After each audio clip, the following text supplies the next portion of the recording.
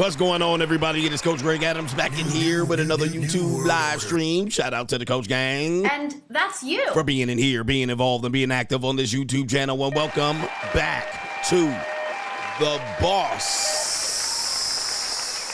Up Show, part of the Free Agent Lifestyle Podcast. Here on the Free Agent Lifestyle channel, you in here with the Bruce Wayne. It is Ish. New world order. The King of Kings, the King of Content, and the Speaker of Truth, yours truly, the Notorious One. New world AKA order. Mr. Coach Alini, better known as the Prognosticator, Coach Stradamus, and you're in the Desert Storm Bunker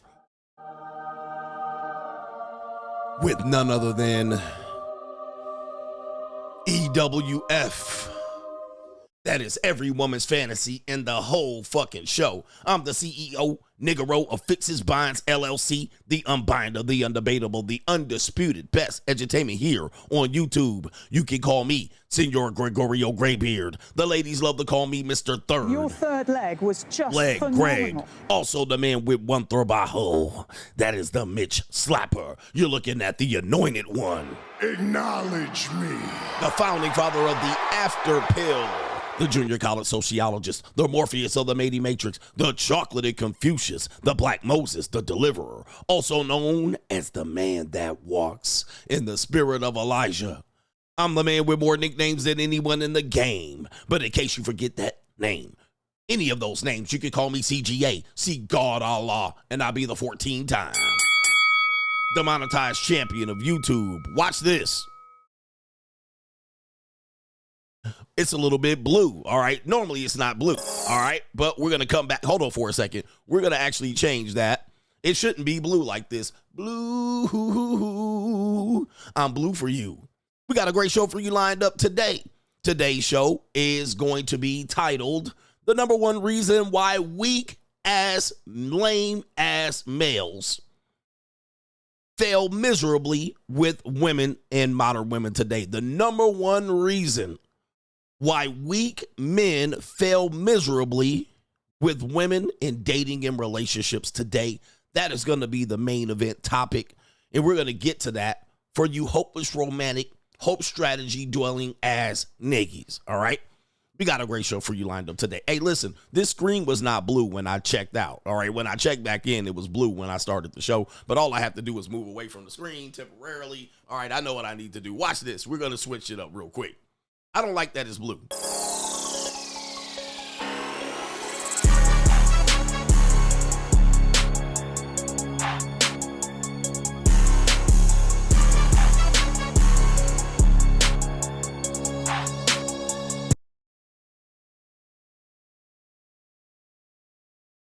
All right, it was all through rehearsal. It was not as blue, but we got a great show for you lined up today. It's going to be a great show. And we also have Rubi Rose. Rubi Rose, OnlyFans star, doesn't know why she is single. All right, that's going to be the sub-main event. We're also going to get to the Dane Calloway controversy of him announcing his divorce. Him announcing his divorce on YouTube. And it's not a matter of if, it's a matter of when. It's not a matter of if, it's a matter of when. Okay, we don't have any sound. All right, the sound should be good. All right, so it's not a matter of if, it's a matter of when. So, Dane Calloway announcing his divorce. We're going to talk about that. The pro-blacks are irate. All right, the pro-blacks are irate. And one of these things, it's like the Chris Angel thing where he announced his divorce and he wanted everybody to unfollow his ex-wife. But what happened was he started to divide his audience. Okay? He's dividing his audience. And so when you get a divorce, we're going to take a look at these content creators announcing their divorce and see how people treat you when you announce your divorce and you hit the court of public opinion and you make your wife look bad. All right, so we're going to talk about that. And this is going to give you a good lens on how people look at men in relationships. So we'll take a look at Dane Calloway, one of my favorite content creators. And we're going to take a look at why he's having an issue with his divorce. So anyway, we got that coming up. We got Rubi Rose. We got why weak men fail miserably with women in dating and relationships, and much, much more. But to contribute to today's show, $ the Notorious CGA on the Cash App. It is Venmo, Coach Greg Adams TV. PayPal is paypal.me/Coach Greg Adams.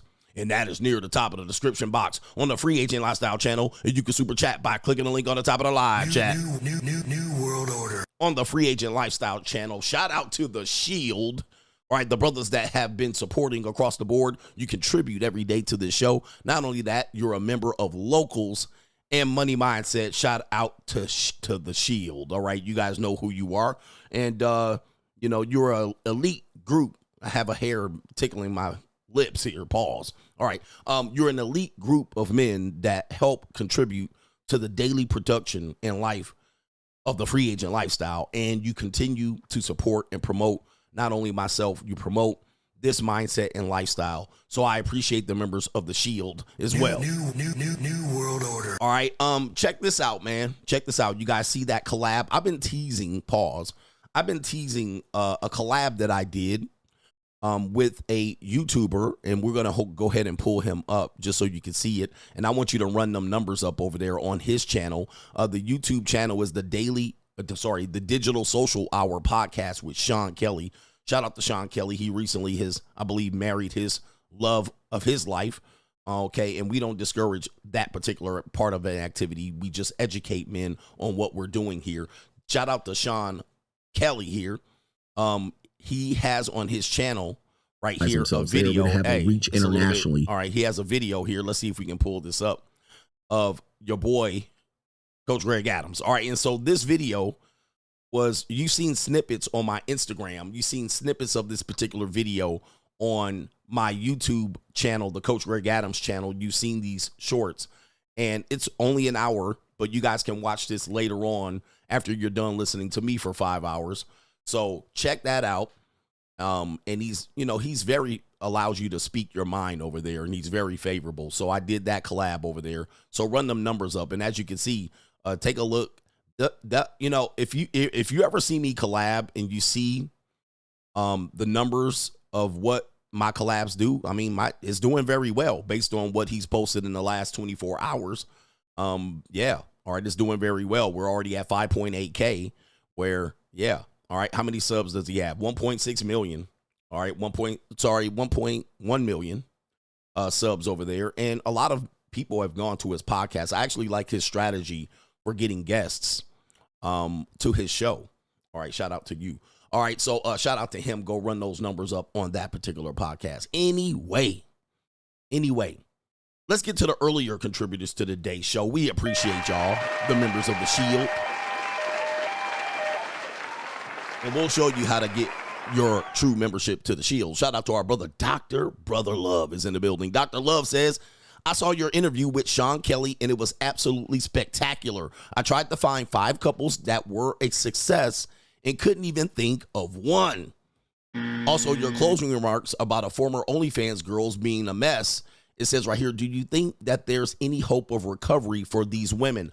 I don't, all right? I don't think there's any help recovering from these women. I believe that these women serve as sex objects to us, and sometimes these OnlyFans women go off the deep end, and it is not good for them their mentality. So anytime, but unfortunately, here's the deal. A lot of guys will deal with these women, right? You'll marry them, you'll get into relationships with them. And trust me, I've met a lot of OnlyFans girls. I've dated a lot of these women. I actually talked to a lot of these women at the JUCO, former Prawn stars. I'm not afraid of these women. All right, a lot of men are afraid of these women, but I'm not afraid of them now. If I wanted to get into a relationship with one or fall in love with one, I would fear them. They are not going to be able to recover from this type of activity, because it is very damaging to them. They're going to learn a lot of things about people and men, and they're going to do a lot of things that are probably not supposed to be done, but a lot of people like them to be done. So I don't think they'll be able to recover. Now, some of them do believe they're going to recover. It may take them 20 years, 15 years. It's not an overnight process, especially if they've been doing other things. What we know about OnlyFans women, and I do have some background research about them, they don't just do OnlyFans, okay? They do a variety of things, all right? So it is not just OnlyFans, and it's not just where they got their start. They were doing things prior to them joining OnlyFans, right? So they were doing things with regular guys, all right? So, and then, a lot of these women do extras, all right, off the site. That's how they make a lot more money. So, yeah, man, I don't think they have a chance at true recovery. But I do wish them luck because, at the end of the day, they're human beings, right? So sometimes I look at them and I'm like, this poor human. You know what I mean? But I don't feel bad for him like that. I'll be like, well, I can't help you. All right. He says, this dude right here. Okay, I told you, man. Hold on for a second. All right, here we go. This guy came right when I started the show. Wait, hold on for a second. And he's coming to help wash my cars. But let me see here. Now he's here and he's not following directions. And I'm like, I gave him the direction to text, but he might not be able to read English very well. All right, let's see if he's able to pick this up here, or I might have to take another break to unlock the door. All right, so anyway, my point is, these are human beings. Some of them mean well. Some of them just went off the deep end. They went to the dark side way too early in life. Okay, that's all. They just went to the dark side a little bit too early in life. And when you're 16, 17, 18, 19, you see things that you've never even experienced in life. It goes crazy. Oh, and also, one thing about girls that do OnlyFans, okay, one thing that girls that do these type of activities, they don't just start at 18, all right? They don't just start looking at it. They don't just jump into it. They actually progressively get to that point. So a woman that does OnlyFans, she's not a virgin, right? She probably had trains and orgies. She probably has a crazy mind sexually, meaning that, it's not normal. And boom. All right, now they're right out in front of you. All right, so anyway, shout out to our brother Gary. Says, my brother just called me saying, who pissed off Coach? Shout out to you, man. Who pissed me off? Nobody pissed me off, but these weak-ass men got to go, all right? We gotta heave-ho these weak-ass men. Heave motherfucking ho. Vincent is in the building. He says, these dudes making less than $75K complaining about women smelling like weed, wearing do-rags and graphic tees, bitch-ass niggas. Yes, indeed. Shout out to them. All right? Shout out to them. Briefos Law. We're going to teach you. We're going to teach y'all a lesson about how y'all see the world. All right? We're going to smack some midgets today. All right? Making less than $75K. All right? You don't do what you need to be doing out here to make yourself an impact. And, the entitlement. I talked about this years ago, male entitlement. Men believe they're entitled to a woman. You're not. You're not entitled to a woman, all right? Nobody's going to be entitled. You're never entitled to a woman, guys. You lucky to even get one, all right, at some particular point in your life. You're lucky to make one relationship work in your entire life. Okay, Venmo is back. So I do need to acknowledge the people who Venmo'd today and yesterday. So bear with me because yesterday they was tripping. Shout out to our brother here. It is Philippe. It is Neomass. Says, happy birthday, Coach. Uncle Griffey is in the building. Take these flatbacks to the barbecue show. And they love it. It's barbecue in there. They love the barbecue show. Shout out to our brother, no government name SD. Says, at a Brickle brunch party, a couple of dudes were at the table and the manager brought some ladies over to drink with them. When those ladies left, the manager brought over some other fine women. He says, I'd rather live like those guys than working on my mouth game, boss up season. There's a secret way. There's a secret way for you to be able to get that. All right. That's not done free or cheaply, but there's a way for you to do that and establish that. And we teach that over at the JUCO. That's a different life. It's a different game.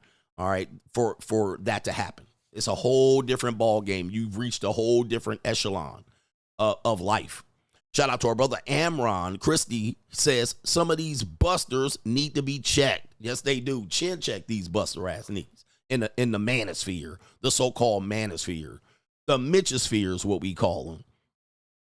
Jones G, CGA, give them the scolding their absentee or beta male father never did. Boss up, losers. Let's go, man. Boss up. Better boss up, nigga. I look at it and say, man, some of you guys clearly had no father. Now, people know that I was primarily raised by a single mother, but I know my father. I live with him off and on. All right. So, sometimes I would go live with him for the summer. Sometimes I think a couple of times I lived with him for an entire school year, and I would go back and forth with my mom and my dad. All right. So, but my dad had another family, so that was his priority. It was not me per se. It was the other family, but I would just come in there every now and then and live with them and overextend my stay. With that being said, a lot of men sometimes they don't listen to their father, right? Even if they have a father, they think they know better than the father. So as a result, men come out here disillusioned. And also daughters do this to their mothers and fathers as well. They're disillusioned. Sometimes you got to have an unk put you up on game. Sometimes you got to have a big brother put you up on the life and the lifestyle in the game. Sometimes you have simp uncles, Uncle Simp, like the Mexican Uncle Tio Simp ass Mexican uncle. All right. You can recognize Uncle Tio Simp ass. All right. First of all, Uncle Tio probably has a fedora on or a flat Kango hat. All right. You know that Uncle Tio Simp. All right. He wearing a fedora or a flat Kango, you know, the flats. So he's coming in like this. He got a big old Cuban, you know, he got like the Cuban shirt, right? The untucked shit, like he rolls cigars for a living, and he think he mad cool. This the biggest hater ass, simp ass nigga here with his fat, chunky ass Tia, your Tia, all right, his fat, chunky ass wife. All right, and this motherfucker is the biggest simp in your family. But he think he the coolest padre around, this motherfucker, all right? And he a whole simp ass uncle. Uncle Simp. So some of y'all got Uncle Simps, and he snitches and tattletales to his fat, chunky ass wife about what y'all doing. All right, this guy, watch out for Uncle Tio Simp. The simp Uncle Tio, watch out for him, man. And watch out for your weak ass Uncle Simp. So a lot of people had absentee fathers, and a lot of men had weak men, weak brothers, all right, weak older brothers, weak simp ass uncles. Tio Manny Simpies, Sampanese. I can't say that. Sampanese. Yeah. Tio Manny Sampanese. All right, but anyway, he think he was cool. And he'll tell you how cool he was back in the day and how much punani he got back in the day. But then you see his fat, chunky ass toward the wife, and then you wonder, and then she snap him into effect. Anyway, shout out to our brother here, Dr. L. Dr. Dub, happy belated and hope it was lit. I played in some snow this weekend, and the name of CGA keeps stepping on these Mitches. Free agents, lifestyle for life. I am so happy and grateful that the Lord has blessed me to play in some snow. Man, it is great to play in some snow. Shout out to the snow bunnies out here, man. And if you're a pro black, mess with some snow, all right? I know you don't think you're going to like it, but deep down inside, your ancestors have always wanted to, you know, play in some snow. So make your ancestors happy. Go play in some snow. All right, your ancestors were forbidden. It was forbidden fruit for hundreds of years. Black men, go play in some snow. You want to play in it. I am so happy and grateful that the Lord has blessed me to play in some snow. And I had a pro-black dude that secretly, you know, all pro-blacks love white women. All right, that's why they got to over-exaggerate it. The blacker the blairy, the sweeter the juice. They say the darker the flesh and the deeper the roots. All right, they gotta have this connection to the sister. The black woman is God. All right, she God. Ain't nothing better than a black woman. The most beautiful woman on earth is a black woman. Them niggas love white women. They love white women. Where the white women at? They love white women.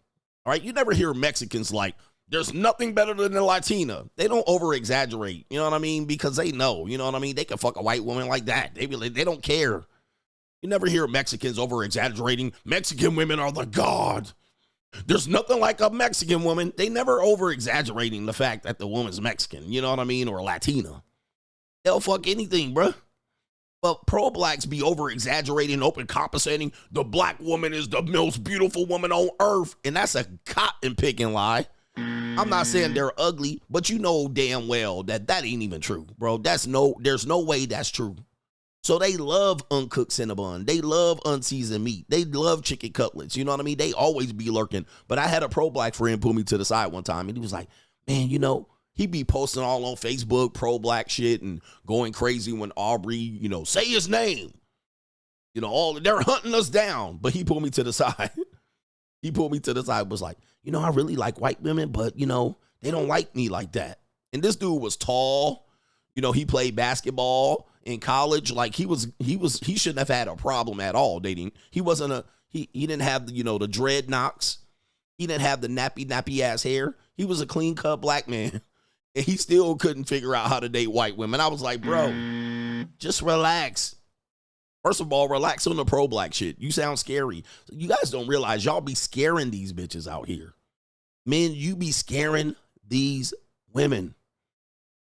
We're going to have to talk about how y'all scaring these women, bro. You guys are scare women. Y'all be looking all crazy looking. All right. Walking up to these bitches, staring them, lurking, leering at them and shit. Opening your mouth, running your funky ass mouth, talking loud, ain't saying nothing ass niggas. Okay. When you were around women, Tom Likas used to call it the stench. I believe Tom Likas, the legendary Tom Likas, he used to call it the stench of desperation. And he used to say women can smell the stench of desperation on men. Okay? They can smell it.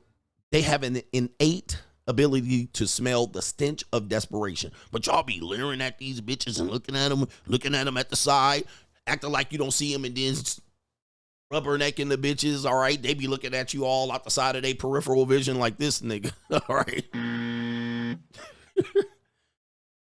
So, you know, I'm like, you scaring them. They see you on Facebook. They see you walking around with a Colin Kaepernick jersey. Nigga, that's a dead giveaway of a crazy nigga. All right, nothing is going to give you a better indication of a crazy pro-whack, pro-black than walking around with a Colin Kaepernick jersey. That is going to be the biggest indication that you a pro-black weirdo nigga. All right? You literally the biggest pro-black weirdo nigga. All right? You walking around still talking about Colin Kaepernick still deserve a chance to get in the league. He deserve a job. Niggas walking around with O.J. Simpson, Mitchell and Ness jerseys. Like, that's a dead giveaway that you cuckoo for Cocoa Puffs. Nigga, you a cuckoo for Cocoa Puff nigga. All right? And no white or Latina woman is going to lay on her back and submit to you when you a whole crazy nigga. Black Air Force Ones, Colin Kaepernick jersey. Oh, my God. You got to be off the deep end cuckoo nigga. All right? That no white woman's going to lay up underneath you, nigga. Crazy ass, pro-whacked out in the brain ass nigga, see everything through race ass nigga. Oh, my God. No white woman's going to be like, oh, I'll trust you with my body and life.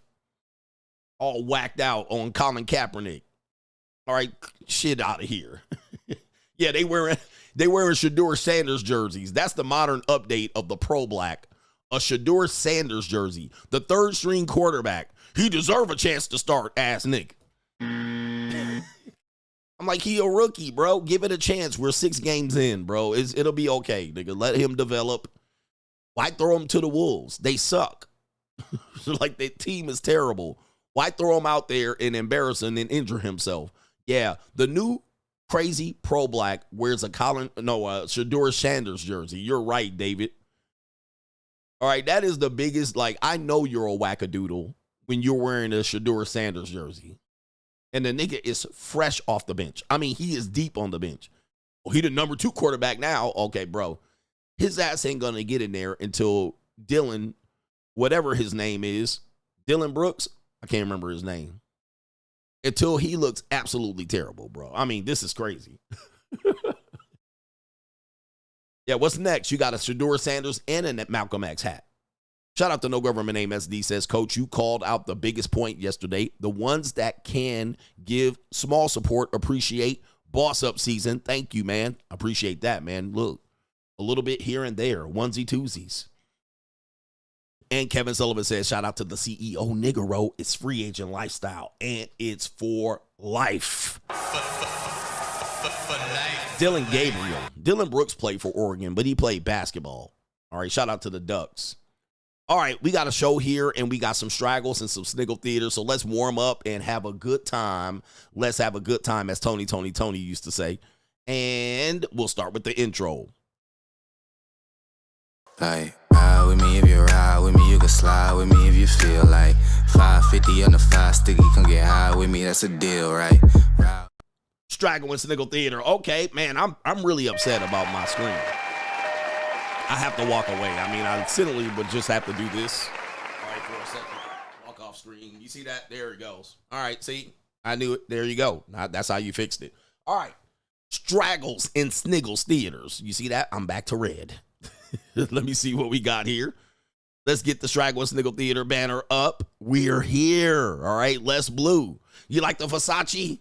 You like the Versace? All right, we stepping our game up. It's Boss Up 2026. We stepping our game up. Boss up, nigga. Wearing silk shirts and Versaces. And let's put on our hater blockers. Let's go while we at it. Let's get it. Header blockers on. Ignite. Dragon Single Theater, we have a woman that says she's a virgin. And she's been unvirginized. And she wants to tell you about it, all right? Listen, they share everything on the internet. God bless social media. This woman says nothing can compare you. So look at that. Nothing can compare you for the first time you try. What does that mean? All right, I read that right, and I thought I read it wrong, but wow.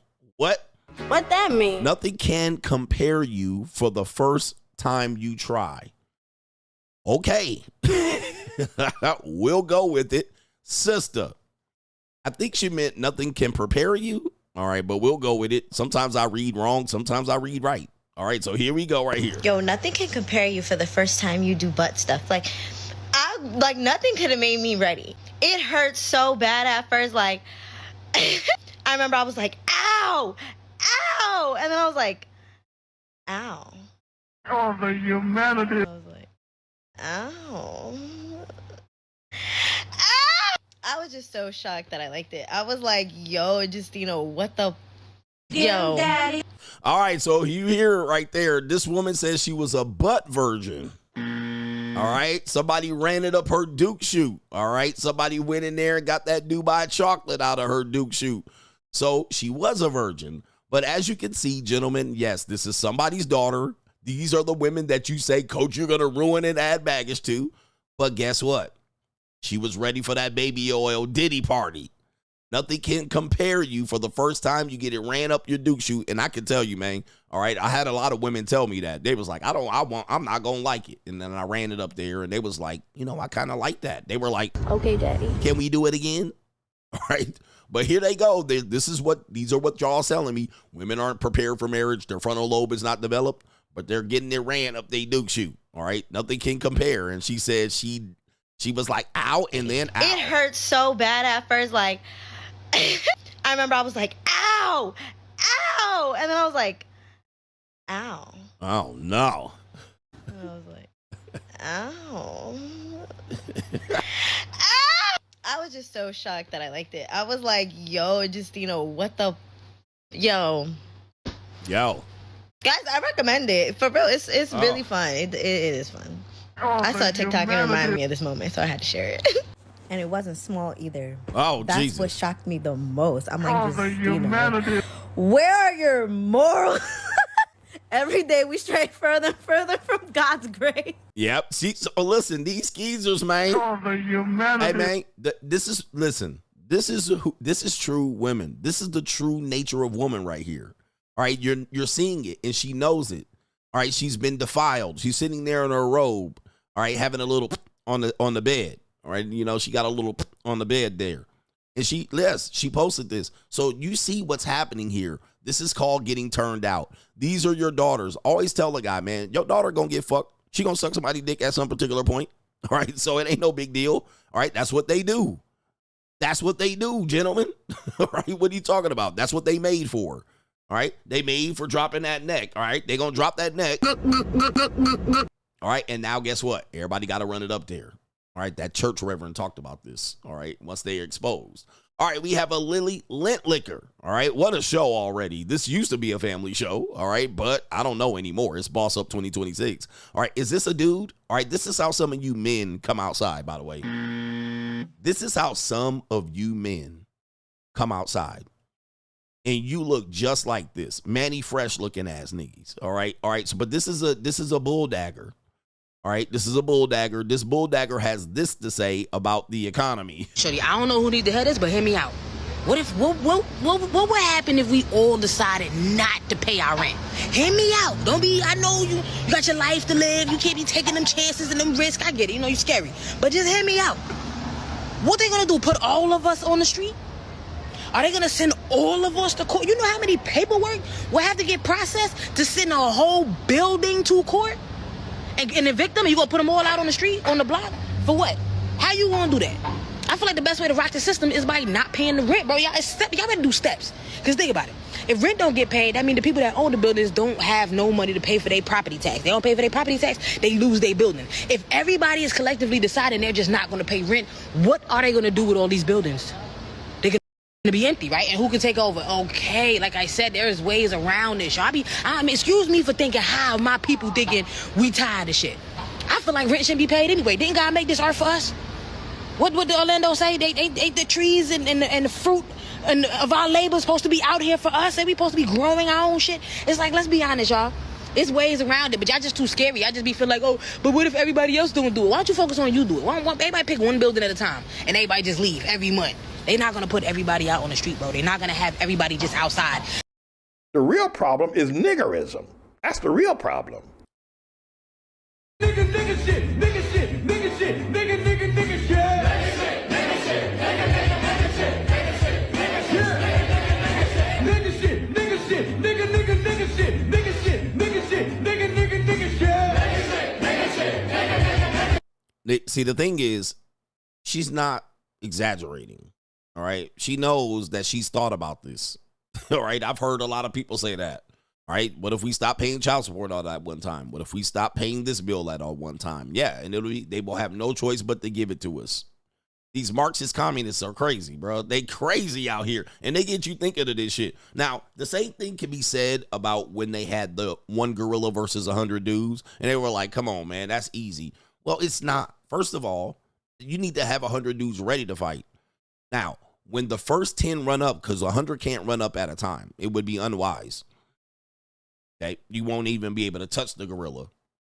But when the first 10 get torn and shredded to pieces and get Donkey Konged, okay, and get their face ripped off by a fingernail, the next 90 are going to wake up, all right? That's what's going to happen, all right? So it's the same logic. The first building that ends up on the goddamn street with the National Guard street sweeping these niggas and putting them in containers, all right, feeding them bread and biscuits, then you're going to realize real fast this is a dumbass strategy, all right? Everybody else is going to realize, oh, shit, that happened to the first building? Cancel talk, all right, at that particular point. Your rent's due, motherfucker. All right, cancel talk. That's what happens. Sacrificial lamb. See, what happens is, and people know this, and I know this, sacrificial lamb. When the first 10 people overstep, they're going to make an example out of that person, all right? Those 10 people are going to be making an example of. They're going to throw you under a bridge, nigga. They're going to Donkey Kong you, all right? They're going to savagely expose you. They're going to guillotine your ass. And then what happens is the next people realize, damn, I didn't think the consequences were that deep. Okay, I thought we would just sit out and then the next building in a single file line will come up. But when they assassinate you, when they line you up against the wall like the people of Mao Zedong used to do, and the people of the people of the former United USSR, I shouldn't be saying here, Stalin.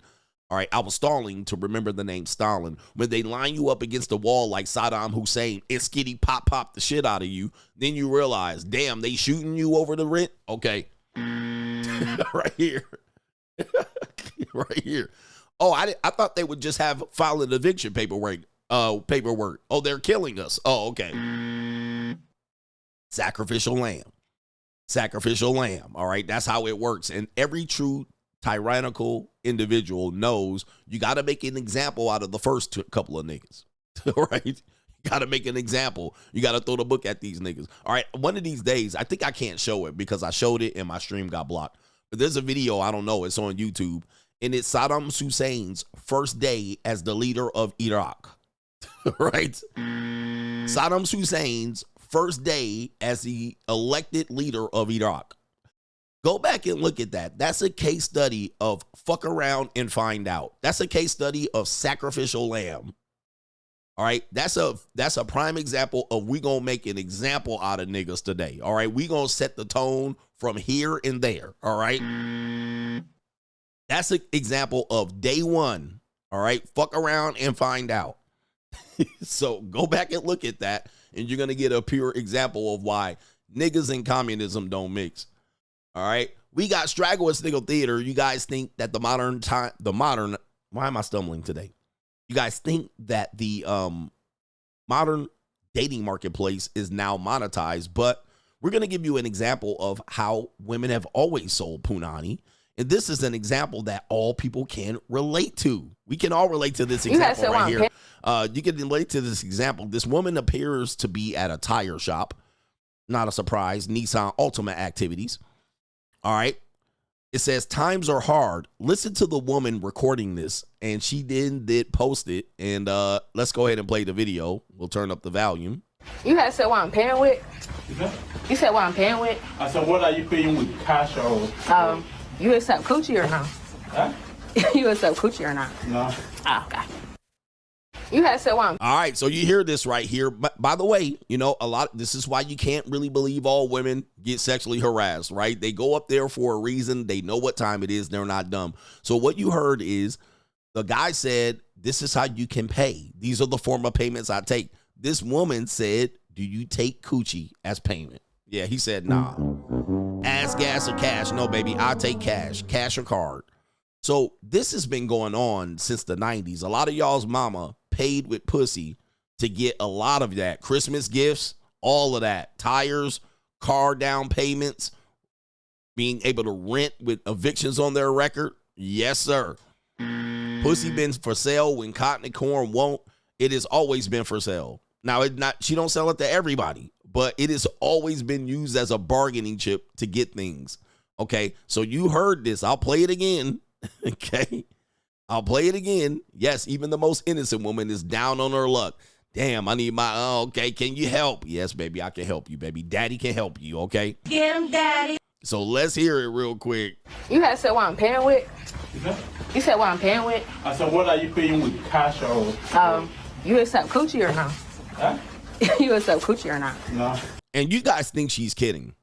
All right, you guys think she's kidding, but she is not kidding. All right. Your rent's due, motherfucker. She is not kidding, bro. When they can barter punani, all right, this is why people say a woman should never be broke. All right, she should never be broke. They can always got punani to bargain. She's sitting on a bank. She's sitting on a bank. All right, not all women will sell, though. Not all women. All right, a very feral video going over on TikTok and Instagram. This is how I always tell you all men pay. This should be interesting. I know you guys don't like it, but take a look at this video. This is the anti-free agent lifestyle.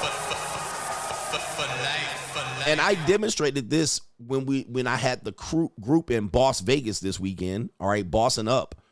I said one of these days, one of the days in Las Vegas, it was our last day. We were at a pool having brunch. And it was early part of the day, so there were families out and there were husbands and wives. I said, look at every one of the wives out here. They were all fat, all of them.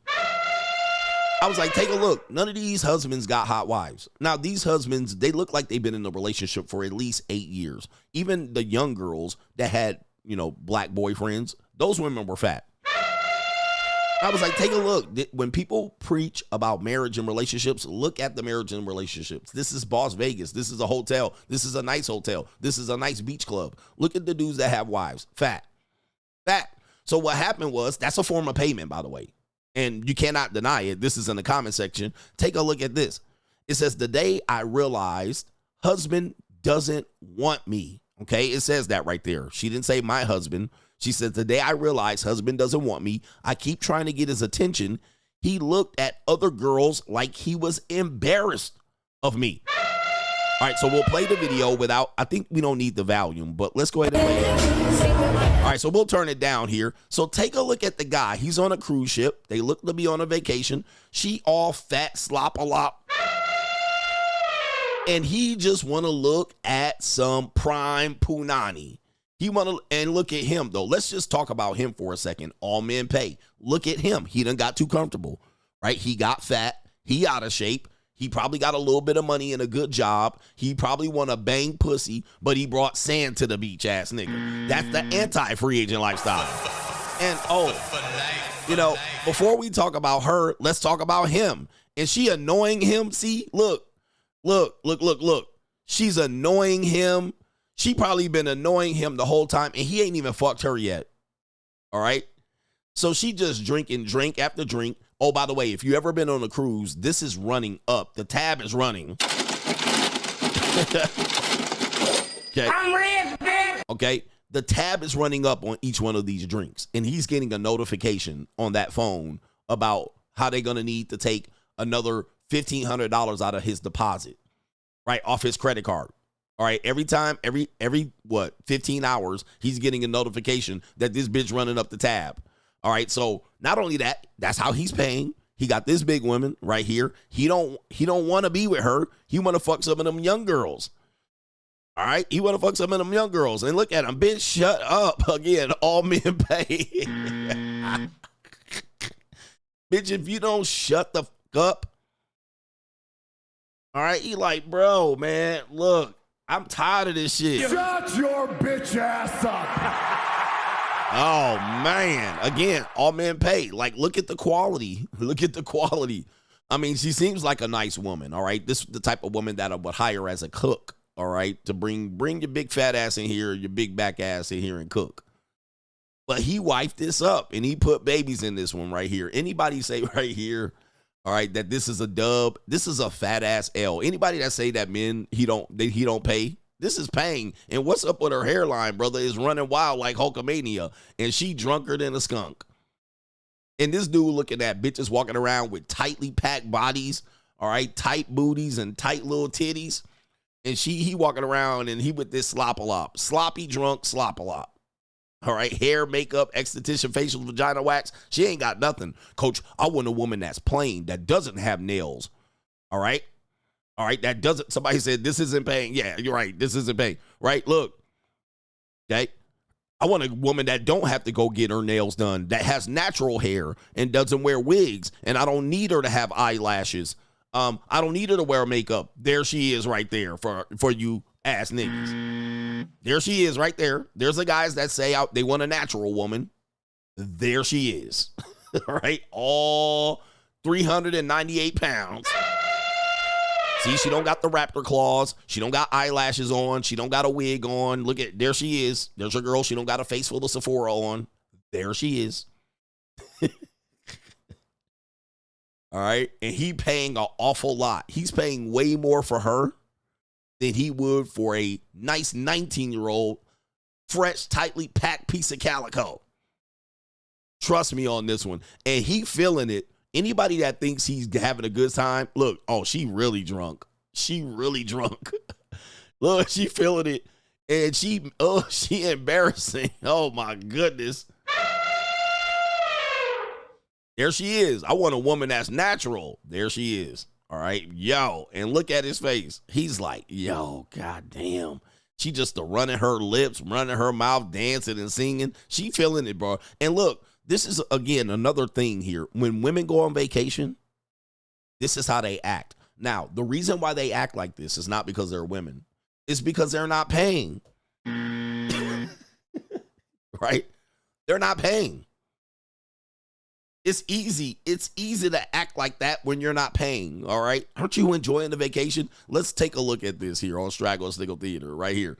So it's hard to enjoy vacation when you're not fucking, you're paying thousands of dollars, and the only person you possibly can fuck is your fat wife. You're going to act like this, bro. This is what he's doing. He's like, bruh, leave me alone. I want to fuck one of them 19-year-old girls, but she's drunk. She having fun. She's not paying. He's paying. He's looking at the tab going, I could be getting my meat fix somewhere in the Philippines, $100 to $200 a pop, $75 in Angela City. Okay? Dicking down 5 women a day if he wanted to. Look, he under duress. He's a happy hostage, like 50 Cent said. Oh, no. Unfortunately, this is a feral video, 3.5 million likes. Let's take a look at the comment section. All right. The bird theory is legit. It says, I keep telling people about the bird theory. I'm actually interested in what that is. I'm going to have to look that up. All right. It hates her. This is so painful to watch. Embarrassed to watch. Look at him, which is true. Look at him. He's out of shape. This is another reason why I tell you that's a form of payment. You deal with a woman who's out of shape, you're going to be out of shape too. All right, it's very rarely you're going to keep your shape. all right, especially in a marriage here. The girls he's looking at won't even look at him. Man, hold up for a second. Let me stop this real quick. All right.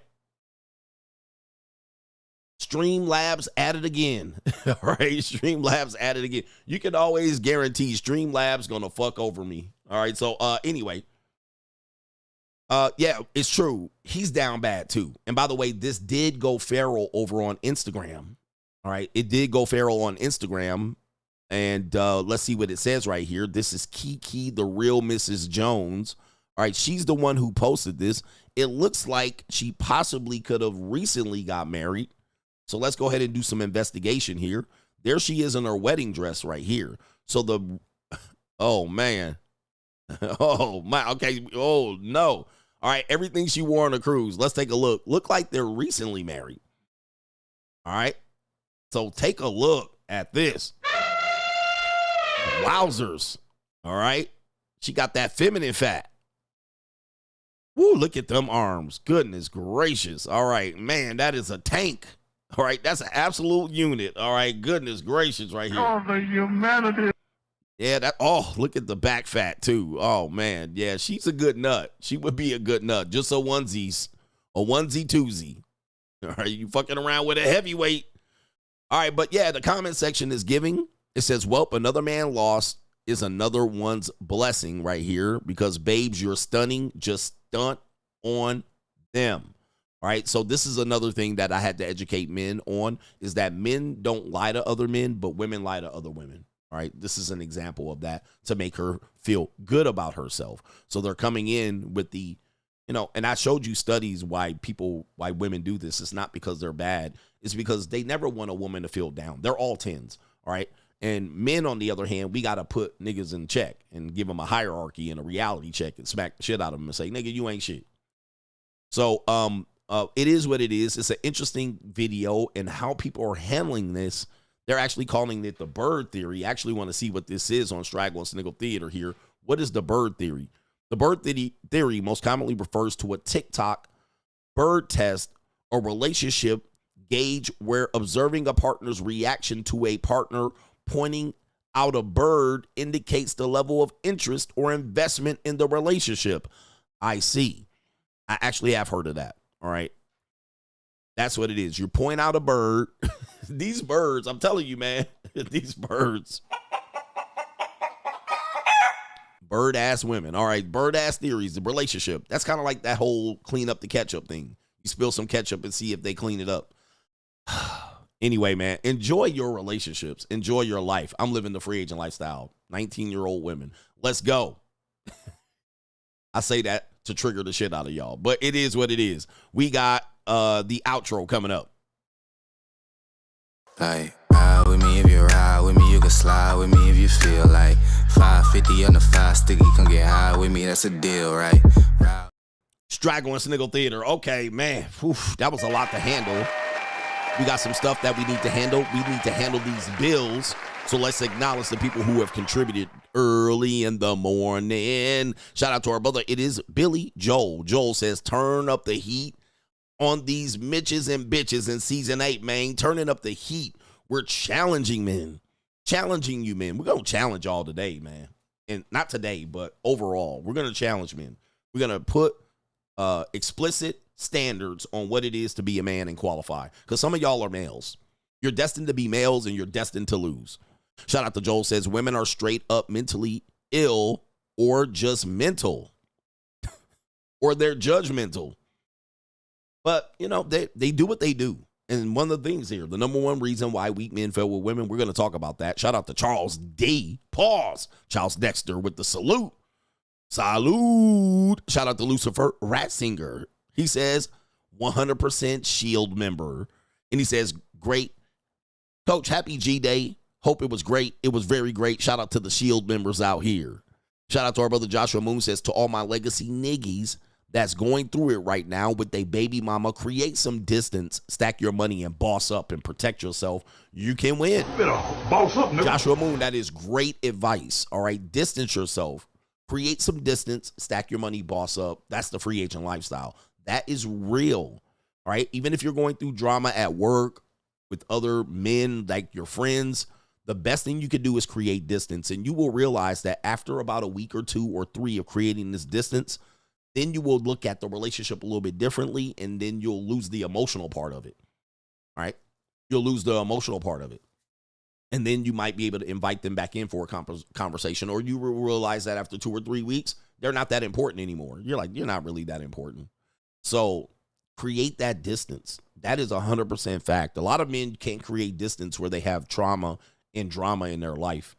But that is the secret. Okay? Absence. Show them your absence.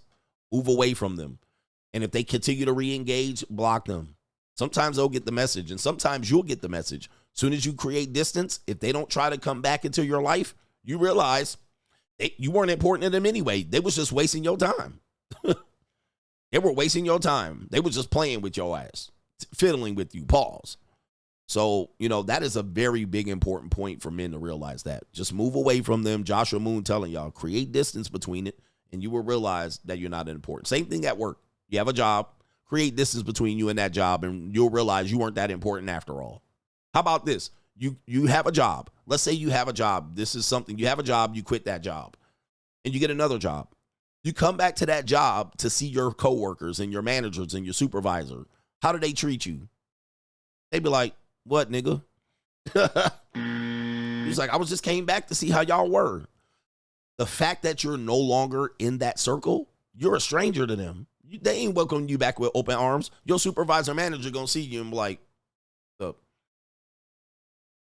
They won't even acknowledge your ass. What? Yeah. All right. We still doing what the fuck we doing over here. What do you want? What's up? Good to see you. Yeah. Good to see you. They'll give you something. Get the fuck out of here, bro. We got to be back to work.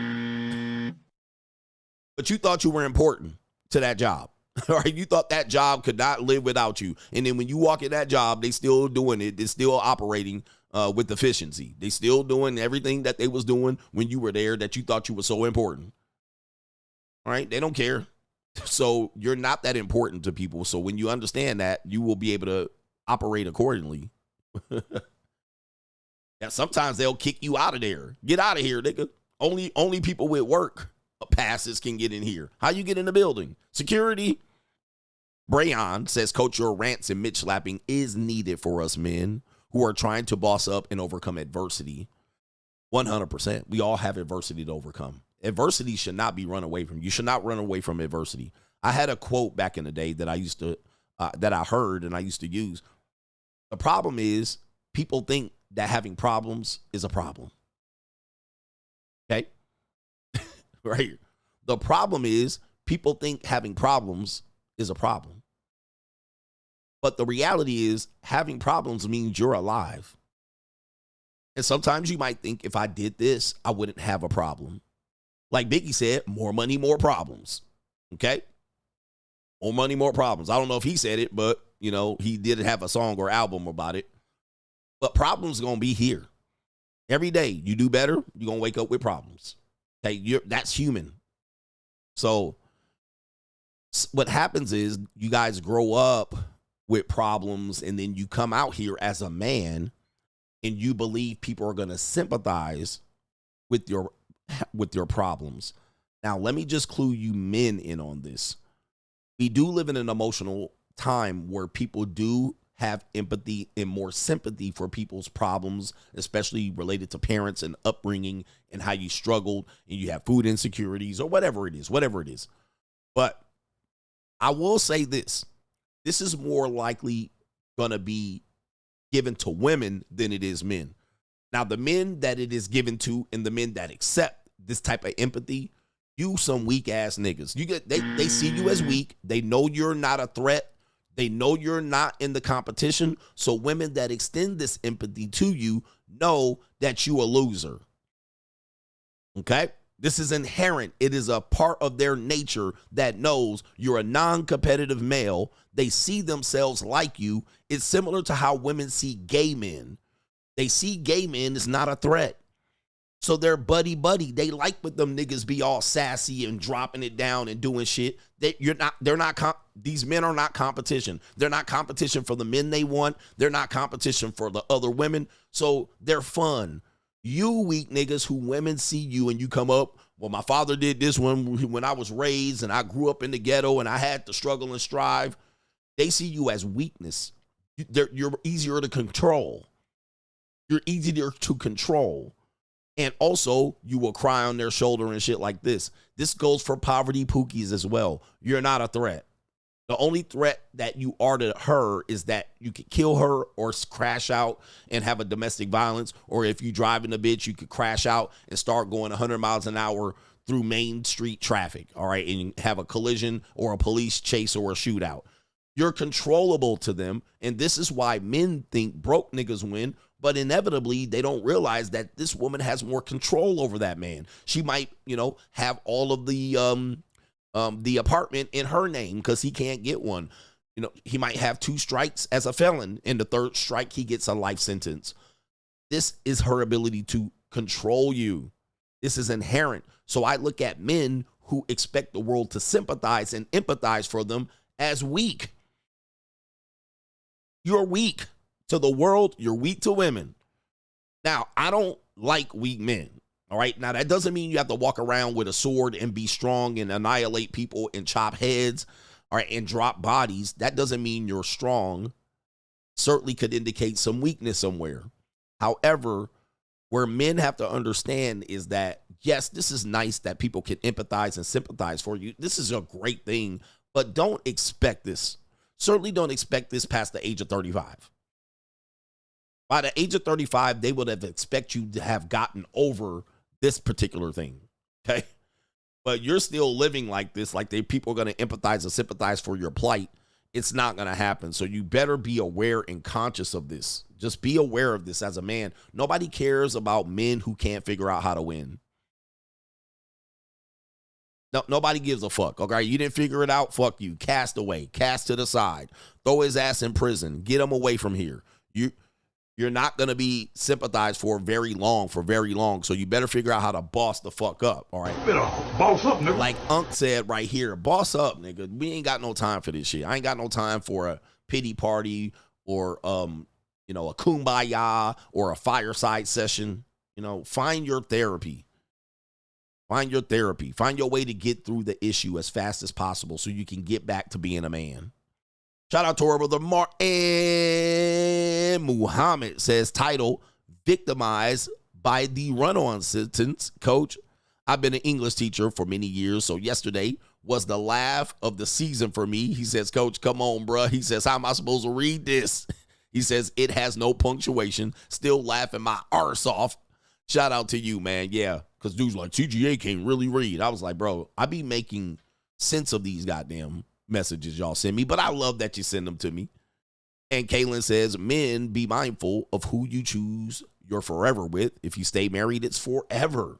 If you pay spousal support or child support, it's damn near forever. If your wife gets fat, it's forever. All right, forever, my lady. If she disrespects you, it's forever. Accountability will always lie with us. Be aware, men. Absolutely. Absolutely. Yeah, man. And the marriage works for men and women because you don't know what forever means. Okay, because you've been an adult. Let's say, people typically got married 20, 30 years ago before 25. This is before the brainstem develops.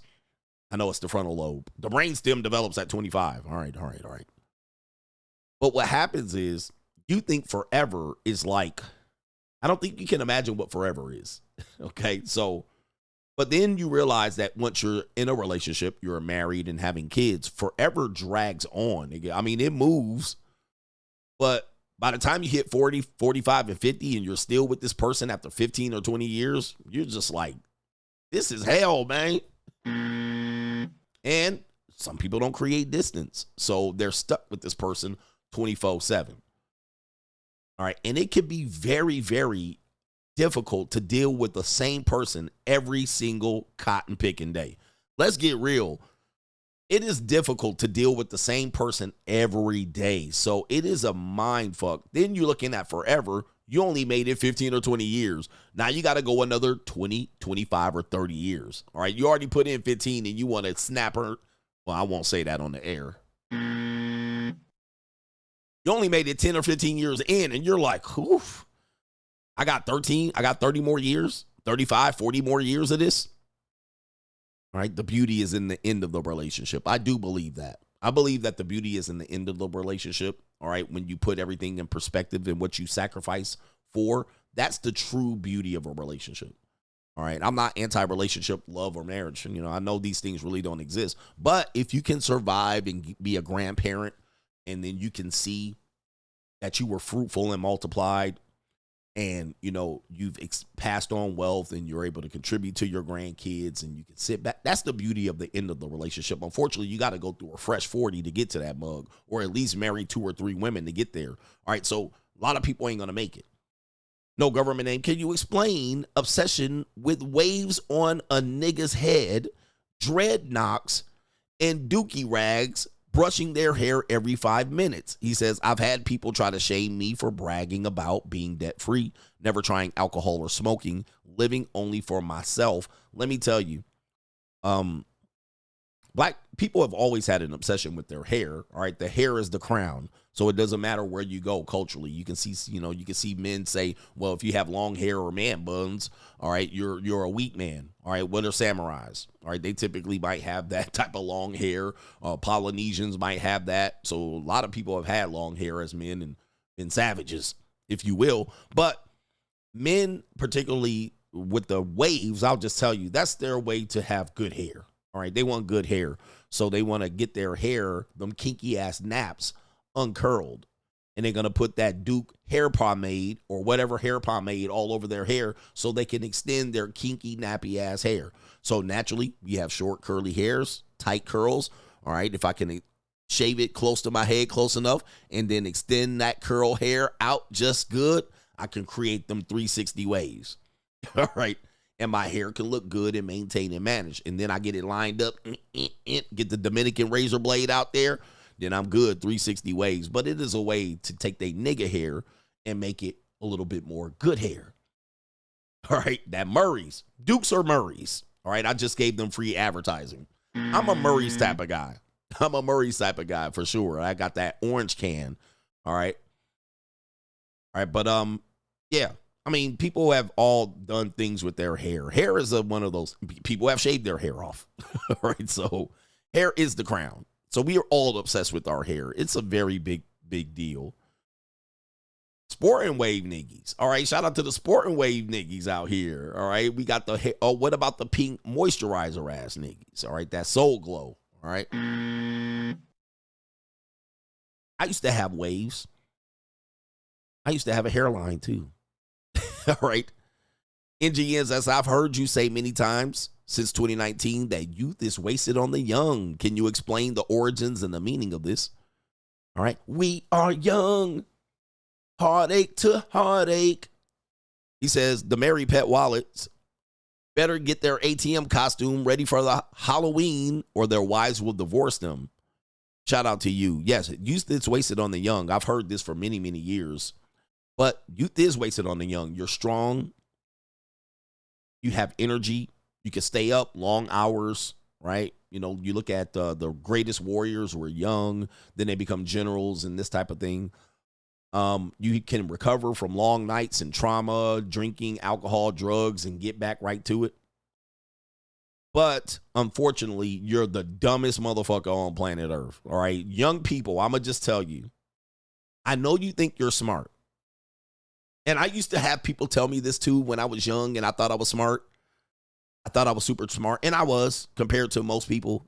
But let me just tell you, even as smart as I was at 25, I look back at the 25-year-old version of myself and I was really dumb about life, right? Everything was a theory, a principle. This is when I talk about you about relationship to marriage.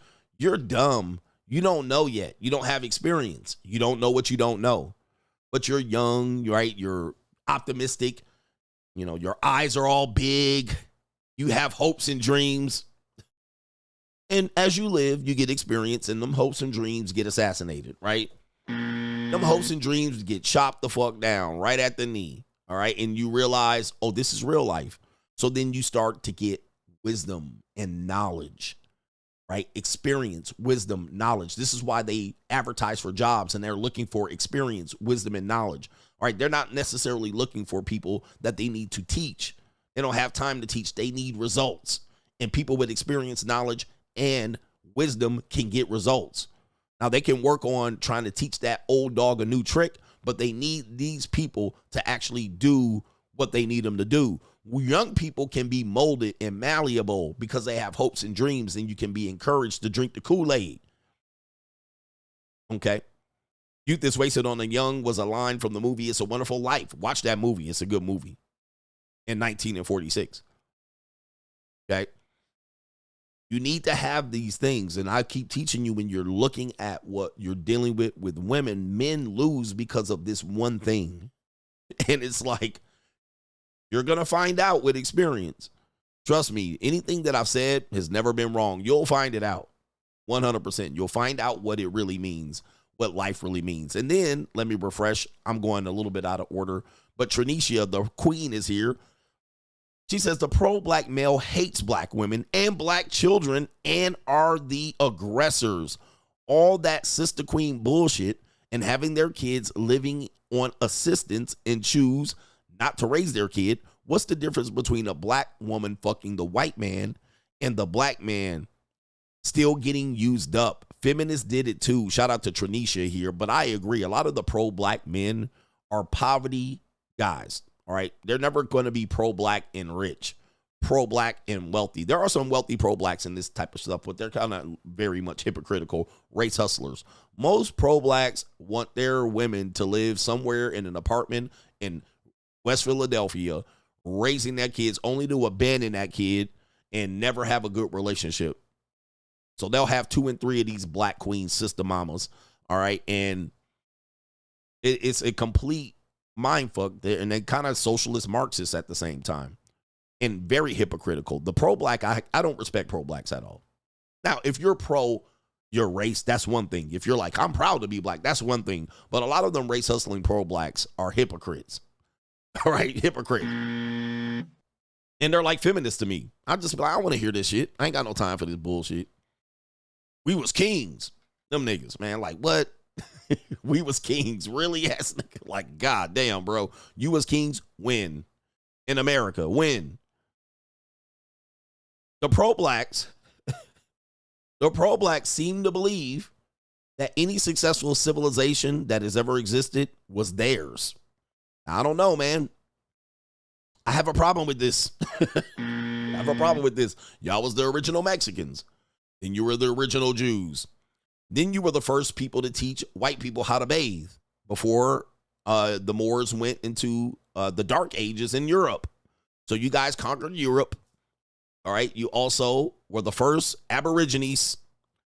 You built the pyramids. I mean, going down the line, you're like any great civilization. You were the Incas. You were the Mayans at some particular point. You guys were, you were everything but the white Spanish and English people coming across on the Mayflower. I mean, that's you were the Egyptians. You were the first Middle Easterns. Like, god damn, nigga. All right, where does it end? Where did it end? We were the first people on earth. The black man was the original. We the first Asiatic black male. I'm like, I can't keep track of this shit. Now you were the Asiatic black people. Like, what in the hell? Where does it end? I mean, I can't even. They stole all of our ideas. All right. Kim Kardashian want to be like the black woman. I'm like, when I look at Kim Kardashian, I see an Armenian woman. I lived around Armenians in the valley of San Fernando Valley. All right. Shout out to everybody in the San Fernando Valley area. I lived around Armenians. They're built just like that. Now, Kim Kardashian had a little bit of help, but it shows the ignorance of people that aren't exposed. So Kim Kardashian is not white. She ain't Latina. She's an Armenian chick. Go to Glendale, California. Go to Glendale, California. You're going to see Armenian women looking pretty similar to Kim Kardashian, right? Fat asses. I remember the fattest ass we had on one of the teams I coached was an Armenian chick. And it was fat and sloppy. It was like, wow, that thing used to run up and down the court and wobble. It was embarrassing. All right. I was like a coach. Like, I can't see this thing running up and down the court. She was an Armenian chick. Burbank, Glendale, Northridge, any of these areas, man. All right. So I'm like, people just show their ignorance by saying weird shit like that. All right, she tried to copy black woman's body. I was like, she's Armenian. That's what they look like. That's exactly what they look like. Go there, man. You can see a girl right there at the college looking like just like that. Fat booty. All they don't have is the extra shit, you know, the extra surgery type shit. All right, but anyway. Anyway, so when I hear people say shit like that, I'm like, y'all really be having a false representation of your self-importance. Like, nobody really copying you that much. Ain't nobody really studying you like that. They really like us, but they hate us at the same time. And I dated a chick who was recently, she was one of my practice girls. She was in her 40s. She was from Turkey, but she won't call it turkey. She hates when people call it turkey, so she'll call it Turkish, whatever she would say. All right, she'd call it the Turks. All right, but she was built like that. Big, thick lips, hips, ass like a motherfucker. I'd be spending big cash like a... She was big, and she was a thick Turkish woman. Thick, big titties, big ass. Like, she looked like a Mexican, all right, but she wasn't. But she was super duper thick. All right? And people were like, they're trying to emulate the black woman. Dude, she was thick, naturally Turkish chick. So I hear shit like this, and I'd be like, people are really ignorant of trying to claim shit because they have low self-esteem. But yeah, man, she didn't like when people said turkey. It's not turkey. I was like, then she would say what it was, and I would say, that sounds like turkey to me. Ignorance. All right? True ignorance. All right? Where we at here? Shout out to our sister Tranisha says, I wish I can something you into black women and let you date black. No, you're not going to turn me into no black woman. You wish you could turn me into a black woman and let me date black men? Pause. He says, if you're too nice, black men will try and talk slick at you for no reason. Then when you get a mammy tone, you get respect. You had a black male neighbor see me carrying my groceries to my home and ask what I am cooking him.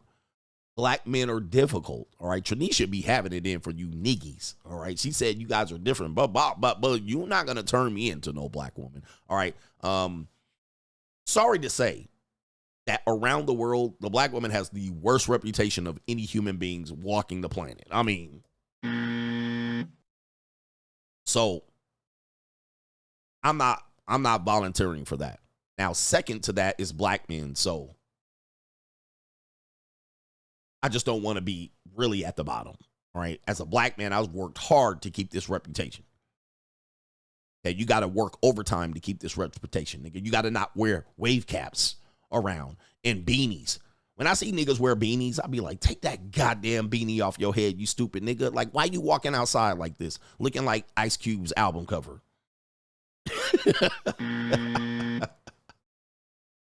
Like, don't you got some goddamn common sense? Walking around looking like a goddamn... What's wrong with you niggas?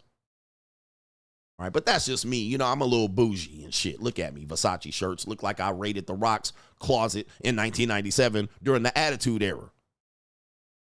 And I did. But with that being said, enough about the bullshit. But I look at this, man. I be like, why do y'all come outside looking like a hoodlum? I used to do this too, so I get it. But then I grew up. All right. But y'all be walking outside looking like you look like you don't want no respect in life. They shouldn't judge me. Sir, we judge motherfuckers as soon as you walk out the house. All right. I'm going to judge you. You could be a smart ass guy. But if you look like a dumbass monkey, if you look like a criminal and hoodlum, what am I supposed to do with this information? I'm supposed to protect myself. Like, all right, bro, you look crazy as fuck. All right, God, man, pull your pants up. You look ridiculous, nigga. And take them combat boots off. I don't see you laying any tile. I don't see you, niggas. You guys got work boots and don't work. Niggas got work boots and don't work. How you out here with them big, long-ass jeans, and why don't niggas show their legs? These niggas wear they jeans and legs and shorts all the way past the kneecap. All right? Y'all got work boots and don't got a job. Clean work boots. Like, this is crazy. How y'all buying work boots for style but don't got no job? The white man keeping you back. Yo,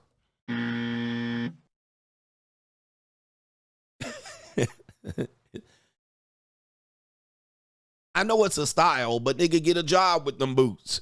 All right, kill two birds with one stone. You can have a clean pair of work boots and use them as style, and you can have a real pair of work boots. All right, this is crazy, but anyway, this is just my observations about the world.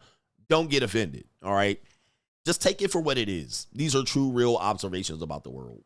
All right, come on, man. You cannot have steel-toe work boots and can't find a job. Like, this is crazy.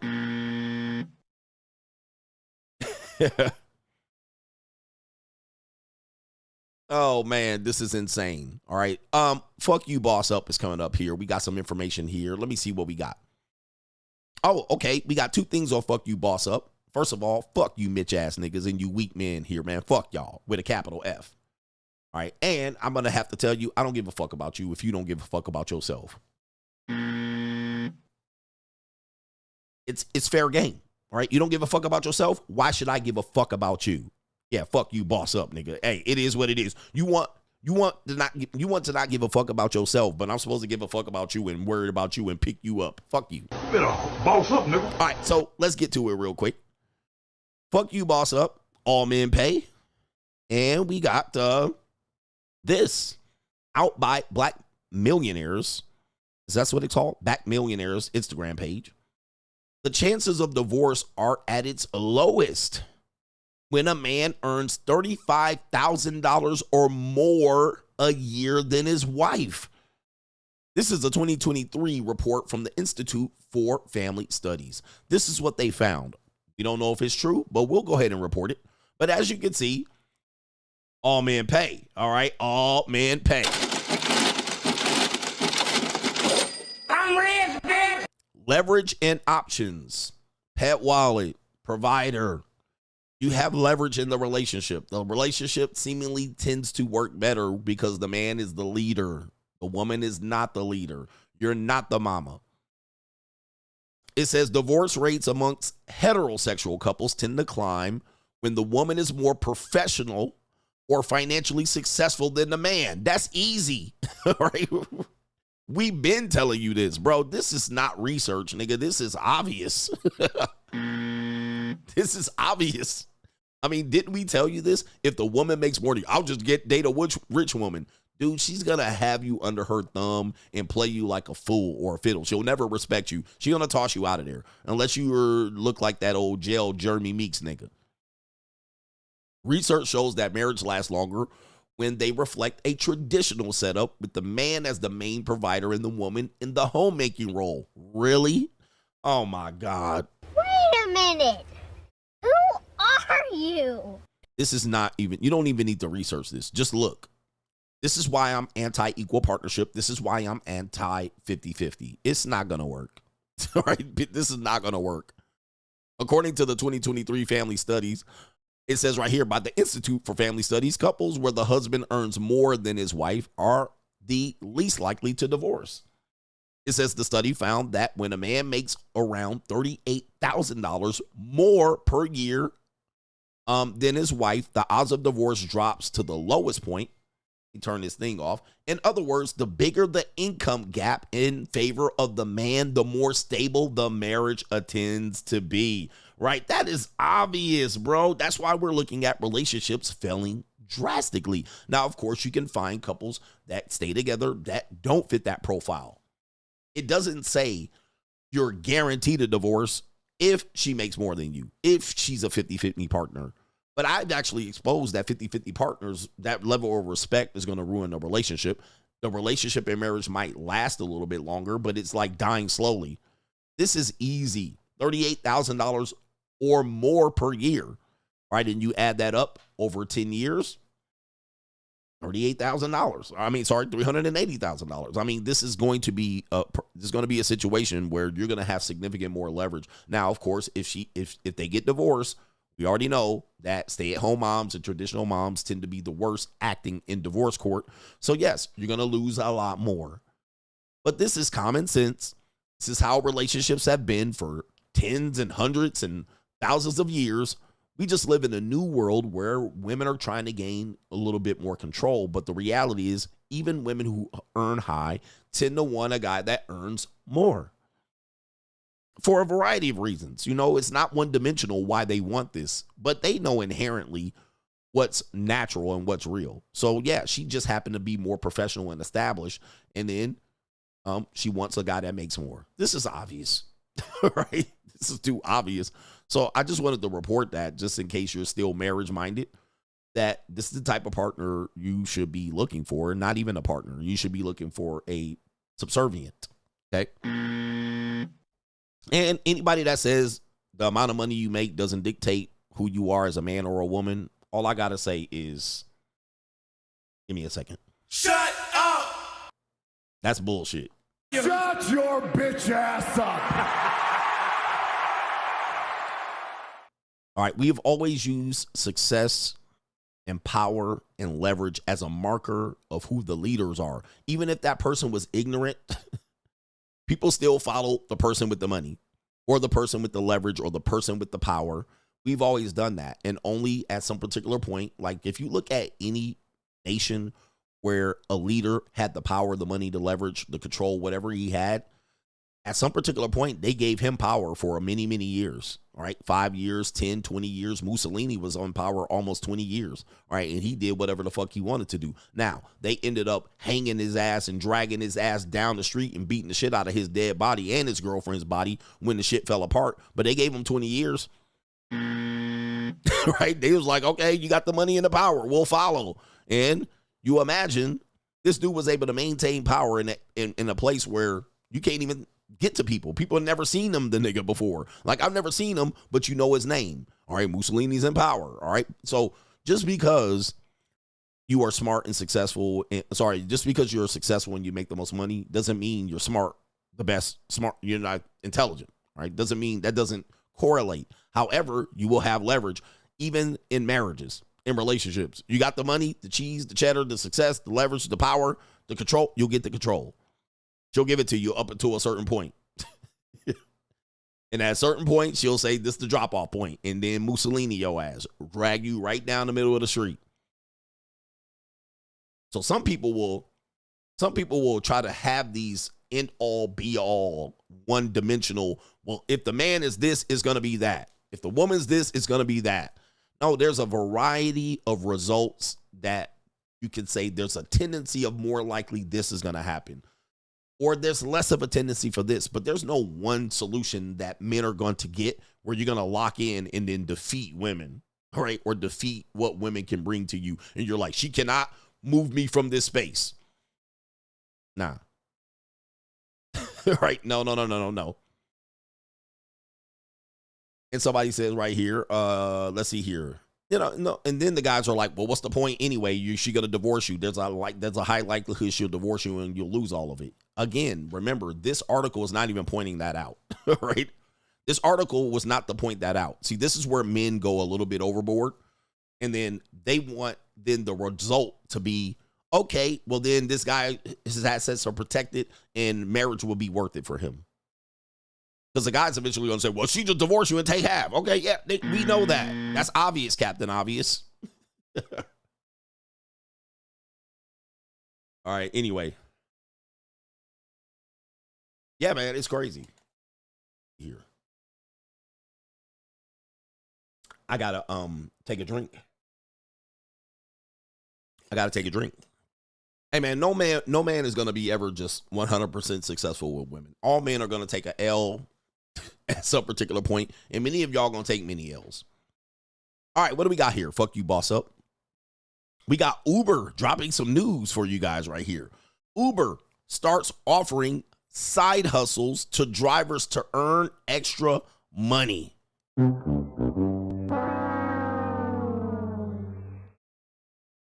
the humanity. I told you it's boss up season, niggas. Like, I told you. You gonna have to have a side hustle anyway, bruh. This whole one income thing, you got to put it to the side. Get 2 and 3 jobs, 8 streams of income. Now they got Uber drivers, nigga. And I don't know if you know, they fucked y'all over, bro. They literally cut your income into 2/3, all right, but still raise the prices of their service. Now you got to work side hustles while driving Uber. You already are the side hustle, nigga. Uber is the side hustle. Oh, my God. Wow. Look how far we've come in 10 years, bro, or how far we've gone. This is insanity, my guy. I told you it's boss up season, man. Let me read this shit. You better boss up, nigga. My man said Uber side quests. They got you running side quests on Uber, nigga. Holy shit. All right, I can't wait to read this. Listen, I'm judging the title here. I'm judging by the title. I have not read this. I don't know what's going on here, but you better boss up, nigga. Wowzers. All right, it says right here, Uber is offering idle drivers in the U.S. the opportunity to earn extra income by completing digital tasks, side quests, without having to make a trip or deliveries. According to the announcement on October 16th, drivers and couriers who have opted into the pilot program will be able to complete simple, quick tasks such as document uploads or responding to prompts in their native languages. Uber said these tasks, side quests, and their availability would be dependent on the client's need, and executives clarified that the firm would use the driver's inputs as human vetting to train AI models. Send it, nigga. Send it. Send it. Send it. I mean, wow. How the heck? I can't even juggle this many side quests. I'm in the middle of driving. I'm idle. All right. I'm not picking up a ride. Let's do some side quests. Why it matters.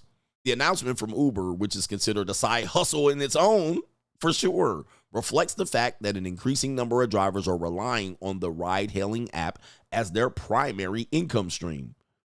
For the drivers and couriers, finding another way of earning is becoming a key concern, given that the rise of self-driving cars, which Uber already offers in Austin and Atlanta, could push many out of a job. Okay, there it is. There it is. So there's so many, you flooded the market with drivers and side hustlers. It's kind of like one of the things, all right, we got it. My ex-wife is doing DoorDash. I mean, it's happening. All right. So people are using it as a side hustle. And then all of a sudden, then you lose extra money. And then you have the self-driving cars. You have doomsday. I mean, coach, you're doom and gloom. I told you, man, it's boss up season, bro. You can't deal with the same. Boss up, nigga. Shout out to my Uber drivers out here. Not shitting on you. But this is an interesting development. And I've been telling y'all it's coming down the pike. All right. This is going to be the point where you're going to run out of rope. When you run out of rope, what are you going to do? All right, what are you going to do? You better pivot. You better come up with something of a new side hustle, because even the side hustle is now a primary job, and now you need a side hustle for that. So it's getting to that point where you're running out of rope and leverage and opportunities, man. So you got to think a little bit third dimensionally, because what seems to be stable is not stable anymore. All right, so shout out to them, man. Man, damn. All right, you doing side quests while you driving. Oh, man. All right, so get your side hustles on. It's impossible to not. Apparently, a DoorDash deliverer, no relation, is going feral after she was fired from the company after claiming that she was sexually assaulted while delivering food to a customer who was passed out with his pants down and the door wide open. Now, I can't show you that part because Twitter, you can get away with showing certain parts, but let me see how far. I'll show you up until this part right here. So imagine this. Imagine this scenario. So this young lady right here says that she was door dashing, and when she came to the door was wide open, and the guy was laying there sleeping, or what appears to be sleeping, and he was naked. All right. So, and she recorded it. So it is true that when she walked to the door to deliver the food, the guy was passed out, or looks what appeared to be passed out, and he had his pecker out. So again, I can't show it, but he had his pecker out, and You know, his legs were there. She said his pants were around his ankle, and he had the Soda Popinski look. All right, so he was laid out like this. All right, so that's what it looked like, but I can't show it. I can't show it. But it is true that that's what she walked up to. So she recorded it, but what she said was she was sexually assaulted. So she's counting that as a sexual assault, which I think, bro.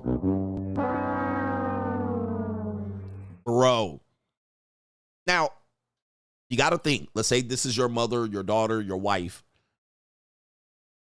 For a slight second, I know what she's talking about. She thinks he intentionally did that. And yes, I've heard from people who do these type of jobs that women say they do experience this type of thing. So much so that if they do it, they have to change their profile picture to a man. They don't have their profile picture as a woman, all right, or their name as a woman. They have it as a man, or it's ambiguous. In this case, if the man is aware that a young woman is going to deliver food, I can see from her perspective believing that he did that intentionally. Okay? Okay. I see what she means, but that's not a sexual assault. That's bullshit behavior. It's petty. All right. That's one of those you just gotta go. She didn't walk inside the house. She left it at the door. So for people who can't see, she just walked up to the door. All right. She didn't go inside the house. She walked up to the door. But he didn't do anything to her. He didn't jump out of her. He didn't say boo. He didn't waggle his chorizo in front of her. He didn't even say anything to her. And sometimes your DoorDash could take an hour. All right. It could take an hour. So you ordered it late at night and you happen to go to sleep and it's just it's a hot day. He don't have air conditioning. It looks like a ramshackle house or a house that doesn't have modern appliances. So it could be a hot day. You leave the door open. Hey, I don't know. But I'm going to say this should not qualify as a sexual assault. He looked to be asleep. And again, I wish I could show it, but of course, he could look to be appear like he's naked. All right. I can't really see that much, but it does look like he appears to have no clothes on. Okay. So then she runs out and says right here, a man named Austin ordered DoorDash, selects the option to have order left at the door, sees this DoorDasher, which is her, a young woman, and it says has a female name and, quote, falls asleep on the couch, unquote, with his pants and underwear to his ankles. He finished gooning and his front door wide open in 59-degree Fahrenheit weather. So this is what I see when I have to leave the order. All right, so she did do this, and I believe she posted it. Now, this is the results right here. Here we go. Fucked up. Hey guys, so DoorDash just deactivated me 2 days after I reported my sexual assault. Hey guys, I just lost my job.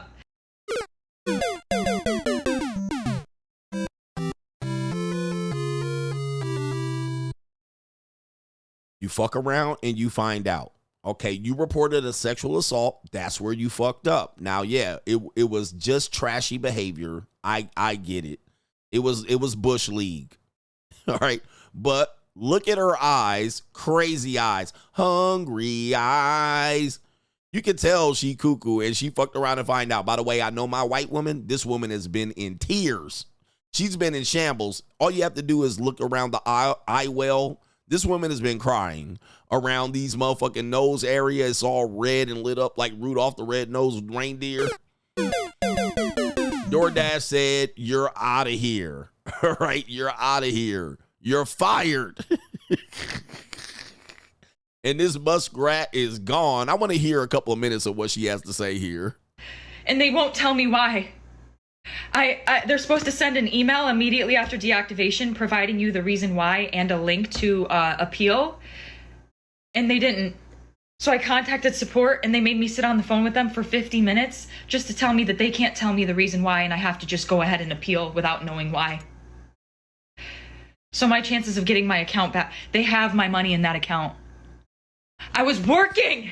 I was literally working and they deactivated me. Oh. This is related.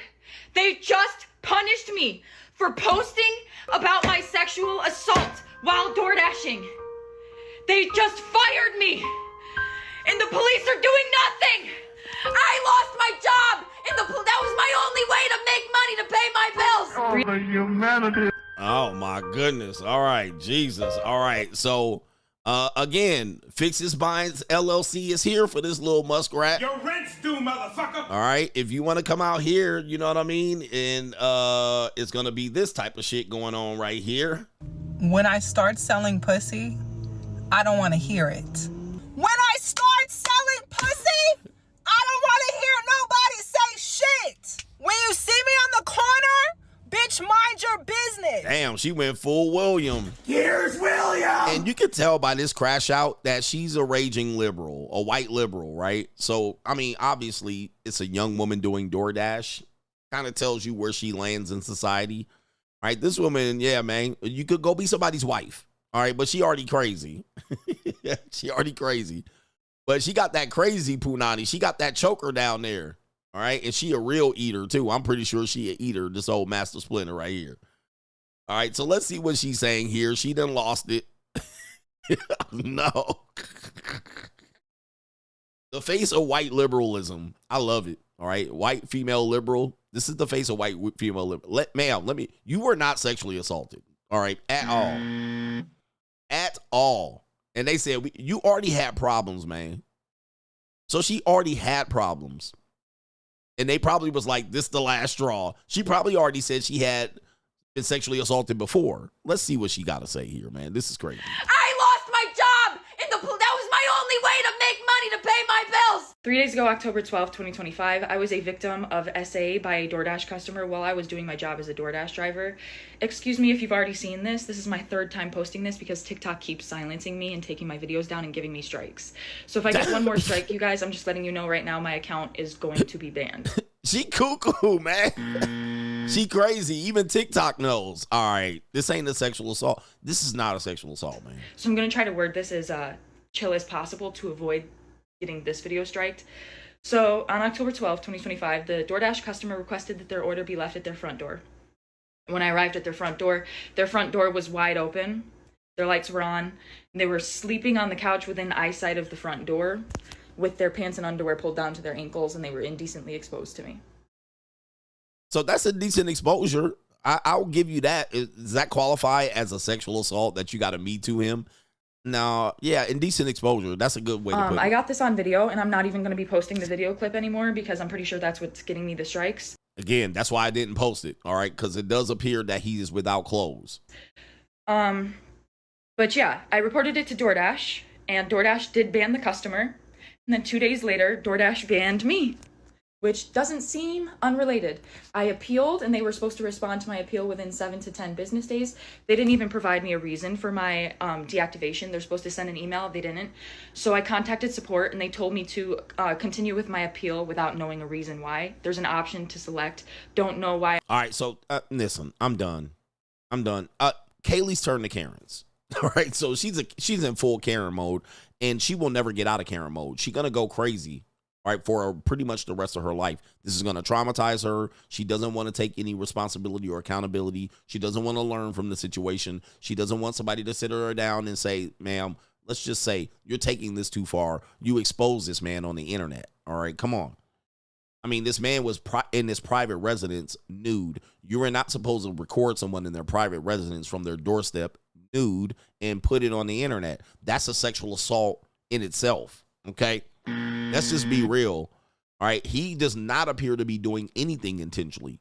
Do I think he was doing it intentionally? There's about a 10% chance that he was.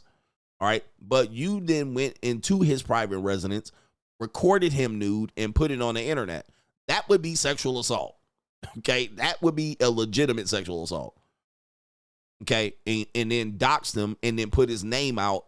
I mean, you should be charged for a crime.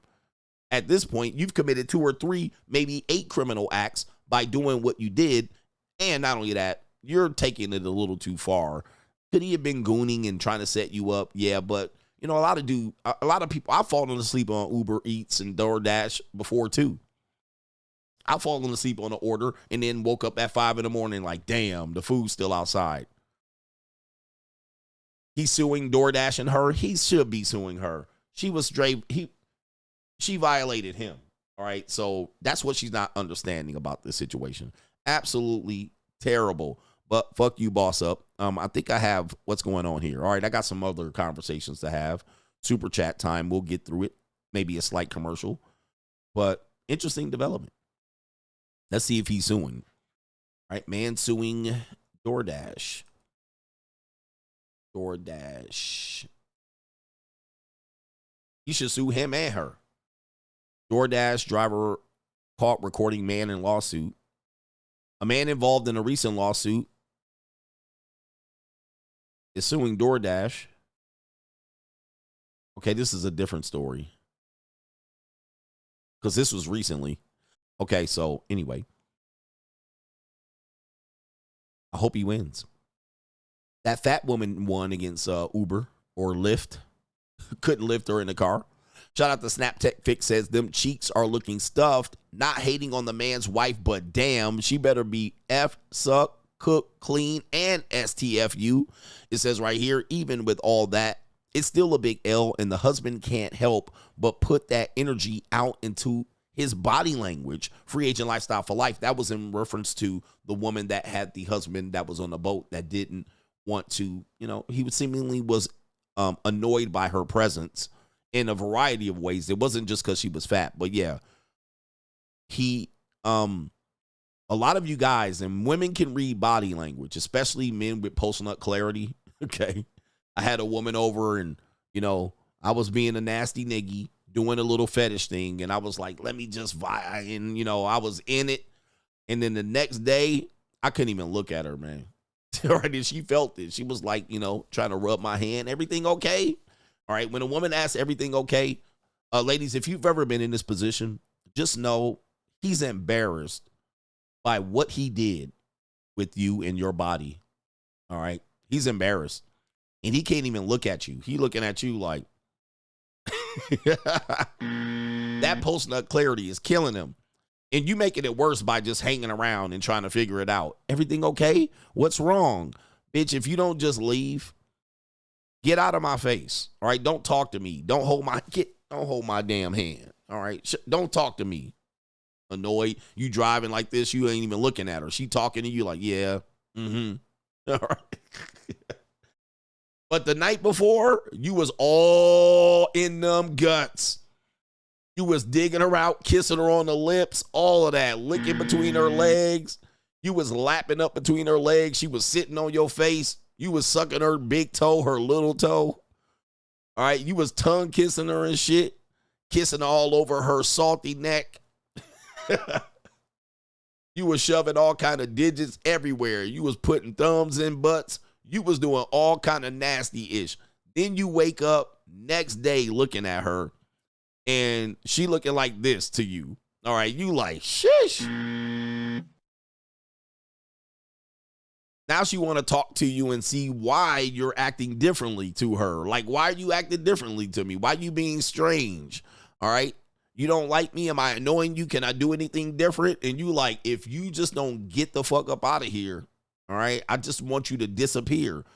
2 weeks later, you're going to be wanting to dig her out again. All right, that girl I had that post-nut clarity with, that pussy was good. All right, let me bring it back. Yeah, baby, come on back.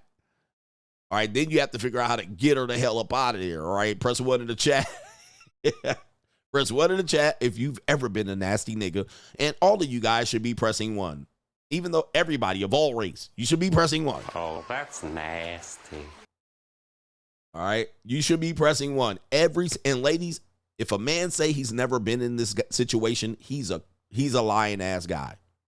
He lying. Every single man has been in this predicament. We've all done this shit. This is why when we talk about standards for men, standards for relationship and wife, girlfriend are completely different than relationship standards or standards for sex. All right. We will fuck anything. Men will fuck anything. All right. There's one part of his life, he will fuck anything. He'll fuck women without legs. And all of y'all, listen, let's just get real about this. All men have gone down a black hole of prawn that you don't even want to admit to. So first of all, you were like, oh, teen, barely legal, hot blondes getting blacked, all right? And you start off there and you like, okay, this video ain't quite doing it for me right here. All right, let me click the next video, suggested video. Let me go down and see what's on there. Let me scroll up, click. Okay, yeah, all right. She's a redhead. I'm really not feeling this, all right? I don't like freckles and blue veins on their titties. Her titties ain't big, okay? And then you see a suggested video. You like, amputee sucks and swaddle somebody's kid. Amputee? Oh, that look crazy. What is that? Her leg look like a sausage. What is this? Click.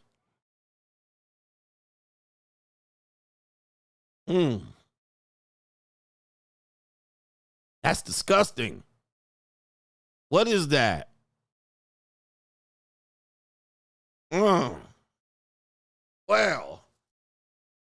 let me see. Let me get, hold on for a second. Wait a minute. Let me lay my, hold up. That's terrible. What is this shit? Let me see what we got. This is disgusting. Let me save this video for tomorrow. Well, let me use this tonight. This is good.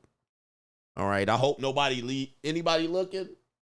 Let me turn down the volume on this shit. Let me see. Damn, she's swallowing this nigga's kids. Oh my God. She a nasty little thing. You done finished up? Woke up, looked at the screen. Oh, what is this shit? Let me close all this shit down. What is this? Oh my goodness, this is disgusting. All right. The next day, you back trying to go down a rabbit hole. Is there there's a whole genre of these nasty bitches. All right.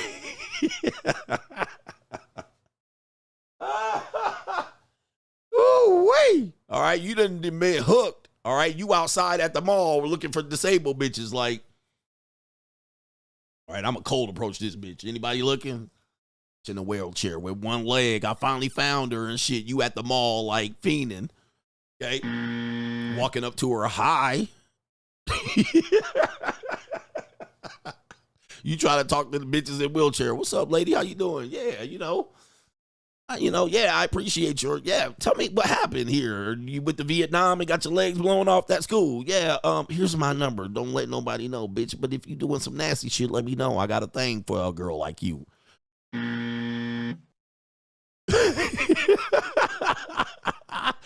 Yo. You try to find a way to sneak up on the bitch. Give me your number real quick. Hurry up. Bitches, nigga, they looking. All right. All right, anyway. clear your history, all that shit. You be like, man, this is disgusting. And don't let nobody ever find your stash. They gonna be like, you the nastiest nigga on earth. Let me just tell you, ladies, the ladies listening, we gonna tell on these men. This is all of us. And you see these men snitching on themselves. This is all of us. We can't not defeat this. This is in our biology. We're programmed to be nasty motherfuckers. I don't care if you've seen him. He's handsome. He's tall, light-skinned with green eyes and good hair. He nasty nigga too. All right. Oh, that's nasty. He's a nasty nigga too. All right. All of us are programmed to be nasty. There's not one non-nasty nigga out here. All of us. My man said women too. Yeah, man. Women got nasty fantasies too. And when they start telling me they nasty shit, I'll be like, I can't believe. And it'd be this nice, pretty young thing that you thought was a good girl. And she telling you about all the nasty things she want done to her. And you're like, also, they all have a fantasy that is somewhat, dare I say, pedophilic. I see, this is a tough conversation. Women have a fantasy of being a little girl, a high school student, getting in trouble. They all got these. Now, some women grow out of it. They get older. They're 30, 35, 40. So they might not have that. But all women understand that. They'll have it in their early 20s, late teens. They all have that fantasy where they're like, I'm a been a bad little girl. Daddy, do this. The daddy fantasy, the student getting in trouble, getting good grades and shit. right? Oh, my grades are bad. My attendance is bad. I need to work extra. They all got these. But see, we live in a world that we can't admit this, of rightly so, because we would all be mentally crazy, right? If a woman's small, right? A woman's small, she's 90 pounds, 100 pounds. She has a fantasy of being like dominated and be a bad girl. She'll be like, what age are you? And she'll say 16 or 17, 15. You'd be like, she'll completely say it. She'll say it. And you're like, dude, we criticize people about this in society. They'll role play it. Oh, I'm just 16. You're like, excuse me? Now, here's the deal. Here's the trap. If you break up with this woman, she's going to tell on you. If you break up with this woman, she's going to tell that you asked her to be 15. She's going to say, he forced me into it, and he had this weird obsession of me being a high school student, 16, coming out of a locker room. She's going to act like she wasn't complicit in this crime. He needs therapy. He's a pedophile. She's going to act like she wasn't complicit. She's going to blame you. Okay, so this is what's going to happen. I'm giving you the real here. I'm giving you the real. Yep, he beat me and he had the fantasy to grape me, would push and shove me against the wall. She's just a crazy Latina. That's what she wanted. She was quite obsessed with this type of thing, desire. She would beat on you and snap you and pinch you and bite you so you could get rough with her. Then all of a sudden she told everybody you choked her. You're like, hold on for a second. We role play choking 100 times. I choked you all the time. Now you're reporting the one time that I choked you. All right. So this is a reality. This is a reality show. We don't play this whole I'm holier than thou and I can never imagine. Dude, we have sick things that we do as people. We're sick. And people that try to remove themselves in conversations that you ain't sick, all right, I don't want to hear the bullshit. We all have a sick fantasy or obsession that if you told the world, male or female, Christian or Muslim, if we told the world, everybody would think you were sick. And that's everybody. And I'm not coping. I'm just telling you, everybody is sick human beings. Absolutely. And it's only when you're lustful or it will reveal your sickness. Okay, it will reveal your sickness. But then when people start saying, well, I don't see why people have a... Shut up. Shut up. All right, anyway. What is your sickness? Put it in the chat. Don't do it. Don't do it. All right, we're not going to reveal our sickness. Snap Tech Fix, shout out to you, man. Good to see you over here contributing. Shout out to our brother, Donkey. He says... did you change your name? Donkey Ball Z says, yesterday's Mitch slapping was next level. I'm in my 20s, and when I see men my age chasing 304s, I get joy in my heart because that's less competition. Boss up for life. Shout out to you, man. Appreciate that. Daniel McGee, couple of bucks for the collection plate. Shout out to you, Daniel Mack. Appreciate you. We have Oh So Amazing. Happy belated birthday, Coach. The only way to truly be yourself is to acknowledge or acquire knowledge of self. The truly only way to be yourself is to acquire knowledge of yourself. Free agent lifestyle for life. Know your strengths and weaknesses, right? Know what you accept. Like, know who you are. Know how you like to operate. People, like, I'm sort of like, I like to isolate myself. I was raised like I'm an only child from my mother's side. I primarily grew up with her. I like my space. What happens is people want you to change. Oh, you should do this, and you should want to go out, and you should want to be at the party in the club. You should want to know who you are so that you don't put yourself in situations where you're going to be uncomfortable and or annoyed. Okay? I'm going to be annoyed when I go out nights, right? And when I go out at night broke, I'm going to be super duper annoyed. The experience is going to be shitty. So unless I go out and I'm not in the section, all right, I'm not going out if I'm not in the section. If I'm not raised up here, if I'm not up isolated away from the drunk niggas. Like I'm not standing in a room full of niggas, right? A room full of people hitting my shoulders, stepping on my feet. Like, no, I'm going to be annoyed. Then if I'm broke and I can't afford to buy drinks or drinks for, bitches walking by me, looking at me, like, oh, I'm just another thirsty nigga. You know, when a woman does this, she comes around a corner and then she has a temporary locking eyes with you and she sees you. And the first thing she does, oh shit. She looks away from you because she knows you're going to cold approach her, you're going to say what's up, or she's shy. A lot of guys don't like that, right? And we're quite confused. Women will say, well, I'm just shy and you should approach me and I'm actually interested in you when I look away, right? You know, or she don't want you to say shit to them. So when that happens over and over again and you just rather be at home, I'd rather be at home. I don't like this shit. Get me out of this element. Now, when I'm in the section, bitches be all up next to me purring up, all right? And I got bird seed everywhere. Now I don't have to deal with these things. All right, when a woman looks at me, they looking up at me like it's a completely different thing. You don't have to deal with that whole dynamic. So that's where I'm a little bit more comfortable. If I'm not comfortable, I don't want to be outside. All right, at all. Shout out to our brother here. We got a lot of brothers that are contributing. Yeah. No government name. Can you explain why people think that they're entitled to success and wealth with work-life balance? And he says tradcons don't want tradition. They just want easy punani that have settled for them, that have no other choice.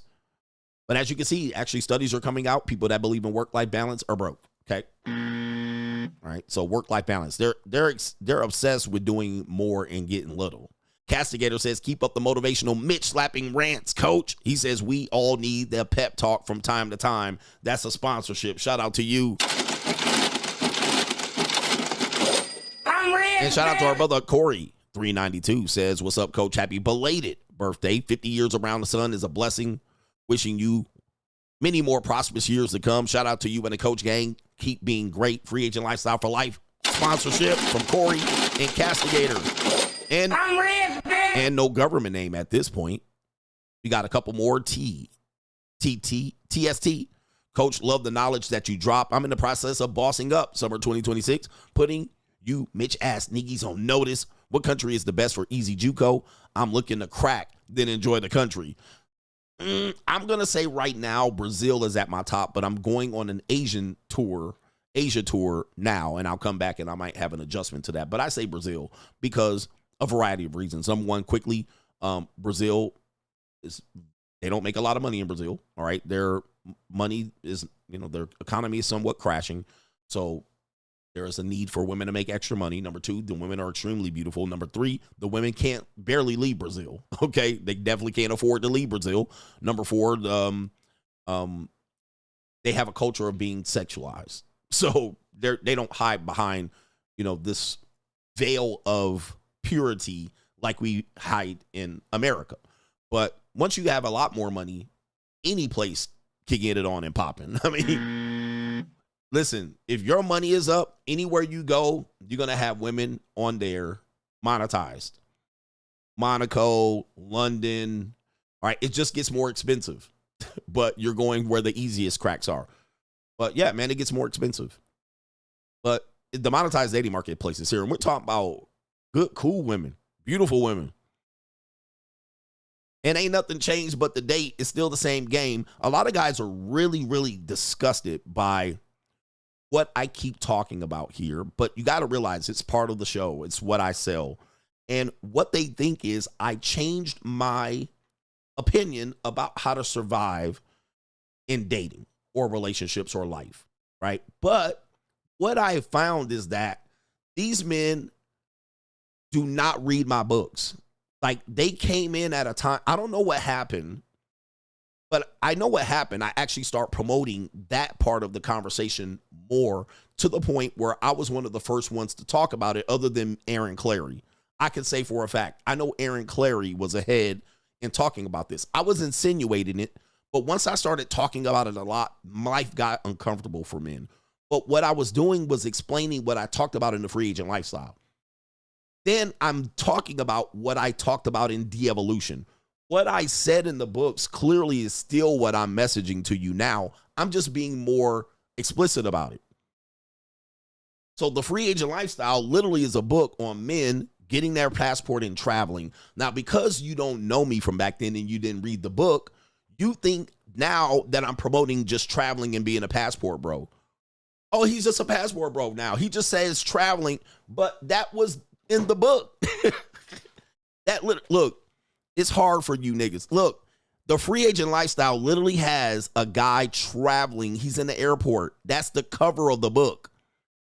So I don't understand where you get that I became a passport bro and that I just then came to the conclusion that I'm going to travel to these areas.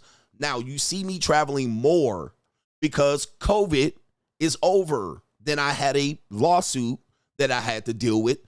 And then I moved to Las Vegas. So I'm traveling more, right? So now you just say, oh, he's just traveling.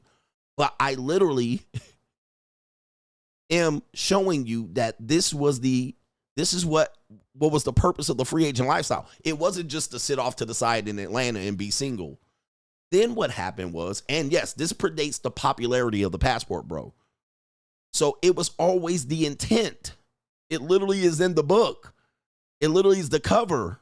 So I don't understand why you're like, Coach just traveling now, and he realizes that traveling and tricking is the solution. But here's the question. In the book, I talked about how women are going to have to choose monetized dating. This book was written in 2019 to the point where I said more and more women will choose monetized dating to the point they already chose it. I said eventually they're going to de-evolution back to selling pussy to get ahead. The oldest profession. That's literally the book title. They're going to de-evolve.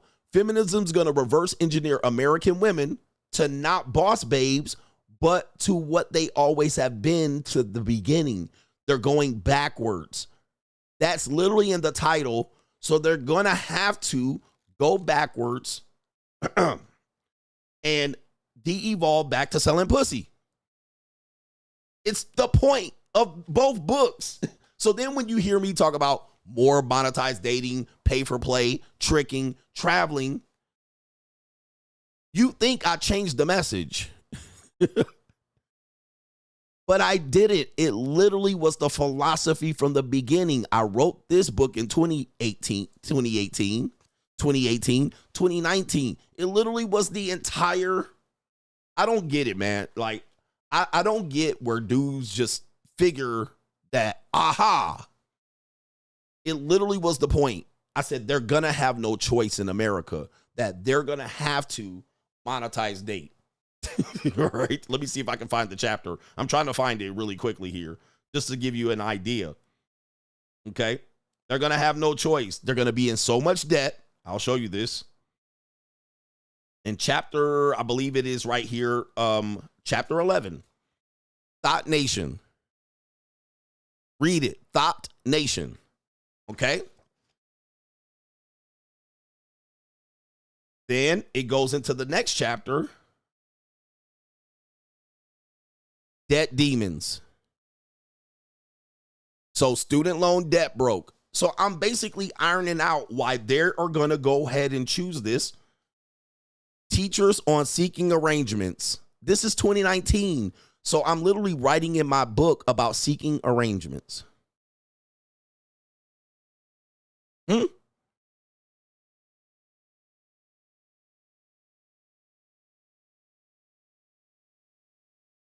13, the return of masculinity. So where's the switch? Where's the switch up? I'm literally told you where we're going to be. That was those things. So you're saying I switched it up, but I didn't. I didn't. I told you that that's what it's going to be. What you then saw the switch up was of me saying I'm aware of it. Now I'm participating in it. But I never said don't participate it when it happens. What you guys wanted me to do is not participate in it. Somehow stay and hold the moral high ground and say, well, I'm going to just be a free agent by sitting off on the sideline and restricting myself. And you thought I wasn't going to participate in it. That's where you fucked up. That was your fault. I never said I wasn't going to participate in it. You thought I was just going to not participate? They're in prime position. The return of masculinity. We didn't have the edge. All you have to do then say, we have leverage and options, which is the point of the free agent lifestyle. Get leverage and options. Now, some people say I don't have to explain myself. I don't, but I do. I don't, but I do, because I'm telling you guys, A lot of guys don't want to hear it because they want to be loser niggas. They want you to maintain being a loser. So they want to sit off on the sideline. They want to hate women. They don't want to participate. The culture has shifted. The culture has shifted and it's not coming backwards. It is shifted towards it. So if you still want to run game, if you still want to get women to legitimately like you and have burning desire, if you still want to get married, you can go for it. But what you ain't going to do is tell me that somehow, number one, I switch or swagger jack some other type of movement or whatnot. It's literally in the book. I told you it was happening, but what you then ain't going to do is tell me not to participate. All right? I never said not to participate when it shifts. When the women de-evolved, I didn't say don't go for it. I never said that. Go for it. You're in prime position. But not, man. Game, mat, cold approach, all of that degging and, backhanded compliments and all that shit is dead. And it ain't coming back, gentlemen. I just want to let you guys know. You guys will be 60 years old if anything culturally switches. You're going to be so old, and I always want to remind the men, you're going to be old by the time there's a cultural shift that rehabs this, that repairs this. Because the damage is done. They've done the damage. We're not coming back. We're not coming back. It's not going to change overnight. It ain't going to change tomorrow. These things are weaved into the fabric of our lives. It's weaved into it. It's not coming backwards. So it's a part of us. Just like we were talking about, I was answering a question. It's in Brazil's, it's weaved into their culture. So what'll happen is, let me just tell you, once you travel, you'll realize this. Sometimes you're participating in this life with these young women that I'm so-called corrupting and adding baggage to. But when you find out their parents know, when you find out their parents survive off of their daughters doing this,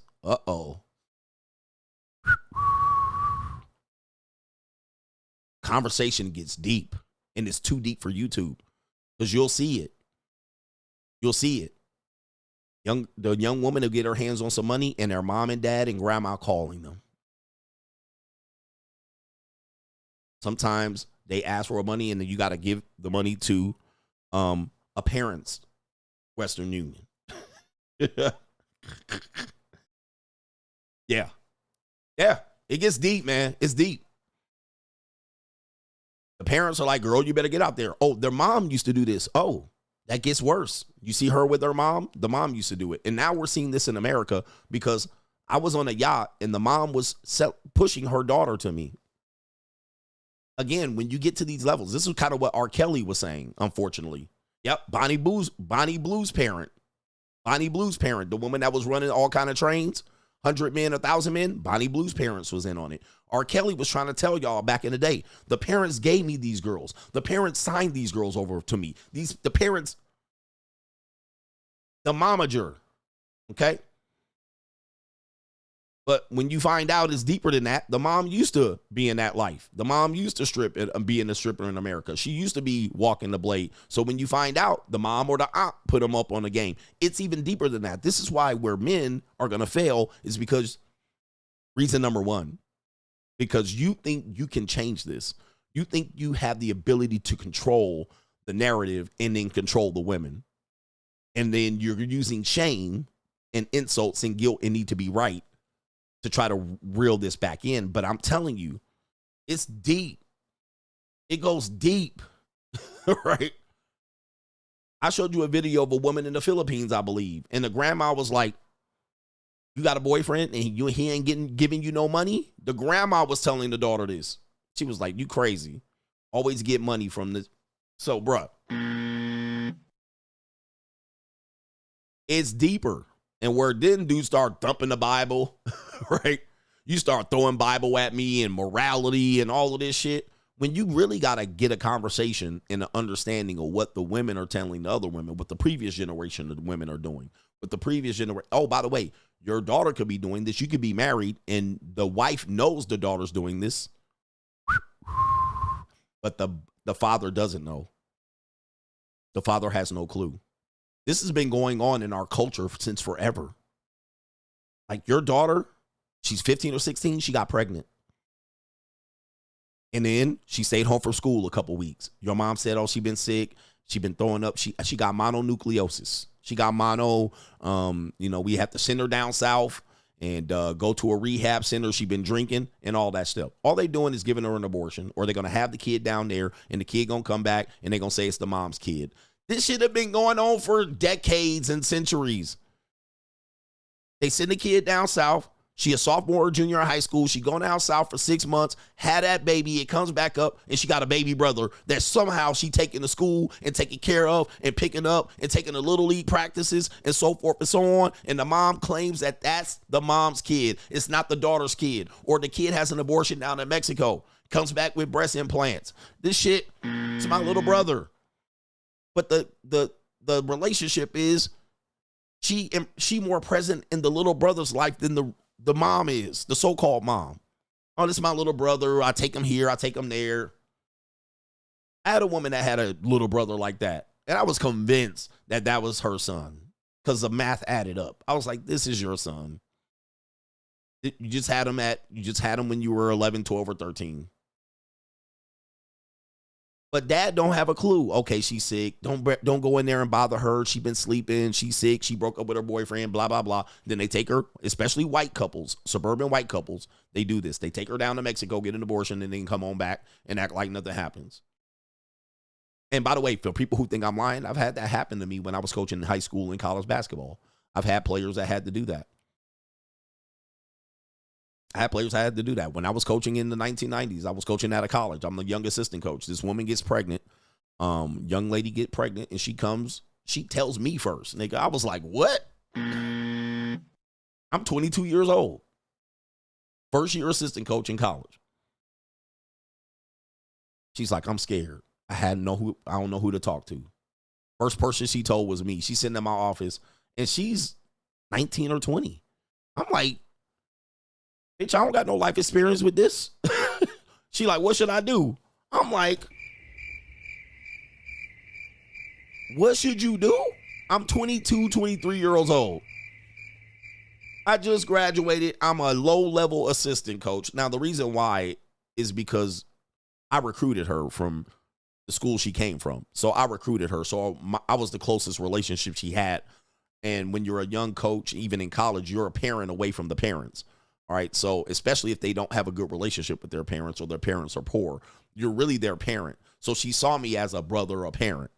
All right, so I was taking care of her. I gave her the scholarship. I recruited her. I made all the recruiting calls. I visited her house, you know, to talk to her mom. I had the relationship with her and the coach. So, right, I was the first person she sought counsel. And I'm like, what?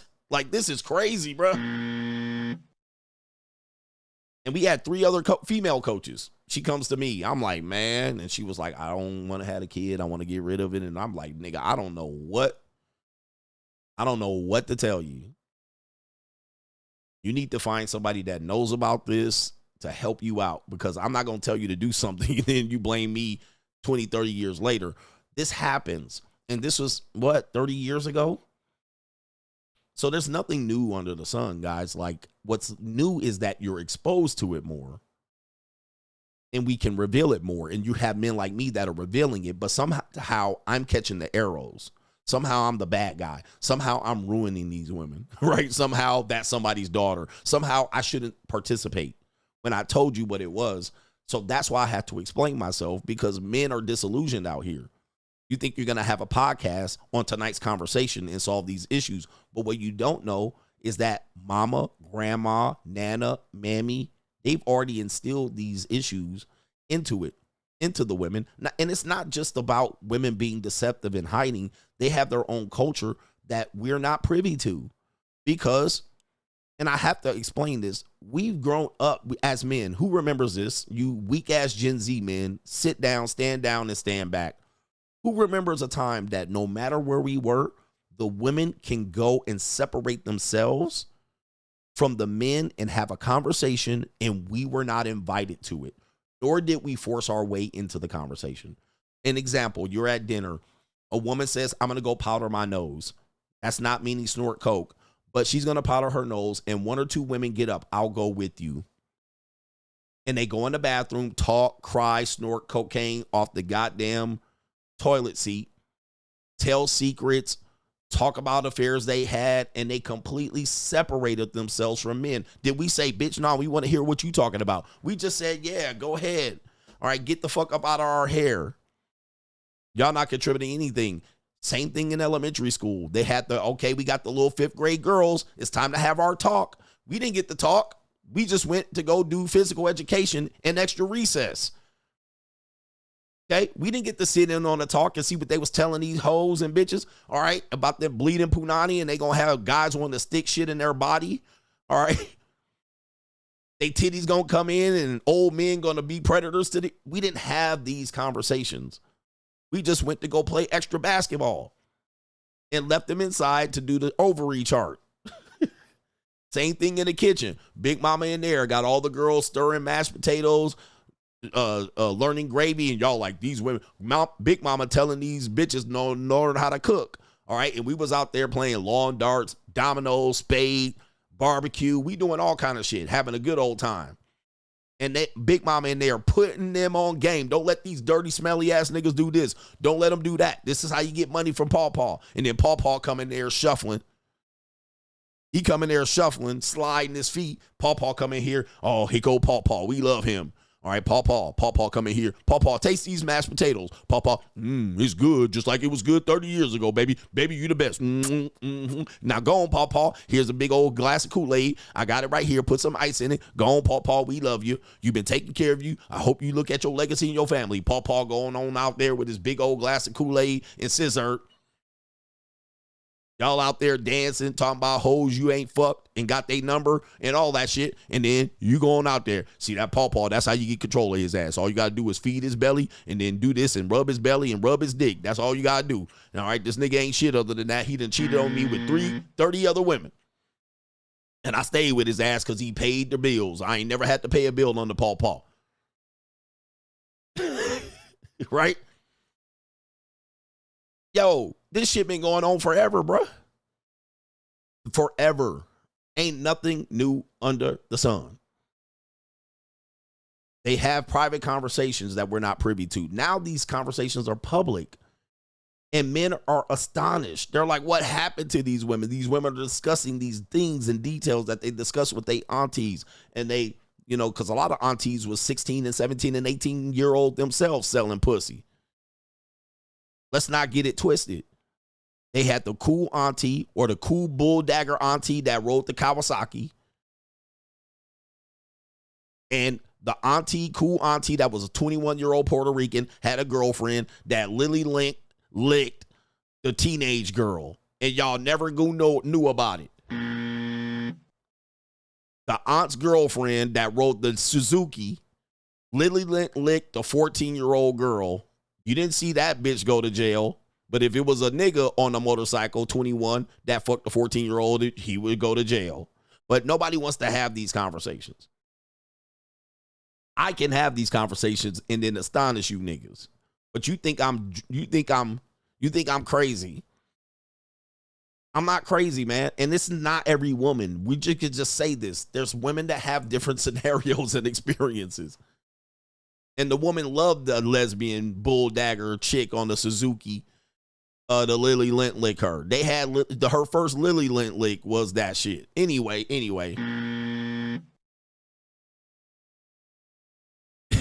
All right. Y'all not ready to handle this shit. At all, bro. At all. And I'm going to tell you, man, it's boss up. Y'all better figure out what the fuck's going on out here. And how do we know this? I'm going to add this. How do we know this? These women always talking about therapy. This is the dead giveaway for y'all. I'm going to put it all together, so I have to admit it. Why are these women always talking about therapy? Why they always talking about traumatized? Why they always talking about somebody sexually assaulted them when they were blah, blah, blah, blah, blah? Why they always talking about all their baggage and, they grew up and it was... Why are they always talking about this? It's not from relationships and niggas. It's been from the world they live from 13 to 24. That's why they fucking traumatized and always trying to get you niggas in therapy. Because they believe you got the same life that they had. And we didn't.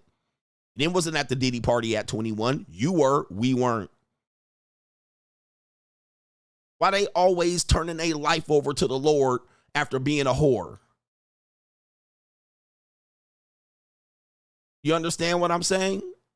So then they find somebody to blame. Pookie, Ray Ray, CGA, the old nigga, the 46-year-old nigga that dated her when she was 19 or 18. All that culminates into trauma that they have to therapize for. Now, our little therapy comes from them bitches. Dealing with them lying and ghosting and playing us for a fool and hiding stories from you. They get into relationships with a whole skeleton past that you never know about, and they feel bad about this. So they got to go into therapy. If you don't accept this, keep living. It is what it is. The teacher, the coach that they fucked when they was 15 and had a crush on, the teacher they fucked, the math teacher they fucked to get their grades up or had a crush on, and he touched her titty for the first time. That was the first man to ever touch her. Her math teacher, her history teacher, her football coach, the basketball coach that she used to do statistics with. This shit is deep. It had nothing to do with me. Now she go back and look, and she has a 14-year-old daughter, and she remember she used to kiss the math teacher after school and suck his dick to get her grades up. Now she looking at the daughter like, damn, I was a whole child. I was a child, or any of the football players that she got a train ran on her. To her now at 38, she reflects on that as a sexual assault. I got taken advantage of. I got sexually assaulted because now her 14-year-old daughter is now in school. And she remember when she was 14, she was smoking weed and rolling with drug dealers and got a train ran on her after school. You understand what I'm saying? Like, this is why they be needing therapy.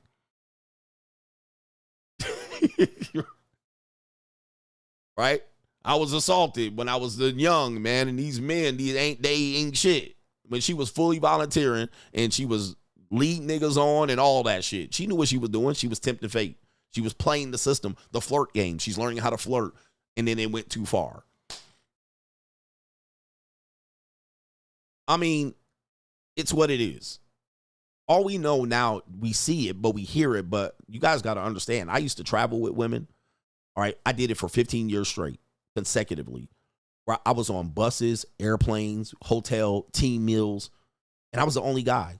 I was with 20 women between the coaches, the athletic director, and the basketball team, and the athletic trainer. I'm with them all day. I'm the only male. and they in there just telling me, bro. They just in there talk, because what happens is I become one of them. Essentially, I'm a fly on the wall. Oh, that's just coach. That's just Coach Greg. You know, as I got older, that's just Coach Adams. He could deal with it. They talked about their period, farting, having diarrhea, shitting, cheating, kissing, relationships, fucking. They talked about everything around me. All right. And if it wasn't, I wasn't in the conversation. I was just so at the table. Like, what the fuck? And it just was normal. It's kind of like, just think if a woman is around a men's basketball team for 15 years. All right. Look at what she would learn. All right. What she would learn in 15 years about men.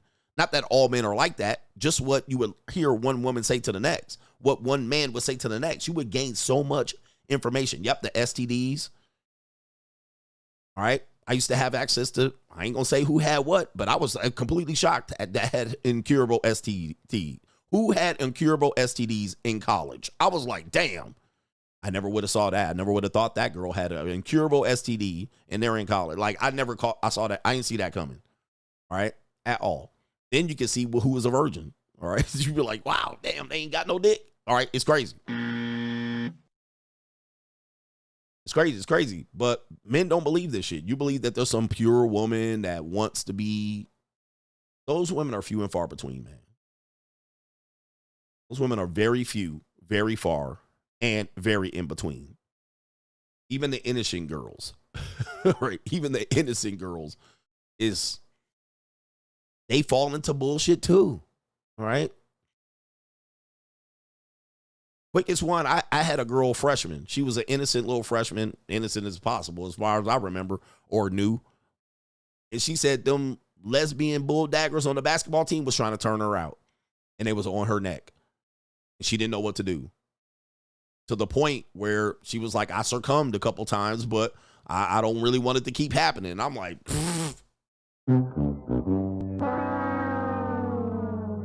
want to turn her out. They invited her to this, did this, got drunk, do this and this, and started. Okay, how much did they do? Well, they just licked between my thigh. They didn't lick the whole kitty cat. Okay. All right, so you're like, po thing. They want me to intervene. I mean, them bull daggers are aggressive, man. I can't intervene. Them bull daggers want what they want. The PE teacher, the female PE teacher, want what she wants. She trying to tell you, all right, girls, all right, put your bra and panties on, put your PE clothes on, and they standing there with their whistle around their neck looking at all that young calico that they about to let. Anyway. This show, man, is the most dangerous show on YouTube because I only talk about real shit. I don't talk about theories. I talk about shit that's lived. All right. We don't talk about theories here. Let's talk about this real quick. We have, what should I go to? This guy right here, I've seen him before. It's an evil world we live in. This guy says right here, we'll be single until we're 60. It's an evil world we live in. All right, so let's see here. Let's see here. Where we at here? I got to get the banner up. Bear with me for a second. This, by the way, that was the main, that topic is a main event topic. So don't ask me about the fucking main event. Right? You can learn just enough from that video alone. But most dudes won't learn. All right, this guy says right here, we'll be single in our 60s, still dating. And he tells a woman this and she cannot handle the truth. He looks familiar. I don't know who he is. Maybe you guys know who he is. We're going to be the first generation that in our 60s, more of us are single and dating than ever before. We think we're going to be going out on first dates? Yeah, scientific studies show that in the year 2050, more 60-year-olds will be single and dating than married. I give up. We're going to be the first generation that in our 60s, more of us are single and dating than ever before. Yeah, so you hear this woman, I give up. So you can see this trend. This is completely obvious. But people think something's going to change this. No. Okay, people are remaining single. Men were the first ones to kind of put into the lingo of society to stay single when you have MGTOW and free agent lifestyle and incels. And these men, you know, the incels are involuntary. They want relationships for what was the other true force loneliness, the loneliness epidemic of males. All right, we can see this, that men are going to be single. Then they said by the year 2030 or 2032, 50-60% of women will be single and childless that are age 30 and below. All right, this is obvious, which means in effect people are still going to have to go through the storms of dating, meaning conversations and dating apps and approaching and bars and clubs and restaurants, senior parties, women's. This is still going to happen. Yeah, SYSBM, passport bros. Okay, I'm 50 years old and we are still dating. First dates, Tinder. It's not going away. I'm 50. These people are talking about 60-year-olds. That's 10 years older than me. I'm 50 as of yesterday or 2 days ago. We're still dating. We're still hooking up. We're still fucking. For sure. There's a bunch of 60-year-old women want to fuck me. All right? It's crazy. And 50-year-old. And 49. And 47. And 46. And 45. Still dating. Some people want marriage at this age. And I'm like, this is crazy. Like, why? What's the point of marriage if you're not having kids? But people want marriage, security. So they're looking for marriage.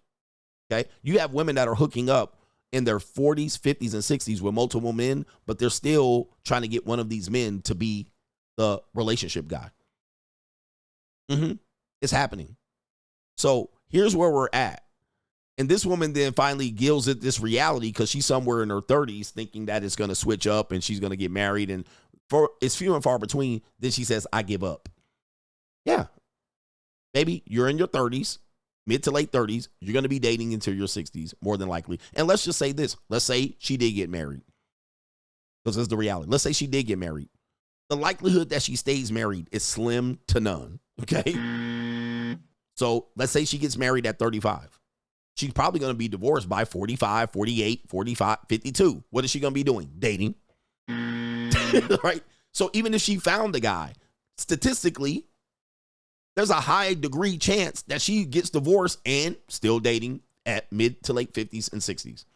So even if she did win a man, she's still going to get dumped out here because gray divorce is rising.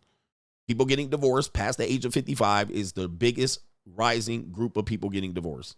So even if you got a man, don't mean you're going to be immune from dating ever again. Think we're going to be going out on first dates? Yeah, scientific studies show that in the year 2050, more 60-year-olds will be single and dating than married.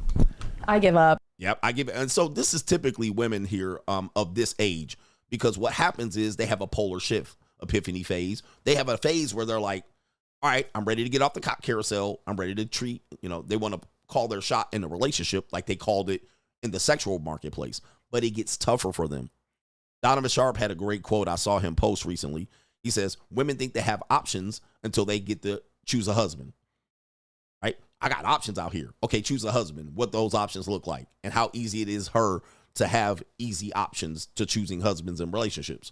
Very small. So then they get frustrated, and then they start figuring how to manipulate the system. And that's you. I give up. All right. You wasn't giving up sucking dick from 14 to 38 either, though. All right. You didn't give that. Well, you did give it up now. Now you're just giving up on that now. And I'll just get a husband. And it's hard. It's difficult. So she's not even approaching relationships to me authentically. Right. She's just trying to snooker a dude into a deal. And that's you. It's no true love there. It's no love. So she gives up. Why? It's hard. And yes, you got 30 more years of dating, or at least 20, 10, 15. I give up. Ladies, the data shows us you're going to be single, and they choose to be single. I choose to be single. There's women out here choosing to be single all the way till forever. There's women out here choosing to be single after they get divorced. There's women out here choosing to be single for a period of time until they change their mind. All right, let me pick a guy. They can't pick the guy. And that's you. I give up. I give up on men. Don't let these women fool you. A lot of women will say they prefer to be single, but that's not the natural. They still need somebody to kill a spider. I had a nice little flatback mulatto chick in here, and she was a tough girl. She grew up tough. She had a tough life. She grew up tough in the streets of the West Coast. She was at the house one day. She went into my guest bathroom downstairs, the bathroom everybody uses downstairs, and she comes running out. Now, this woman, I know her. She talks shit. She tough, very much of a bulldog or a chihuahua. She was an under 90-pound aggressive woman. All right. But this woman said she comes running out the bathroom. I was like, what happened? She was like, it's a spider by the toilet. I was like, what? Now, there's not a lot of spiders in my house. All right. I got good pest control. So I was quite surprised that there was a spider in the house. So I go in there and I look. It was a very small spider, bro. We're not talking about daddy long legs. It was a little spider. Now, it was by the toilet. So she pretty much running out with her pants around her knees. All right. But I'm like, I know you did not run out on that spider. And I'm looking at her. I'm like, oh, you ain't a tough girl after all, which means in effect, but I want you to understand, relationships allow them security. All women want to be single and independent, but they need some sort of security and protection at the end of the day. Even if it's a spider. Even if it's a spider. Even if it's something that is not that big of a threatening deal. Spiders, right? You can go up the 9 of stray dogs, coyotes. Okay, outside when they come back late night home from the club and all I hear is cricket, they got coyotes, right? And they can't. So they always got that. Threatening men that stalk them. They always going to need some sort of feeling of protection and security. So they can remain single. They want to be independent. I understand that. I would love for women to do that. I could fuck a lot of you ladies like this. But what happens is they do still need security and protection because they need, moths, bees, spiders, flies, horse flies. They need somebody to handle this shit. So that means. And that's you. That means you. I had a woman tell me, she was like, I saw her react to a bee and she was like, yeah, she's in her late 20s and early 30s. She's like, I don't know why I'm like that. She was like, I will jump out of a moving car if a bee was in my car. Now, that tells you this is a grown adult woman still with female tendencies of being scared. telling me she would jump in the oncoming traffic if a bee was in her car. She was like, I don't care. I'm like, you would cause a 30-car pileup. Yep, mice. They're not prepared to handle these things. Women are buying more houses on their own. What happens if there's a mouse in the house? Right? So this is something that they cannot get rid of. They can tell you this. And American men have fallen for this hook, line, and sinker. Hook, line, and sinker. If it's a cockroach in the house, forget it. They're going to tear up the whole house. Standing on chairs and kitchen islands. So this is why they want, this would be why they would want a relationship. Let me continue on with this. We have a woman that goes by the name of Rubi Rose. If you guys don't know, she is an OnlyFans star, celebrity. She recently has been called out along with Suki Hana and the other young lady, Saweetie, as a woman that works as an escort. Now, if a woman's working OnlyFans or any adult industry, she certainly is doing escorting. It goes hand in hand. There's a high likelihood they're doing that. So this is not a surprise. She has allegedly been called out as an escort, and then they looked at her past relationships, and you could see it. She also had a guy supposedly paying her millions of dollars to meet her, and so forth and so on. Right? I mean, this is obvious, but that's Rubi Rose. Rubi Rose has been the subject of a lot of conversation because a lot of people think she's mid. A lot of people will say you can meet a lot of these girls in around Virginia and North Carolina, but there's a lot of people that believe that she's one of the best looking women they've ever seen. All right. And I've had that conversation before. I mean, it does show that people do not have experience with women. All right. Listen, she's a good looking woman when she's all dressed up. I know this. I've lived with women. I already know the signs that she's, overdressed up. I don't see her as that spectacular. All right. She's not in the 8 or 9 category, neither a 10, but she is a good looking young woman. As she ages, she's probably going to be less good looking or whatnot. She ain't not a 10. All right. But of course, if you have less experience or you live somewhere in a podunk town, you're going to be overly hyped about this woman here. So a guy that made a video about me said about someone similar, I couldn't get a woman like this. Bro, I have bought, purchased, and discarded women this beautiful. Or at least them at least. All right, I've been with women like this, enough of them to know she just is not, a woman's never out of my league. She's just out of my price range. That's all. They're gettable. They're all gettable to the point where you even find out, allegedly, that they're being paid for and leased out. Even by ballers and celebrities and millionaires and so forth and so on. These women are gettable. These women are not that out of reach. All right. You just have to say the right price and you can get them. All right. And now that I know that, I'm trying to tell y'all that you guys are being distracted by a sideshow of women you think are out of your league. They're just out of your price range. And if you're a young man and you a loser, you're never getting her. Never. You will never touch this woman. Okay, if you're a young man and you don't got no money, you're never going to touch this woman. This woman will be out of your reach and grasp. At best, you'll have a conversation with her somewhere while she's in transit. That you're never going to touch or fuck her. Now, if you're a young guy with money, then you're probably going to be able to get after her. These girls are rentals. They're like rental cars. Okay, you want to rent a nice luxury vehicle, you need $1,000 deposit on an American Express. All right. If you coming in here with cash, you're not going to be able to rent it. You're going to come in here and you got a non-card that doesn't have mental. You're not renting these cars. You're not renting these cars, nigga. You cannot rent it unless you get $1,000, $2,000 deposit. All right. No mouthpiece is going to save you here. All right. At all. Now, this woman goes on to say, essentially, ain't no way she's still single. I just look like this off the wake up. All right, niggas, white people, that means she woke up like this. I just look like this off the wake up. You see, Ebonics is something special here. You just translate the words. It's kind of like Spanish. It's in reverse order. And then when you English it, it just goes in reverse order. Okay. I just look like this off the wake up. Okay. Let's hear what she has to say. Here we go. No motherfucking way. I look like this. Like just chilling in my car. Like I just look like this off the wake up. Like no makeup, just a little lash and lip gloss and a little filter. A little filter. What the fuck? And I'm single? All right. So she says, I just look like this off the wake up. with a little lash. What did she say? Mascara, little lash, a little this, and then she started adding shit. Filter. What about the wig? I mean, the wig is wigging, but this is not your basic look. Trust me, I've woken up to Pretty Woman. They look less prettier. They can't help it. All right. Now we start adding shit off the wake up. All right. But it's not as basic. No woman looks like this when they wake up. Not a single. Oh, by the way, and the filter too. No woman looks like this waking up. No black or half black woman looks like this when they wake up. Or Latina. They look like lions when they wake up. All right. Their eyes are puffy. Their hair is all puffy. Any woman with curly hair or any level of curly hair looks like a lion when they fucking wake up.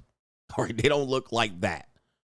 Even a highly, highly attractive woman. They look drunk, tired, sleep deprived, and they look like they might have some residue of CGA serum around their lips, drooling, eye crust in between their eyes.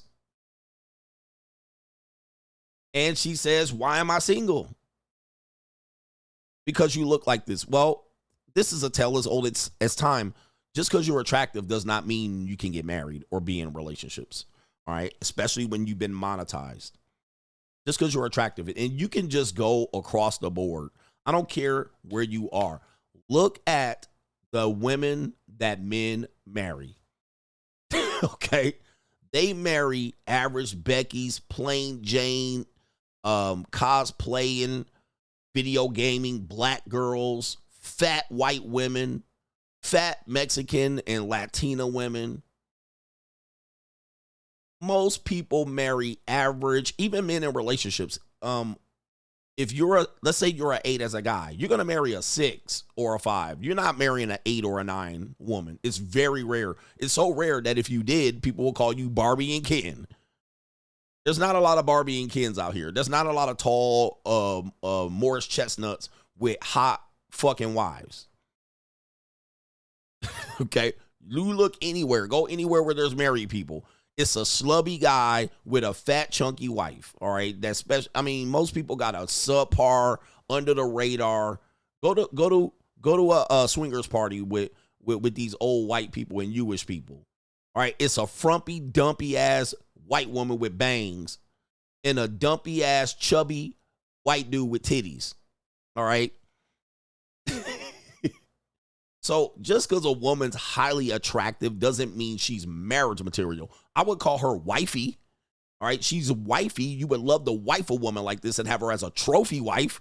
But this bitch is a head case. She's nuts. By the way, she's a adult entertainer. We can confirm she does have an OnlyFans, which tells you her mental health. And why is she at this point saying she wants a relationship when she's been rented out by every Tom, Dick, and Harry you can imagine? This is crazy talk. It don't make sense. But it's okay. I'm fucking crazy. Yeah, and she says she's fucking crazy, which I can tell you, attractive women are crazy. Now, this isn't to belittle attractive women. This does make attractive women less likely that you would like them. Now, if you have access to multiple attractive women, you will lessen the likelihood that you will deal with a crazy attractive woman. Now, let me just preface this. I've dealt with crazy mid women. Okay, so let me just go back. That's because I had scarcity. When you go back down to attractive women, you will realize these women are out of their mind. They're lunatics. And the reason why they're lunatics is because they live in a world that you don't live in. They live in a world that you don't live in. Meaning they've never had to wait in the line. They've always got access to VIP. They've always been flown out. People have given them first class seats and moved back to coach. All right, people give them free food, dinners, and drinks all their life. People fix their car repairs. People will move their whole apartment to another apartment. People will pay their down payment, deposit first and last month's rent just because on GP. They rarely have to pay for anything. They get niggas that send them gifts and cash apps just for a conversation. So they live in a world you don't. The minute those things lessen or they start having to beg or seemingly simple whistle for these type of things, advertise themselves, and then you see them at 36 and still doing this shit, is because their world is having a collision course with reality. There's a lot more women that are 10 years younger than her that she has to compete with. So yes, I do not value attractive women the way you might, because I've had enough of them to realize I would stay far away from them. These women sell pussy and have boyfriends. Sometimes the boyfriend don't even give a fuck. Some of these women have sugar daddies that give them tens and thousands of dollars a month or a year. All right. And she fucks multiple guys and she don't care. He don't care. He don't care. He just wants access to her. Now, these women then coach these other subpar women to believe they can do the same thing. This is why we now have a fucked up dating marketplace. Because now this woman and Saweetie can jump up here and say, if he ain't giving me a Birkin bag and a Rolls Royce, throw away the whole nigga. Well, then these subpar women start acting the same. They think a rich guy's going to show up to their broke ass life because this woman got some simp to do it for a little bit. But these women think that now they can wait for a Birkin bag. Yeah, the boyfriend drops off the girlfriend to get fucked by another guy. Woo! And sell some pussy, by the way. And you heard that from Tiana Trump. Tiana Trump described that exact same thing. Right? Oh, my boyfriend dropped me off to go have sex with Bill Maher, allegedly. For cash, allegedly. So there are men that deal with women like this because, you know, they can't deal with women lesser than this, but they will, you know, lose themselves in this woman. They will lose themselves to the point where they're like, okay, she's on OnlyFans, big deal. And they'll act like, oh, it's okay. All right. She sells pussy. That's all right. She's an escort. That's all right. He met her as an escort. Okay. A lot of these men that have these girlfriends like this, okay, met her as an escort or met her as a sugar baby. And then he's like, I'll marry you. He met her as a Hooters girl, a monetized, a flight attendant, a bottle service girl. He met her knowing full and damn well what it was. Yeah, Travis Hunter shit. He knew what it was. All right. So when you see these guys doing that and she says, yeah, he pays all my bills and he gives me this and that and that. And I get the date around and he got my location. He never asked me where I am. He knows I date other guys. She knows he got a pookie boyfriend. Like the guy's like, whatever. That's the type of relationship this woman's calling for, by the way. Just so you know, and let's be clear, she's not simp wolf whistling to you. She's promoting her OnlyFans and trying to get a guy, as I just previously described. All right. So that's why she's also single, because she wants somebody to accept her as an OnlyFans model and potentially an escort. Okay. Somebody said, you know, she's Ethiopian. I don't know that, but why is that important? Right. Or it could be important in the context of the conversation of what we were having about Ethiopian and Eritrean women. So there you go right there. So she's going to get people to sign up for her OnlyFans account, and she's going to get some guys that say, oh, you for sale, you for lease, so forth and so on. All right, but a lot of these women, you guys are saying she's Ethiopian or Eritrean, which would indicate gold digger. All right. These women are unapologetic gold diggers. All right. The top unapologetic gold diggers are Eritrean, Russian, Middle Eastern, and there was another one I just thought of. Most women in like Prague or something like that. You're going to have unapologetic gold diggers, meaning that they're like, it is what it is. Vietnamese is another one. Vietnamese unapologetic gold digger. Whereas you will find that other women will find gold digger. They don't want to admit it, even if they're doing it, right? Even if they're doing a level of it. So American women, Filipino women, these women are apologists for gold digging. South Korean women, they're non-apologetic. American women are apologetic. They want to hide the fact that they're doing it. They will disguise it. Whereas Russian women will say, yep, we're a gold digger, right? Women in Thailand, somewhat apologetic about it. All right, it's my way. I had to do it to get by. So there's women that are non-apologetic and there's women that are apologetic. All right, you see American women are becoming more non-apologetic about it. There are women that are still apologetic. Latinas, apologetic. All right, Filipinas, apologetic. All right, I don't really have to do this and I had to do this and I don't feel like I'm a gold digger. I want a man's time. I don't want his money. All right, they will hide it. But South Korean women, non-apologetic. Sometimes Japanese women, to the point, especially when they're dealing with foreigners, Chinese, non-apologetic, Russian, Middle Eastern, Persian, across the board, Eritrean. These women, Vietnamese, they're non-apologetic. They going in for the kill. Right? They going in for the kill. All right? They ain't going about apologizing about the shit. We gold diggers. All right? Women from Switzerland and Monaco and all of this shit right there, they're non-apologetic. They'll do it right on Front Street. They don't give a fuck. South American women are a mix, all right? You don't know exactly what they're doing because they're gold digging on the cheap. So you can't really call them gold diggers, all right? They cheap gold diggers, all right? They panhandlers at this fucking point, all right? I can't call them really a gold digger, all right? So they panhandlers. But a woman that has done monetized dating in South America, don't think that, you know, that you're going to keep her because she done sold pussy for $125. All right, so you're going to have to come in with a big bag to keep her from not selling no more pussy. You got a relationship with her. She done sold it for $150. She'll sell it for a cool $200. If somebody offer her a cool $200 off fresh off the plane, she going right behind your back. And somebody said, sorry, Poppy. I had to do what I had to do. All right, so I wouldn't call that gold digging. That's somewhat panhandling. She gonna go for $200 real quick. If you turn your eyes this way, gone. Same thing as a Filipina. They going for some $200 in a bag of rice. Because a Filipina is just a sea Mexican. All right, so whatever a Mexican would do, a Filipina would do. They just Mexicans of the sea. So there's no, whatever a Mexican would do, a Filipina will do. And she'll be like, I'm so sorry. I'm so sorry. All right, you can get them a bag of rice and it'll last a month.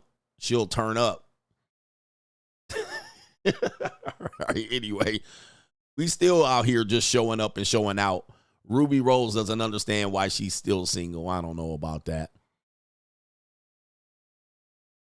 All right, it's an evil world we live in here. Man comes home early from tour, catches his fiance with another man. All right.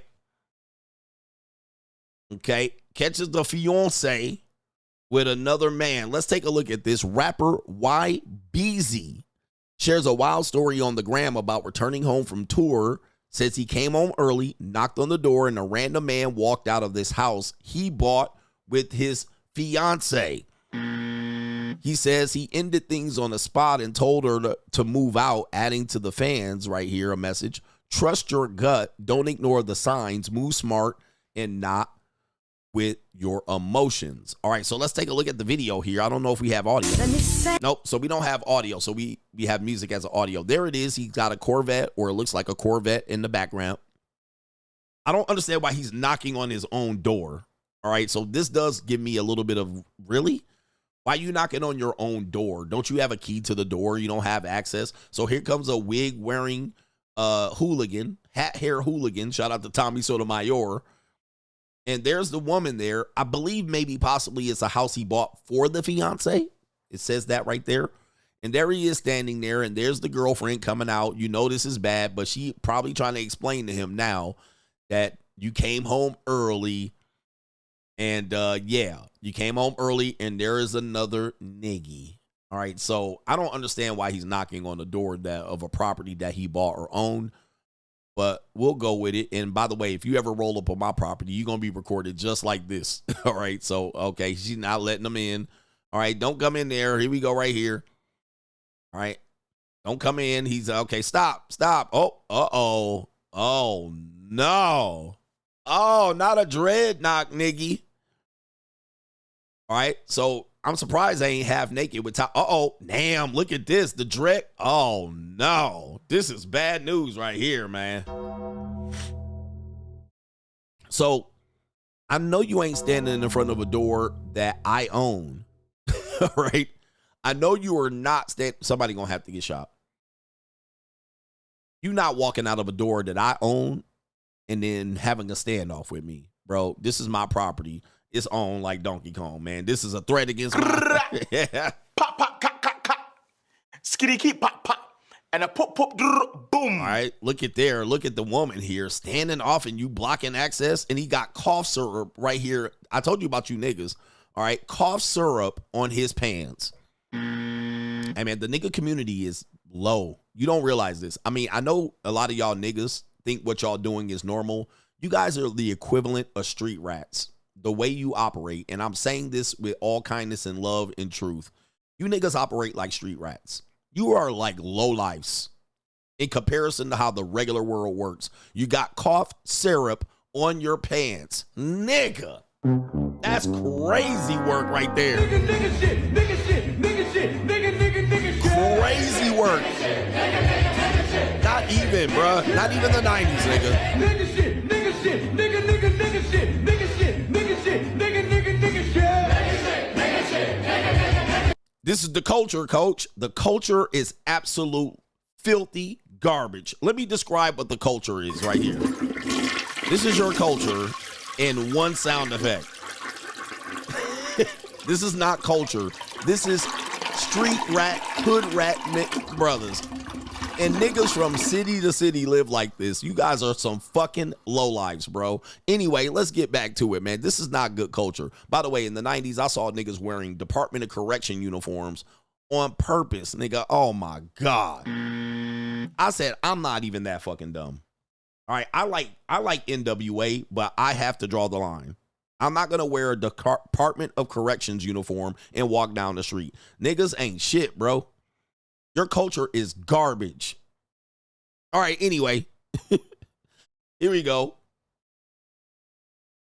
All right, so we see this here. Let's see if somebody gets knocked out. All right, let me see here. Okay, we got a whole... Okay, this is his explanation. It says, just got off the plane, headed home after being on the road during shows and getting booked. When I got home, my fiance barely communicated. Mind you, I just bought her a 6-bedroom house and have been paying all the bills. Handling my role like a man. He says, I get back in town earlier than expected. I lost my key, so I had to knock. So there it is right here.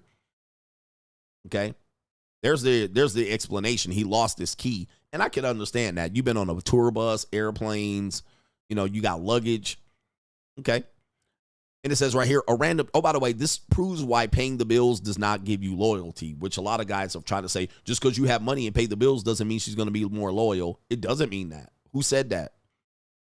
Well, I'm not saying that. I never said that. I said it just gives you access. But paying the bills and thinking you got a loyal woman, that's filthy, rotten work. If you're going to pay all the bills, she's got to give up something. The more security I give her, the less freedom she has. Shout out to our brother, Mr. Inquisitive, the great DJ Fresh. The more security I give her, the less freedom she has. But you gave her freedom and security. No, that's not how that works. And you're learning that in the United States of America. If she wants you to give security but not give up freedoms, and she wants to work independently, bro, nah, you can't be independent. You can't be out here under, motherfucker, you under surveillance. If I'm giving you security, a 6-bedroom house, I'm surveilling you. And by the way, why he doesn't get notifications on his Ring doorbell? Like, a lot of this screams absolute ridiculous. If I got a house, and by the way, any woman that wants to come out here, coach, I like men that pay rent. But if I pay your rent, I have a Ring bell at your doorbell. If you want to cheat, you're going to have to go outside. And I have your location too, bitch. And if your location don't move on a constant basis 2 nights in a row, I'm surveilling you at this point, bitch. That's if I am providing security. But no, you're under surveillance. All right. And I get notifications at your doorstep if I'm paying your rent. How they want. These men need to pay rent and pay car notes. Bitch, I have a tracker on your car. I have a tracker on your car if I'm paying your car note. Okay. Again, the more security I provide, the less freedom you have. The more freedom you have, the less security I provide. It's that simple. I mean, that's a simple way for men to get around this notion of tricking and you're going to get used and taken advantage of. And give it 45 days, the bitch is going to fail. She's going to fail on this one because women want security and independence right here, especially if she's a whore or a skeezer. They're always trying to get around the bullshit. But yes, I see all your windows, entryways. You're under surveillance if I'm paying all the bills. Right. And if you don't like that, bitch, okay, go find somebody else that's going to give you this deal. Go for it. And then watch they flounder. Bitch be doing DoorDash in 10 years. They be out here selling pussy at a hotel in 24 hours. They be out here looking for a new nigga online tomorrow, getting fucked and plucked. All right, so anyway, yeah, then you're controlling her. Exactly. All right, so then she's going to say, well, you're controlling. Get the fuck out my face. All right, what do you think? You're controlling my finances. I control you. You ain't going to control me. Well, go ahead and find another me then. You'll find another me, but you ain't going to be able to secure another me. All right, you'll find his ass for 35 days too, and you're going to fuck it up over there with your mouth and your activities. So, you know, this is the game that's being played. This is why when you have leverage, you don't try to cage them, right? You can lease them now, all right? Look, you can just use them for a minute, put them back. It's the best time as a man. If you're a man that gets no pussy, this is the best time on a man to get easy pussy right now. Like, I don't understand how y'all ain't getting no pussy, okay? How y'all not getting bitches today? This is the history of the easiest gettable women since the caveman days where y'all was clubbing bitches over the head and dragging them in the bush. All right, this is the easiest time in history to get some pussy. But for you, it's not about that. And we're going to talk about that later. You guys want women to like you at the same time. Sorry, I don't have a strategy for that. I don't have a strategy for that. All right, because there's no strategy for that. Or a woman to really like you and be loyal to you and cook you for you and clean. All right, at this point, I'm throwing in the towel on that shit. That shit is non-existent. Or if she does exist, she gonna be ugly and fat. Or old. She's gonna be ugly, fat, or old. All right, so take your pick. Beggars can't be choosy, nigga. Beggars can't be choosy. It's this whole thing about what? Faster, cheaper, better. Faster, cheaper, better. This is a lesson, and these are so many good things here that I have to. We have the faster, cheaper, better model. Okay, you want something. Obviously, the best case scenario, you want it fast, you want it cheap, and you want it the best. But in reality, you're probably only going to get one of the three, and if you're lucky, you'll get two of the three. But you're never going to get all three. Take your pick. You want it to be fast, it ain't going to be cheap, and it ain't going to be the best. I'll give it something. I'll give it to you. You want it fast. I want it overnight. I want it in 24 hours. I wanted to give me the pussy today. I wanted it. It's not going to be cheap, all right? It's going to cost you.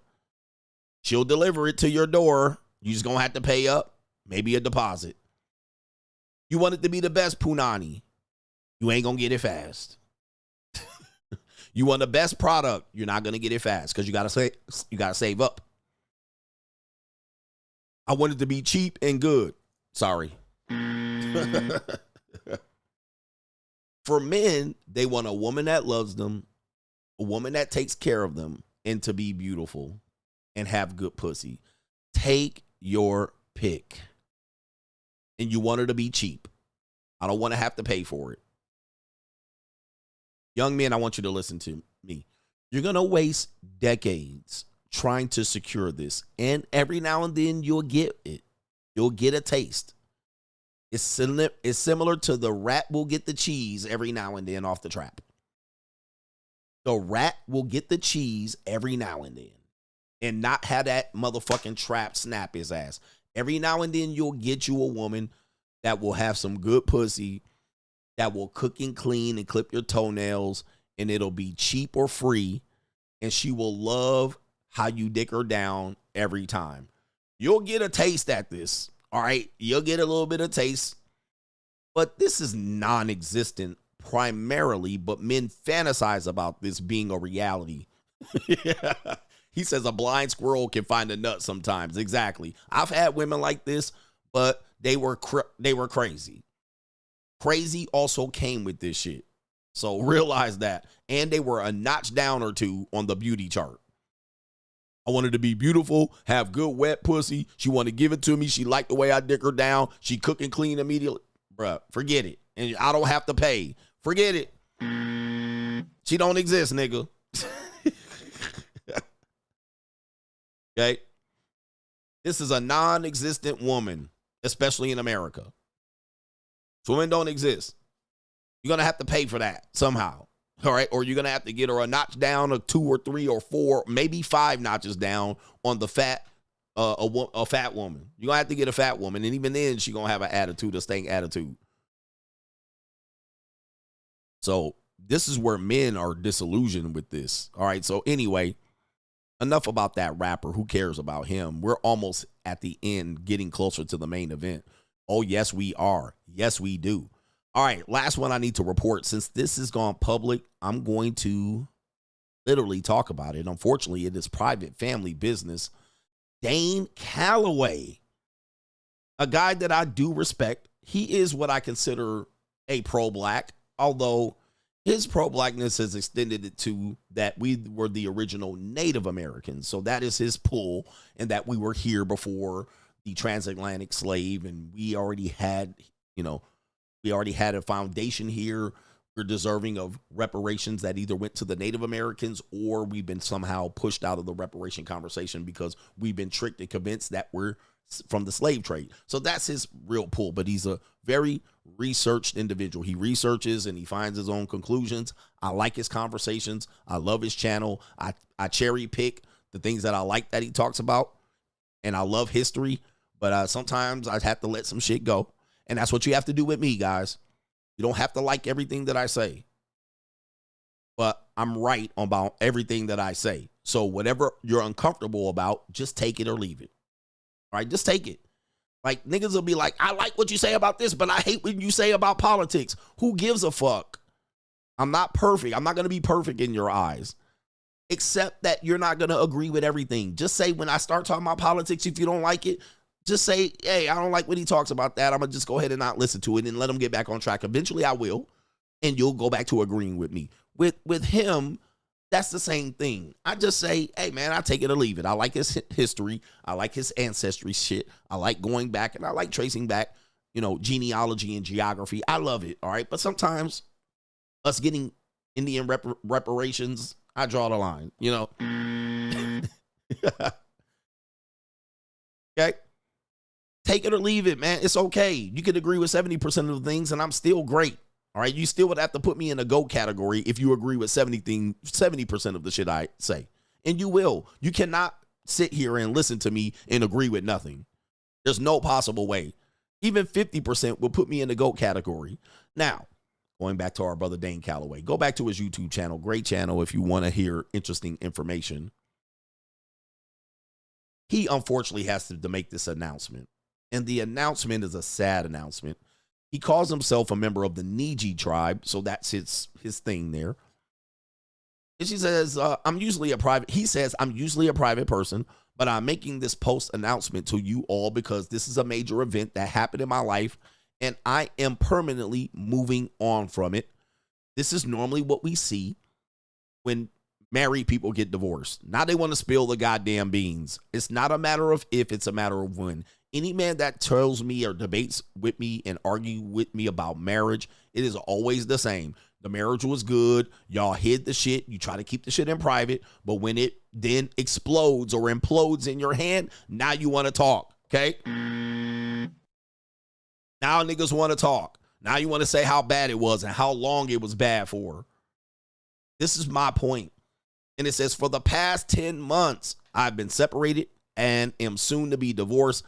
I know. This comes as a surprise to some of you, and yeah, that's unfortunate news, but listen, this is a long-ass sentence. I still have the most important thing besides my children, which is my life. I am well, happy, healthy, and thankful. Yeah, people get like this, and will be glowing up ever since, as if this is what was needed for me the whole time. Exactly. What I talked about this in the show last week, the glow up. The marriage glow up. What do we hear from people that get divorced or go through a bad relationship? First thing they do is they say, well, the whole time I lost myself and I need to find myself. I need to get myself in better shape. I need to get my finances in shape. I need to travel. Now people want to now put their own individuality in perspective and say, well, the whole time I was losing myself. Here's the problem with this.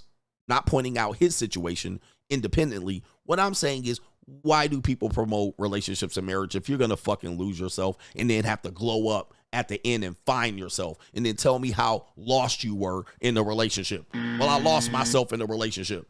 Why don't people talk about that part? Because the reality is the divorce rate tells one thing. Those are the people who legally got divorced.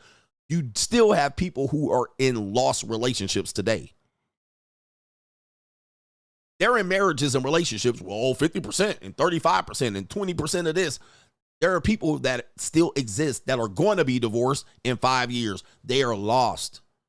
And sometimes they want to find themselves. They just don't have the time. So why is this always the case that people then look back and say, I was lost in this relationship that people are looking at statistically? Okay. Okay. And it says right here, I still have my beautiful children living under my roof, a new car, some new books to read, new equipment for my future live stream. And it says a new house and shit. So it sounds like he got rid of her. I even ditched that old bed and got a new one. And he says, I said I might as well ditch all the negative energy from the past 20 years and enjoy the best 40 plus years ahead of me. Bro. Again, not talking about Mr. Calloway here independently. I'm not going after him or attacking him. I have much respect for him. But this is the story I keep telling you. He said he was with her for 20 years. And how does he describe it? He described it as negative energy and looks forward to the free agent lifestyle. By the way, Dane Calloway, if you're watching this or a fan of Dane Calloway or somebody that has ability to get this message to him, tell him I already wrote the book on this. But men typically will not, follow this. They'll follow their own path. But I already wrote the book, all right, of your next 40 years. This is why I didn't get remarried, for all those reasons. And then people start saying, well, at least I got kids out of it. At least I got this and that. What's going on? Yeah, what about his black queen? This is his so-called black queen. If you go back and listen to him, anytime he's referenced her, he's had wonderful things to say about her. She even sometimes makes appearances on the show, meaning that he mostly is faceless on his streams and videos unless he's doing a vlog. She appears in the vlogs. He also says that a lot of the history that he talks about, she's the researcher. All right, she researches the history of some of the things that he talks about. So she has been helpful in this. And of course, we don't know. She might come after the channel. She might come after it and say, I was an integral part of who you became. Okay, so let's go back. But now we got 20 years of negative energy. As I said, it says, because reality, what's the point of crying over spilled milk when you can just pour another glass? Exactly. You can have more kids, you could get you a new woman, or you can just live the free agent lifestyle. This does not stop anything that I have done, that I've been doing for the past decade, but my content was a bit different this year due to how it affected my previous schedule. What do I say? All men pay. So you're going to pay in a way that doesn't seem financial, but you're going to trade time. Your content is going to suffer. Okay? You're distracted. The relationship is going torpedoing south over the past 10 months. Your content, you can't deliver the same content. Anybody knows this is payment. I qualify that as payment. To the point you waste time, you miss opportunities, that's payment. I don't know why people keep wanting to not say that's payment, and y'all niggas will trade your time for money. All right, you'll take hours, you'll trade it for an hourly wage or a salary, and then tell me that you paid with your time. You can all agree that you traded time for money. You can all agree that we did that. But for somehow, when it comes to a woman, and you spend 5, 6, 7 hours a day with her 4 or 5 days a week, and you out here at Target and Costco, for some reason, that's not payment. I don't understand how you draw that conclusion when I don't have to spend that time with the woman. All I have to do is pay what is equivalent to an hourly income for myself. What do I get paid per hour? All right, that's the percentage of that what I paid to her. Okay, and it's the money I can get back. I'm with a woman. After I get done nutting, I can go back to work and make the money back. You, on the other hand, lost hours, opportunity costs. You done lost your way in life. All right, you with a fat woman, a subpar woman. She's getting worse and worse. She's depreciating. Then she has negative energy. That's payment. Okay?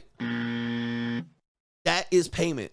All right, the only way you're not paying is if you just walk to a woman and you're king 6'8" the great, and she bends over and grabs her ankles right in the middle of broad daylight, and you stick your dick in her, and then you nut and you don't get her pregnant or catch a STI. That's the definition of free sex. All right, you're on the dance floor and she sucks your dick on the dance floor. All right, you just met her. That would be free. That would be a freebie to an extent. That's the only definition of where I would draw the line and say, okay, that was somewhat free. All right, you can actually qualify that as you had to pay to get in the club and stay up late at night, but I'll give it to you. Other than that, you paid. All right, and we're seeing even in the marriage divorce, it's always going to be broken down as a payment. Okay. Then he goes on to say right here, his content, his previous schedule was affected. His content was affected. His job was affected. However, we're back and stronger than ever, and the content you love most from me will be returning soon. Prime example. Now he can focus on content, getting rid of the dead weight. Like, I got rid of the problem. Now I can focus on content. Like, this is incredible of the story of the marriage wheel. Okay. And it says right here, if my haters or critics are pleased to hear that I'm divorcing my ex, I want to make it clear that this is not a setback for me. It is simply another step up the ladder of success. Why then, again, not attacking Dane Calloway, just looking at what he's saying here, and I want you to make this clear. I want to make this clear. Why weren't she supposed to make you better? Wasn't she supposed to take everything and multiply? These are all things you're talking about. Then he simply says, I'll be able to grow. I'll be able to climb the ladder of success higher because I don't have this dead weight. I don't have this anchor. I don't have this energy. I can have a better life. I can have more success. I mean, this is a horrible testimony for relationships. I mean, horrible. And this is just one relationship, but this is a common theme. I'm still doing better than you in life. Okay, he's talking about his haters. I can brag that I was faithfully married to a non-mixed Niji woman for 20 years. Non-mixed Niji. Okay, so I don't know what that means. You got to watch his show. And we gave life to our beautiful children together. Okay, people start reflecting and saying, at least I got children out of this. This is sad. It says right here, despite this change, I have to continue to elevate my life. And am still around ahead of you. All right, he's still talking about the haters and will always be ahead of you in life. Plus, I will continue to preach the truth to the masses because I'm destined to do so. Regardless of your hate, I will continue to be great. All right, with all that being said, he then goes on to say right here, I have a new management team, which the old email is no longer valid. So the management team is his wife, all right? Apparently, she probably still has access to these details, which means in effect, guys that say you can build with the woman, take a look. Because when you build with the woman, you give her access to informations and data that when the relationship ends, you have to cut that off. Now you got to get a new management team and hire a new personal assistant and a wife and so forth and so on. So this again, Niji is an indigenous black person. So he said a non-mixed Niji. So she's a pure indigenous black person. Okay, that makes sense. I know it's content, so that would make sense to me now. All right. But as I'm reading it, I'm trying to put everything together. So this is where we stand. Somebody said deductive reasoning, his wife cheated on him. We saw this with Chris Angel. We're going to say allegedly cheated on him because he said he was faithful. You could just take out deductive reasoning and say maybe she wasn't faithful. All right. But he's a whole YouTuber and successful and all that stuff. Unfortunately, you have to take this public, and this is kind of another indication of kind of what people deal with over and over again. It's not a matter of if, it's a matter of when for most people. And I say that most people just to help you cope with the hard lesson that I tell you. But this is everybody. It's not a matter of if, it's a matter of when. Dane Calloway and his now ex-wife or his estranged wife, I'm going to tell you, have had no successful relationship in their entire life. Okay. When I tell you, and I don't want to hear, well, having kids, it was a success in the end. That was not what they intended. He now goes into the category of the Owen. He's an Owen now. Despite the fact that he was he married a black woman and he had he's an Owen. A lot of us are Owens. But most of y'all want to win. You want to be a 1N. All right. And that's only you can be. That's the only way you can win is just make one work. And even when you make that one work, there's no guarantee of how long that lasts. So shout out to him. Good luck to him. Good luck to his family, his children. Good luck to the ex-wife. Let's hope for a very peaceful resolution to the end of this institution, to the end of this union, and hope that the Niji tribe will be successful in this divorce. All right. So there we go right there. It's an evil world we live in. 100%. Man, cold-blooded world out there. It's an evil world we live in. And he says kindly the principal chief. So he is the chief of the Niji tribe. That's what I'm deducting from that. We do have the main event coming around the corner here. And the main event conversation is the number one reason weak men struggle with fail miserably with women. The number one reason why weak men fail miserably with women. You're going to hear women testify about who they really are and why men lose in the end, especially weak men, but even strong men lose. But here, our likes are not matching the viewership. We have close to about 2,000. Yesterday, we had about 2,500 people. As you can see, they're not here today. They're licking their wounds. All right, they think I crossed them. They think I stabbed them in the back and heel turned them. But these are people that don't understand. If you read my books, okay, you can continue. And yeah, I should invite them into the free agent lifestyle. If you read my books, my messages have been concise and clear. It might not be what you agree with, but you might not even agree with the way I conduct myself out here. But you should understand that this is what I called. Okay, I'm not your moral red pill Avenger crusader. I'm not him. I never have been them. I've never seek to change society. I've never seek to bring morality back. I've never seek to bring traditional conservative lifestyle principles back to our country and community. I've never done this. I've never, ever done this. I've been very clear that I don't care where the direction of society goes, even when it comes to, what about your kids? I don't give a fuck. I can't control it. I've been telling you to focus on what you can control. But you guys are trying to control it from your red pill fucking lounge chair and thinking that your red pill Avengers are going to change society and bring and restore morality back and haram and all this shit. I've never got on this message. I've never been on board with this message because it ain't changing. I don't have the power to change. I don't have the power. I want to bring back Christianity or God or Jesus either. I don't care. I don't think they can help it either. Look, y'all done lynched Jesus the first time. Okay, so what makes you think you ain't gonna lynch him the second time? Okay, so let's be real, nigga.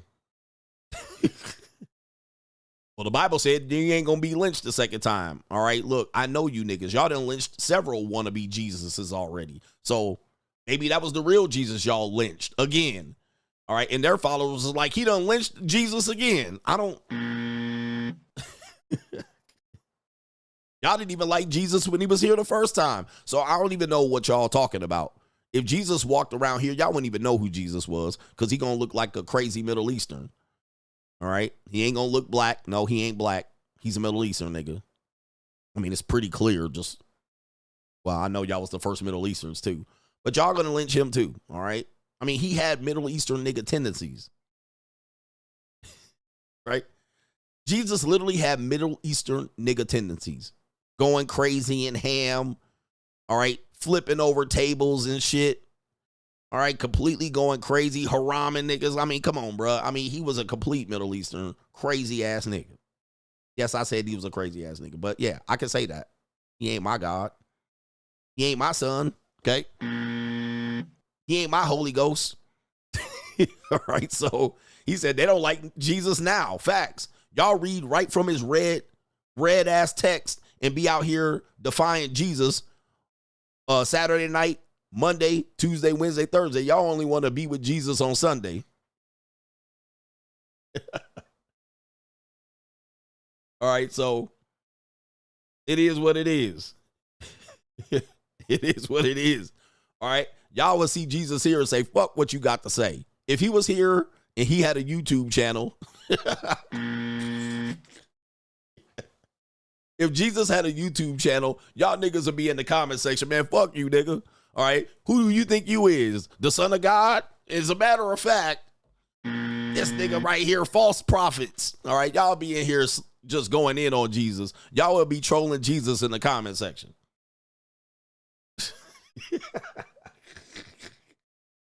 All right, fuck out of here, bro. Y'all wouldn't even treat Jesus right the second time unless he brought, you know, the stinging bumblebees and shit. All right, but fuck out of here, bro.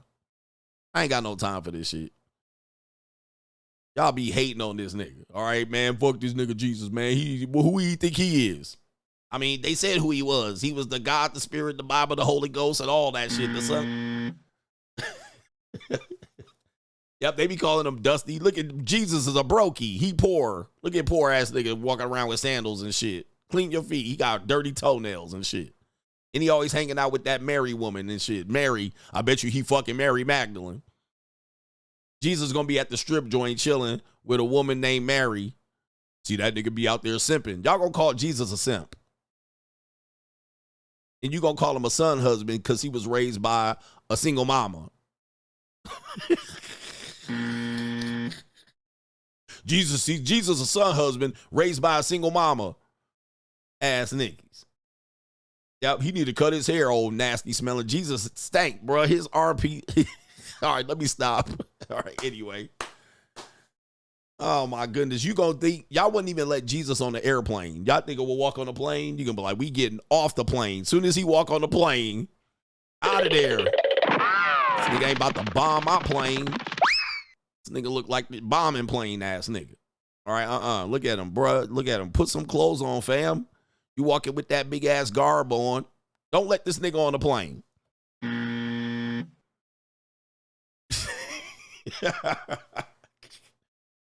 Right? This nigga, if he got on the plane, bro, y'all was scrambling out of there, bro. Hell no, I'm not riding this shit. He gonna take it right into a building. Put his ass on the no-fly list. All right, we'll listen to you other than that, but no airplanes. All right, anyway. And he would be a misogynist. He would be a misogynist. The women would hate Jesus. They would be like, this dude was a pure misogynist. See, Jesus was a misogynist after all. They always say never meet your heroes because your heroes will disappoint you. These women would hate Jesus. They would be waiting for Jesus to come back, all right, to wash all their sins away. Then he'd be start calling them all kind of hoes and shit. All right, then they'd be like, he's a true misogynist, all right? I'm telling y'all will lynch Jesus again. I don't have no faith in you people. Y'all would totally lynch him the second time. Y'all wouldn't need a cross, and then all y'all would do is hang him from a tree. And if you hang him from a tree, besides every church wall, that's exactly what you see. If Jesus Christ was shot in the neck with no respect, you all would have little gold guns around your neck. If Jesus Christ was sitting in an electric chair, now feel it, you be sitting in an electric chair with Jesus still in it. Shout out to KRS-One. Shout out to KRS-One. All right, that's KRS-One lyrics right there. So the next generation of people 2,000 years from now will have an electric chair around their chain. Ooh-wee.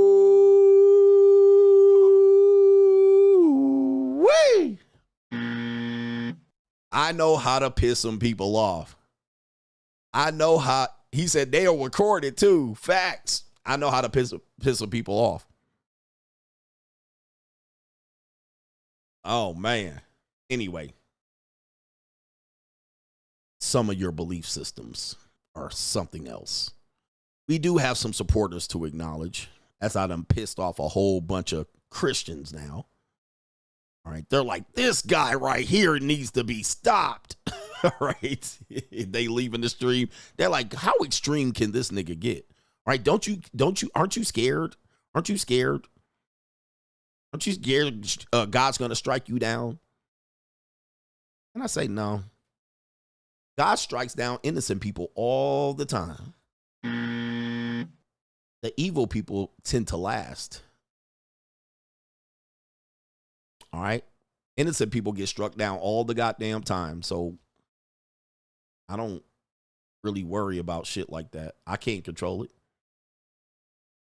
Innocent people get shot, killed, hit with rockets and bombs, and they was minding their own business. Why didn't he stop that if he was so...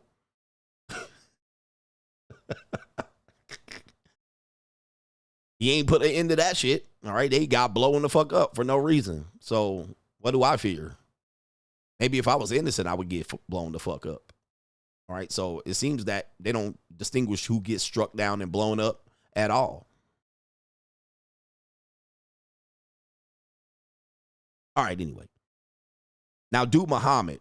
All right, anyway. I don't know much about him, but I know he might have liked young women. Oh, I saw this picture. Enough of this shit. I saw this picture related to that, and it was in a museum in Venezuela. It was a museum in Venezuela, and there was a picture painting on the wall, and it looked like it was a picture that reflected the Spanish coming into this land. Okay. And the picture, I can't show it, but somebody showed it on their YouTube. Somebody showed it on their YouTube. And what the picture, it was a big painting on the wall. So the whole thing, and it was two paintings. What it showed was, again, it showed that the Spanish were fully clothed, and whoever the indigenous people were, they had no clothes on.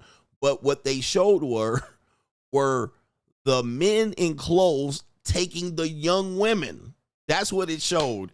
I don't want to show it on my channel because the painting is I could get away with it because you could show this type of painting for art on YouTube, but I don't want to do it. But what it showed showed the older men fully clothed with the indigenous women, and they were collecting all the women. The women, one dude was standing up there on top of a little peak with two young women with their titties out. I was like, holy shit. And the young woman was right next to him with their hands on his fucking shoulder, like, yep. And there was another young woman sitting on the side, and there was a bunch of young women, and another nigga had a little girl, all right, and he was dressed up in all this garb, and he had a little indigenous woman. I can't tell you what the age was, but she was not just right. I was like, holy mackerel. I was like, man, history is cold like a motherfucker, bro. When you look at the history of the world and what you think is what morality and all this shit, bro, and you think it's bad now, it used to be bad. Shit used to be bad, bro.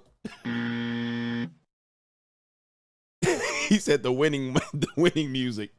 And them girls didn't look like they was 20 or 30. All right. Them girls didn't look like 30-year-old indigenous women. Them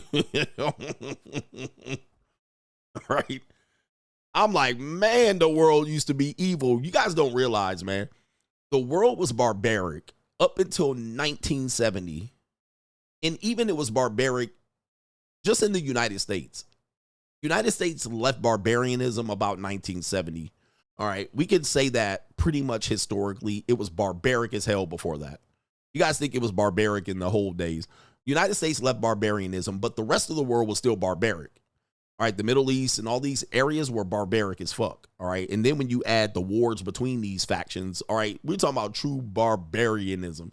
Okay, leading up to the 1990s and 2000s, all right, you take 9/11, that's true barbarianism. You're flying planes that are loaded with people into a building loaded with people. I mean, like, we are barbaric as people. The things that people used to do to people just was like they would just cut you off at the neck, hang you in a rope. I mean, just true barbarianism. And the things about relationships and marriage that you call traditional literally was in a window of 10 years, 1950 to 1960. That's it. This is what you guys keep going back. Traditional and traditional ways. It literally is a 10-year window, which most people weren't traditional like that. you're talking about upper middle class white people. All right, that's it. Upper middle class Christian white people. Once you start adding immigrants on top of that and niggas, you have left the traditional conversation. Then add a 1970, 1980, 1990. Nothing traditional about these days and times. Nothing. Then go before 1950, 1940, 1930, 1920. These were not traditional relationships. All right. Certainly the immigrants that came, they didn't have tradition. They had marriages. They had families and children. They also had affairs, and they had bullshit and divorce. And you go into the 1800s, please. Right? Barbarianism, cowboys and Indians, slaves and white people. There's nothing traditional about this time period either. All right. Not for the masses. Nothing traditional of what you want as traditional at all. I mean, people were just great pillage and all that. Not even the Native Americans that you guys think they got their land stolen. They were stealing each other's land and women.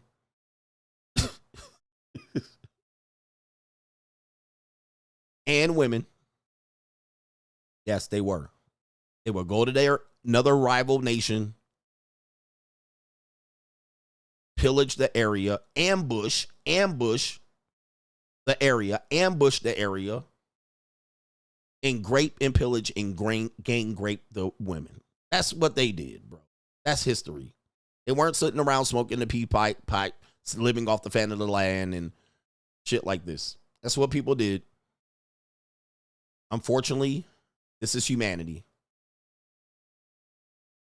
So when we look at today, we live in a civilized society that you guys idealize and so forth and so on. The Christians, crusaders, chopping people's heads off, burning books. The Muslims, blowing shit up, hijacking planes. I mean, cutting off people's hands for stealing. I mean, for some reason, y'all want to go back to that.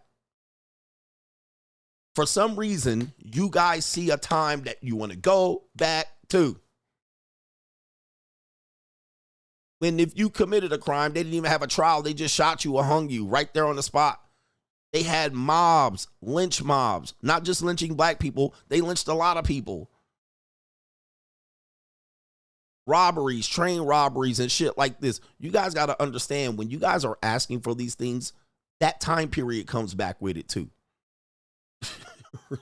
You bring that time period, you can't just cherry pick the good shit. Traditional stable families living in somewhere in an unincorporated town where the wife was just baking cookies and shit. That's a picture, a portrait, a fantasy that you have in your head. In the same time period, Medgar Evers were getting shot and assassinated. So was Martin Luther King and John Kennedy and so forth and so on. Right? They were assassinating world leaders, including the U.S. president, nigga, Malcolm X. On TV, nigga. On camera. Do you understand what I'm saying? People were trying to survive. And if it wasn't for the Germans, y'all wouldn't have shit that y'all have. Microwaves and TVs and radios and cars and shit that go fast. Y'all be in some old-ass Model T or a big metal Chevrolet that guzzles gas with 11 miles per gallon, and it can't go more than 60 miles an hour on a dirt road.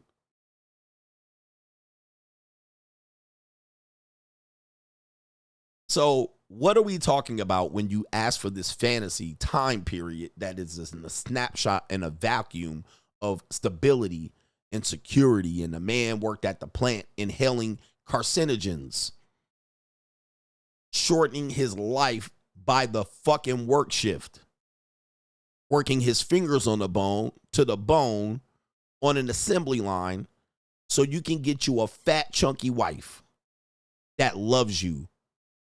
No, she can't escape you, nigga. You got her under control. You done moved her in an unincorporated town where there's no fucking TV antenna, radio antenna, no gas station, nothing. She can't do nothing but work at the goddamn soda pop fountain to serve drinks at the pharmacy and scoop Sundays. Nigga, that she does that on the side.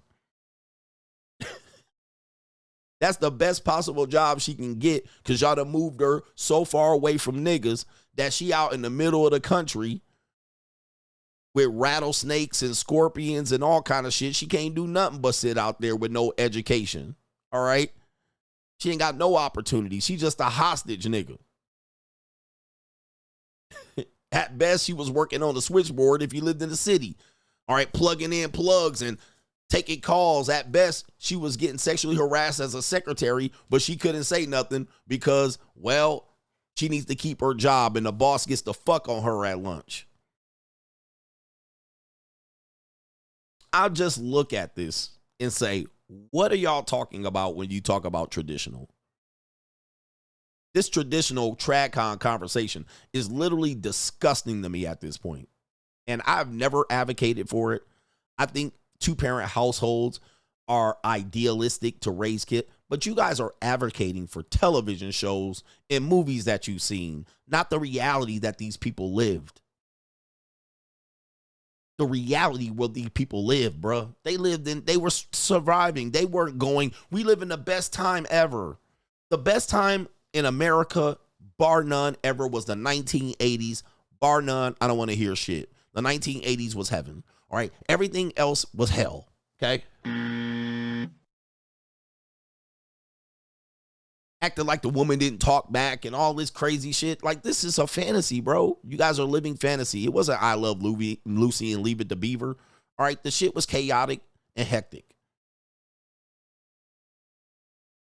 People's income, the highest income, the average income for people that lived in the 1950s, average American salary in the 1950s. Some of you niggas make this in a month. The average family income was $3,300 a year, nigga. Ring the bell. A year. $3,300 a year. Y'all didn't hear me, man. You did not hear me.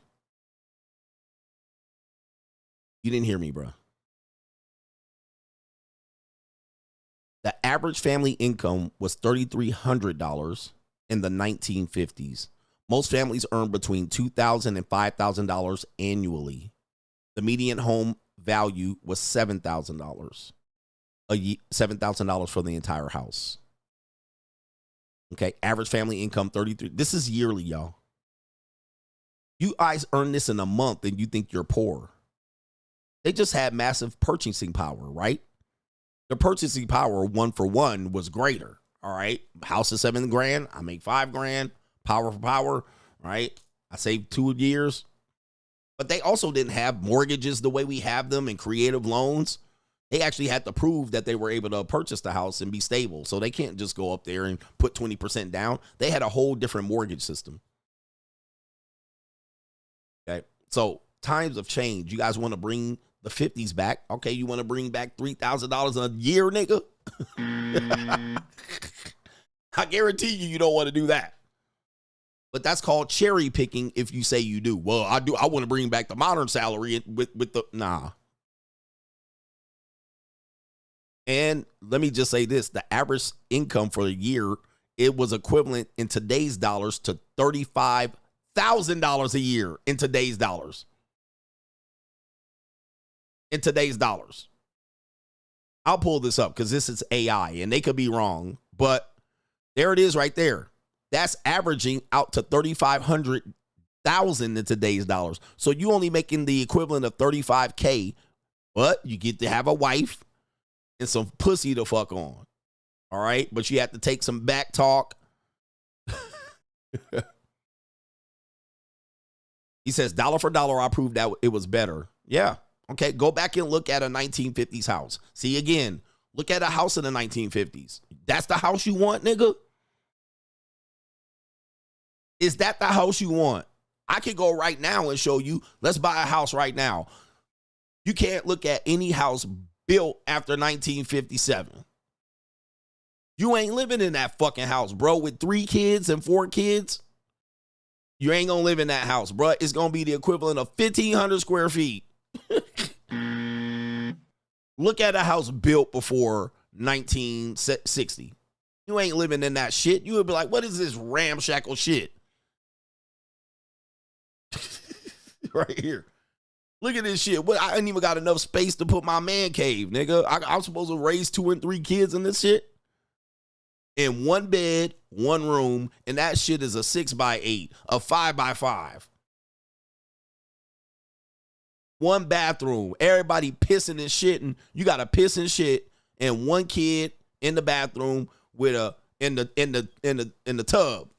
All right, one bathroom. So y'all always take these things. Well, it was better. 1 for 1. It was better. Dollar for dollar. Okay, live in a house built in the 1950s. The shit gonna get caught on fire, by the way. And your kids are gonna die from lead chip paint poisoning.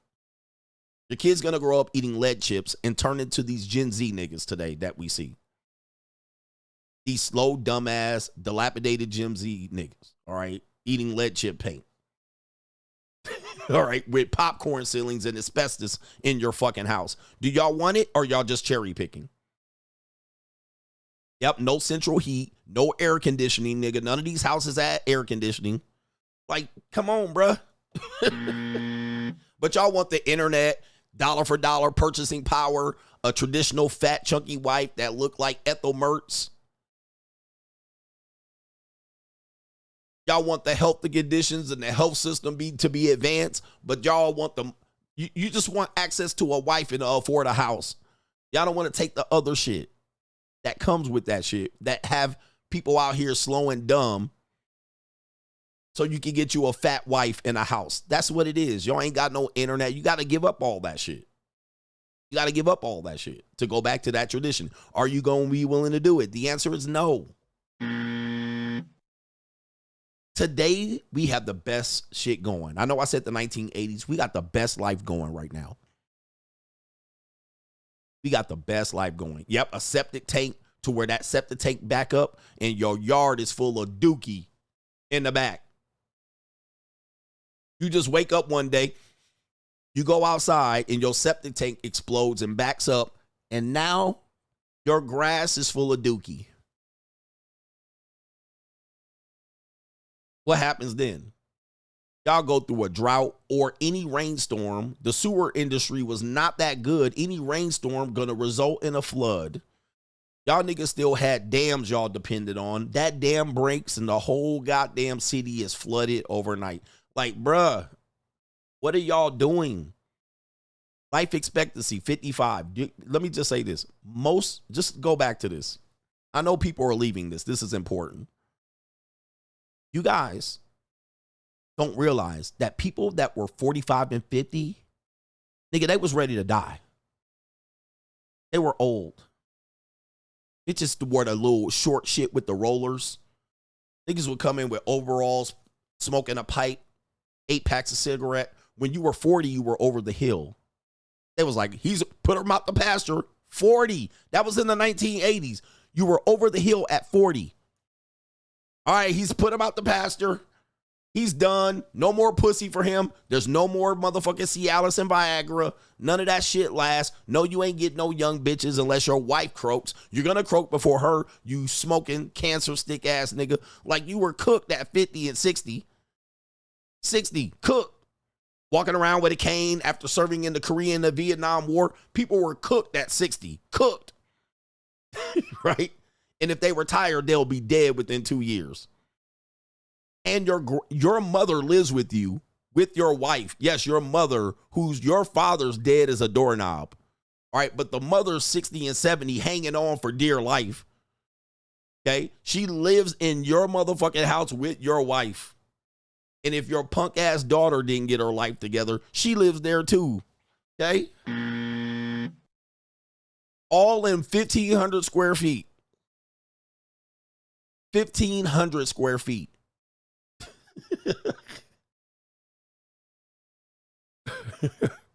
Right? Nobody was 46 jogging. Nobody's 46-year-old jogging down the street going to Equinox.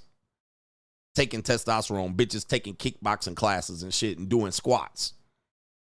All right, walking up and down the elliptical and shit in the goddamn stairs. You know, the step machine. People didn't do that when they were 40 and 50. They was just like, all right, fuck it. Okay, now y'all 40 and 50 and 60 and we're healthy. We live longer lives. Like, we don't have all of these things and poisons that we put in our body. Okay, we don't do this. Okay, women aren't old maids being divorced or single. Women can have babies in their 40s, start families. We have the miracles of modern science. If you go to my high-end gym, brothers, these bitches, man, as much as y'all talk about these women and old women, when I show up at them, these bitches got back muscles, thigh muscles. They sitting there, got flat backs, big fake titties, hair and makeup and Botox, wigs, extensions. Bitches be kickboxing and squatting, doing Olympic lifts, and be 45 and 50. Right? Walking up, doing 40 minutes on the Stairmaster, 38 minutes on the elliptical, 50-pound dumbbell incline bench press. I'll be like, these bitches are crazy, bro. Like, you see them from behind, they got their back out, and they back muscles just be at the back. I'm like, man, it's different, bro. It's different. So these old red pill standards that women are off the pasture at 40 and 50, not in some areas. The women that can afford it be buying the fountain of youth. They're buying the fountain of youth. And they still out here fucking. Don't let them get no testosterone or HGH. They're going to fuck like better than an 18-year-old. Okay?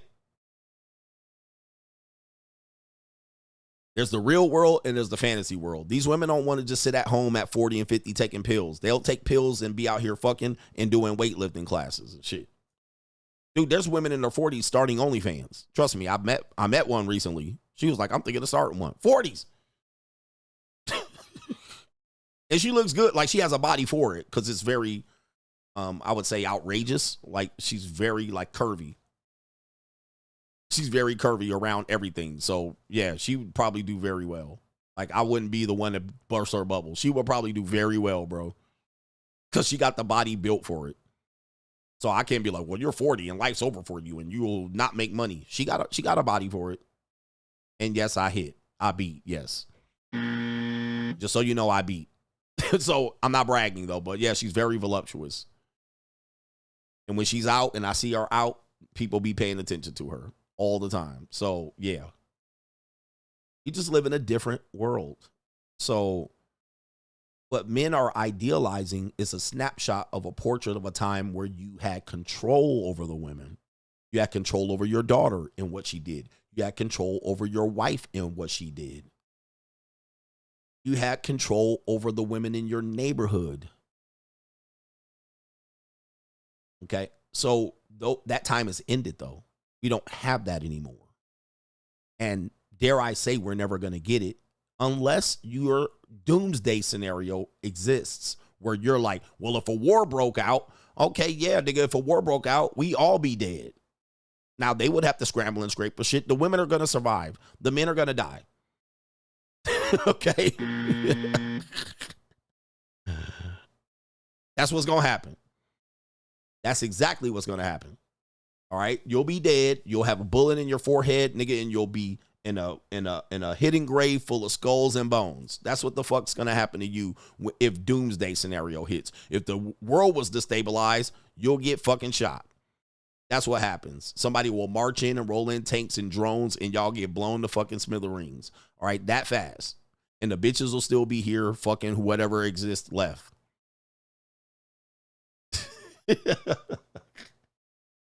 All right, but that doesn't exist. I'm sorry, guys. I mean, listen, that's why I've gone with the free agent lifestyle. I'm like, man, I ain't about to be here trying to change this shit.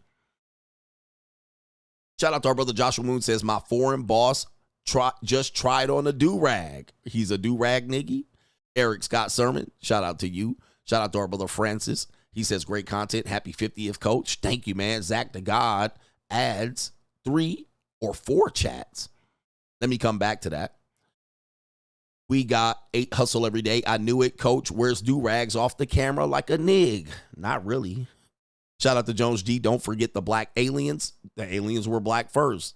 Mother Teresa wanted people to suffer like pro-blacks. Shout out to hustle every day.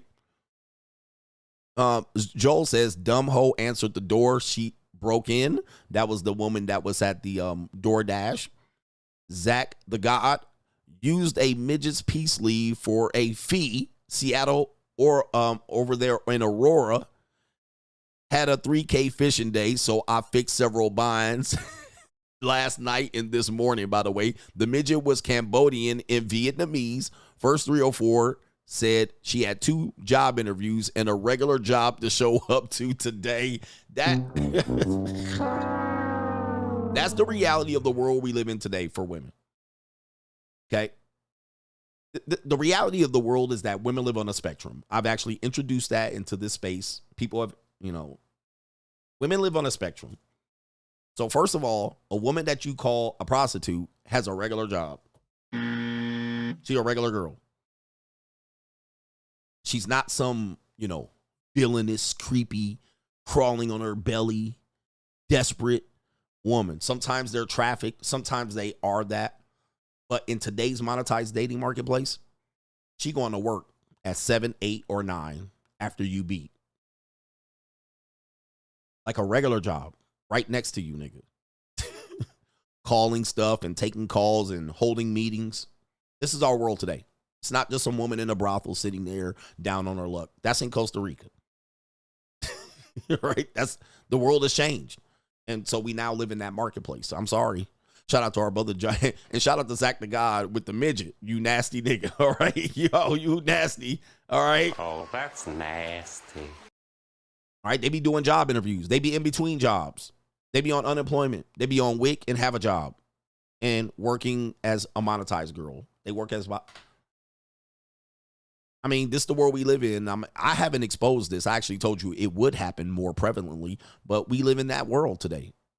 It's not just some belly crawling beneath woman. You have women that work, because I'm in Las Vegas, and you guys got to understand, I've had to date in many high-end areas, meaning that highly competitive, highly hypergamous, highly monetized areas. Guys, in Las Vegas, every weekend, women from all over the country with regular jobs fly here to sell pussy.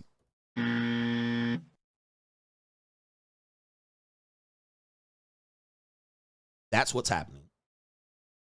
And some of these women are highly attractive. Some of them are regular. They come here all the time. It's a tour stop. This is a destination. That's why they say what happens in Vegas stays in Vegas, although I try to keep some of that away. But these are women that work as real estate agents and regular jobs, and they work as apartment lease agents, and so forth and so on. They fly in Friday, they leave back Sunday. I see this all the time, every week. It's every week. I deal with this reality. It's not legal here, no. But it's not something that they're cracking down on. The only time they'll crack down on it if there's a human trafficking element, meaning that they got some Asians in a massage parlor trafficking bitches, undocumented Asians. That's what they crack down on, sex trafficking. All right, so any girl, this is the hard part about it, is I've seen so much. Any girl that goes to Vegas, I don't care if it's her first time to Vegas, they're going to learn that they can get paid for these things. They're going to be exposed to it because somebody's going to introduce it to them their first time they're here. And then once they get a taste of that, a bug for that, they might do it with that one guy, or they might just say, hey, this is a lane. College girl, this type of thing, all right, or a woman that works. And so what happens is a lot of guys, then I'm exposing some shit here for you guys. All right, it's only legal in areas outside the county of Las Vegas, but in Clark County, it's not legal at all. But I'm exposing this. Some women do, and I wrote about this. The women that do it, that are professionals, did it before they were professional. Okay? So this is where you can then put it in reality of the spectrum, where they can have this life over here, but you're like, how did they discover that life, coach? After that, what you have to understand is before they were a professional, when they were college, down in their luck, in transition, whatever it was they were going through in their young life, they were in that life first. All right. And then what happened was they became professional, And sometimes you can't lead that life, especially if you know it's there. This is the origin of the sugar baby. I wrote about this in De-Evolution, where they said teachers are now going on seeking arrangements to make extra money. What you have to understand about this, I did a stream on this back in 2018 and 2019, and then wrote about it later in my book. My conclusion to that was they were already on seeking arrangements or doing something similar to that while they were in college. Then they became a teacher and said, maybe I don't have to do that anymore. But then the teaching salary was not sufficient for them to survive off of independently. Then they said, I know how else I can make some extra money. I can date an older guy. Okay. So now you have it as they didn't have to be forced into it. They were dabbling into it initially. They graduated out of it, but then they said, hey, the economy is bad. They go back to it. Okay, so this is where people have to understand my knowledge and theories are. I'm undefeated on this. You can't beat it, because how do you defeat that moral with a moral argument? How do you bring morality in there and defeat that if that's the case? Right? That's going to be hard for you to beat. There's no moral arguments beating that. You would have to solve that for her, and you would have to remove that opportunity for her. That's it. But she's choosing to do that. Caitlin says, men, be mindful of who you marry. All right. Shout out to you. Already said that one.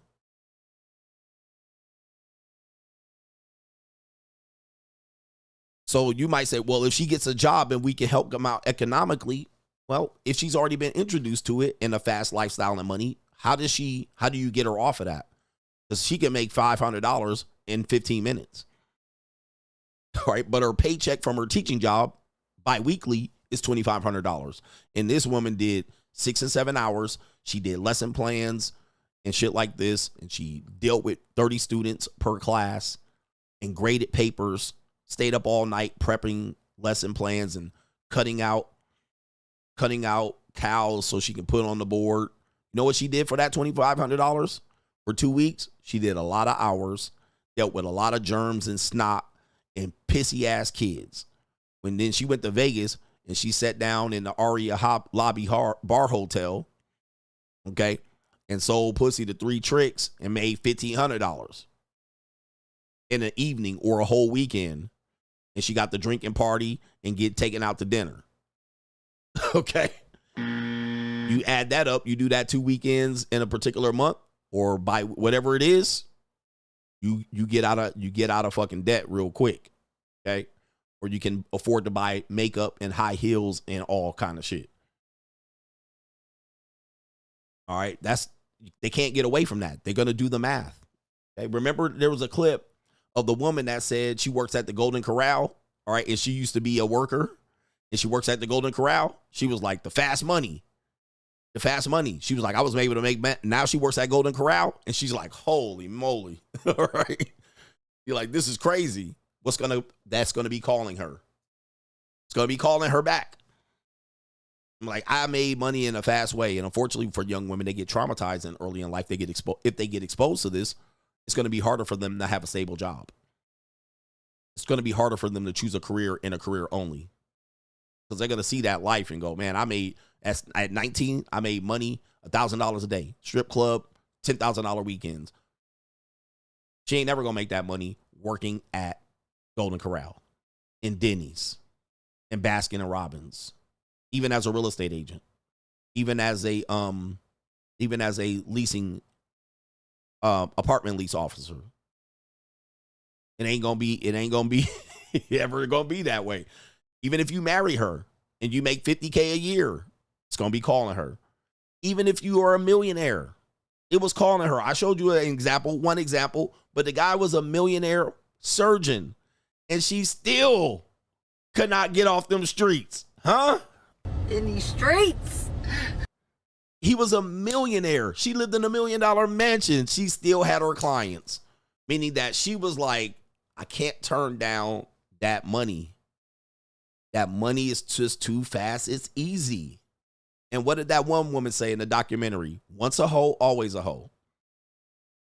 The woman said this.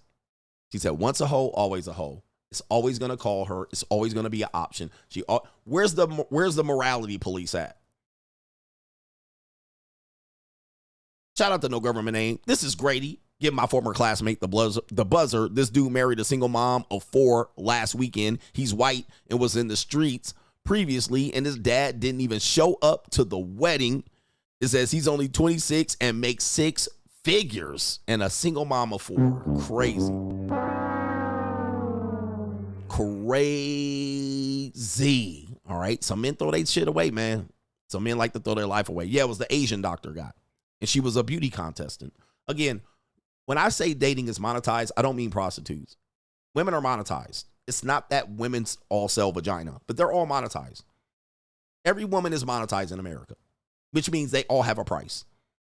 Or they work closely in a job that is synonymous with selling sex. Almost every job a woman has is synonymous with selling sex. You can literally draw a line from what their job is to selling pussy. Right? Okay.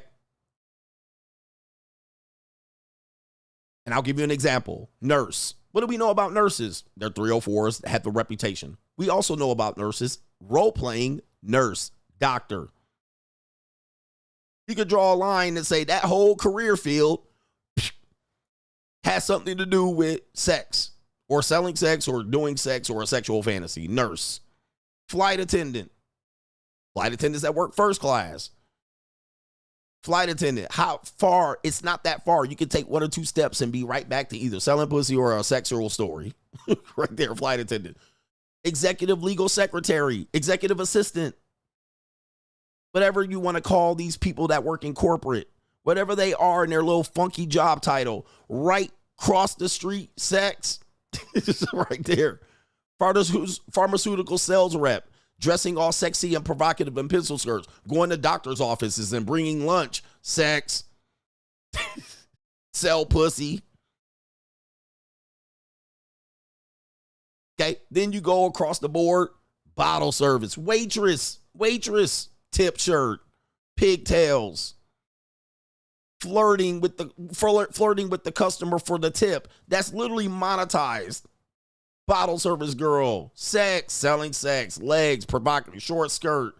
I mean, right down the fucking line. Bartender, right down the line. Almost everything they do could be traced back to some sort of woman that slept or sold some sex right across the damn board. Yep, the female sports reporter, the weather girl.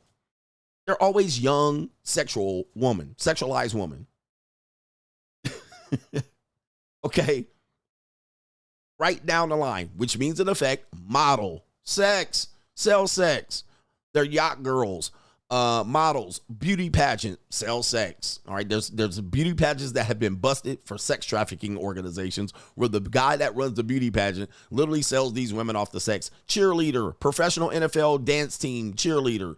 They've been proven that the Washington Redskins recently, in the last 10 years, have been exposed to actually been telling these women that they were setting them up with sexual liaisons for money or telling them to dress a certain way and meet certain clients for money. What? Donors of the team got to get, whoever top donor corporation from the team, the cheerleaders were meeting with these niggas on off hours. It exposed the whole NFL cheerleading dance team operations. That was the Washington Redskins back not that long ago, 10 years ago. Go ahead and look it up. Okay. So right down the line, there's very few industries that don't draw a direct line from these areas. Even women that work in there, what do? Sleep with the manager, the boss, they get promoted or sexually harassed, or there's some parallel there. So, what's the woman? Slept her way to the top. The sports reporter. With the peanut butter chocolate skin cans. What's that woman's name? Joy Taylor. She was exposed for this exact same thing and it then said, this is what we do in this industry. What the fuck? Like, come on, bruh. Yep, female rappers are even being exposed for this now. Oh, wow. They were selling pussy the whole time.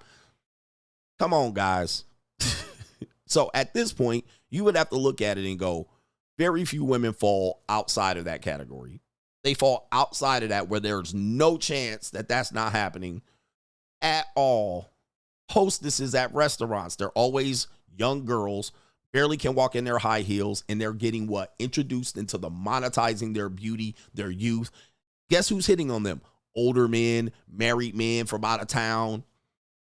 They're giving their phone numbers up. I just was somewhere at a high upscale bar, and the young girl right around there, I got her phone number just like that. So if I'm able to do that, she's able to do that with just about anybody. And that woman was 22, 23, looked like this was her first job. She's in her high heels. Actresses, the whole thing about what? Actresses in the whole scandal with these casting couch. They got exposed to selling pussy for roles. This was not that long ago. We're talking about 10, 15 years ago.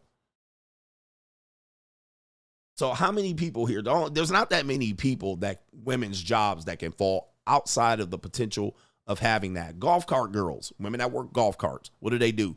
They wear their short shirt, titties exposed, and they get men drunk and sell them alcohol. And of course, you know that there's extra activities happening as well. Strippers, nothing else needs to be said. So in this, why I say all women are monetized, or all women have a price or monetizable. Even a woman that has a job and she says, well, I make 80K and I won't date any men that make less than 80K. That literally is monetized. She's saying you got to come in above this price. That literally is monetized. She literally monetized herself and said, boom, this number I will not go below for husband or boyfriend or whatnot. Across the board, she's a professional, so her job doesn't have that. But when she dates, she's monetized. You got to do this. You got to pay for that. You got to take me here, take me there. You got to make this amount of money. That's literally monetized. Hooters, bikini bars. Yeah, but they got the bikini where you pull up and get coffee and she wearing a bikini. And she takes that job, she's monetized. It's a cold world for people to realize, but I'm breaking it down. Caitlin says, feminism tells women they can do anything a man can do, but they'll never get down on the knee and propose to a man. Social constructs will never change biology or reality. Men are meant to be leaders, but weak men fall for feminist lies. Okay. Okay. We got Maryland guy. He says, when women lose their jobs, at least they can sell that stinking clam. He says, we as men don't have that option. That's a fact, right? That is a fact. They can, a Pip and Ken says a woman should never broke. She's sitting on a bank and a woman should never be broke. Shout out to our brother, Brian. He says, Coach, you are correct. My 12-year-old cousin got pregnant. No one in the family knew. They just said she was getting big. She went into the hospital because she was exhausted, quote unquote, and came out like nothing happened. My aunt and her daughter kept it a secret to this day. So, this has been going on for a long time. Woman to go down south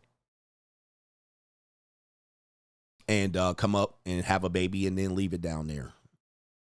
Couple more. SnapTech fix. Uber offering side hustles to its drivers. Absolutely diabolical. How about paying drivers the other 2/3 of the money that they took off the rates plus their tips? He says they're just setting drivers up to train the AI for them to get rid of all the drivers. Ultimately, death by 1,000 cuts. Send it. Indeed. All right. Ken Rose with the thumbs up. Shout out to Ken. Shout out to our brother here. He goes by the name of Greek American Casanova. I went on a date with a girl who said she doesn't kiss on the first date. Ended up kissing me. Text her 4 days later and she freaked out that I didn't text her sooner. Said, have a good life. Didn't reply. She texted me a day later. He said, women, LOL. Got my EU passport today. Global rotation.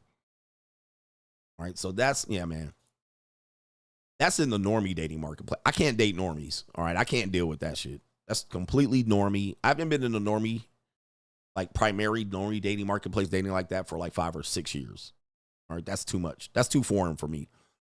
All right. Anytime I go to the normie dating marketplace, it's like watching paint dry because it's a complete charade.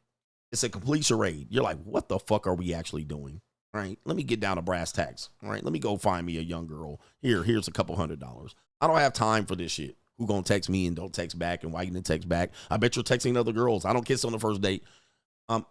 Listen, I know I'm a heathen, but if you're dating like that in 2025, something's wrong with you. Right? Something is wrong with you. She acting all coy and shit. Like, this is pathetic, bro. You're wasting your time. You do something else valuable with your time. You got too much time to waste if you're dating like that. I don't kiss on the first date. I don't fuck on the first date, and you didn't call me back, and I'm gonna wait 3 days to talk to you. And if you don't text back, SB 57 coach. I have been with multiple Ethiopian and Eritrean women, and I can something. If you're trying to date one, you must be a provider male. The culture takes traditional roles quite seriously. So, especially Eritrean women, you got to be a provider male. They're not going for that bullshit, typically, especially if they're attractive. All right, so the mouthpiece is not going to work. We got 3 more, and we'll do the main event. Shout out to our brother here, Pete Rose says, happy birthday, coach. Still here living the free agent lifestyle, or the something lifestyle. He says, thanks to you and your message, I've got my daughter living with me now. Love you, Coach No Diddy. Congratulations for that, man. I love to hear that. Iggy says, long live the female spectrum. The free agent moves like water as he takes advantage of her slanging that center cut. Boss up, guys, and enjoy the fruits of your labor. Great show as always, coach. Shout out to Iggy in the building, man. The spectrum is real. Everything that I teach you, you can point to. Okay? You can point to as a fact, all right? A woman is on a spectrum. She's not one continuous, one-dimensional person. She's not a robot. Okay, so much so that if you date a woman, she's still talking to her ex. There's a 50% chance she still talks to her ex or fucks her ex. And she's on Tinder or Bumble or Hinged or whatever it is, looking for a loyal man. And the ex still has sex with her. Why? Because the woman's comfortable having sex with him.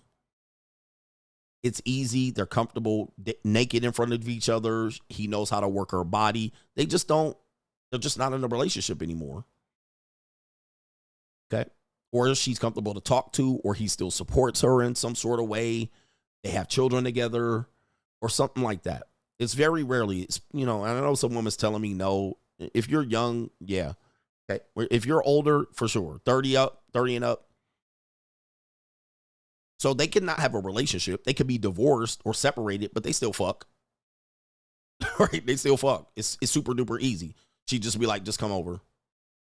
He'll come over, fuck her, and leave. And he'd be like, I really love you. She'd be like, just leave, nigga. All right? Just leave, nigga. Get out of here. I just don't. Yeah, no, we're not getting back together. Just go. Just give me the dick. So that way, then she can hold out pussy on you. You're taking her on 1, 2, and 3 dates. She's still fucking. She fucking somebody. Hooking up. Her hookup died. What about her friends with benefits? All these guys that talk about, I got friends with benefits. I get pussy for free. Guess what? That woman goes on dates with guys. She don't just get fucked for free and tossed. She goes on a regular date. Dude, that girl will get fucked at 7 o'clock and be out the door and say, I got to leave at 8. Where's she going at 8 o'clock? Where's she going at 8 o'clock? On a date. That's where she's going. And you take her out on a date and she been fucked, freshly fucked.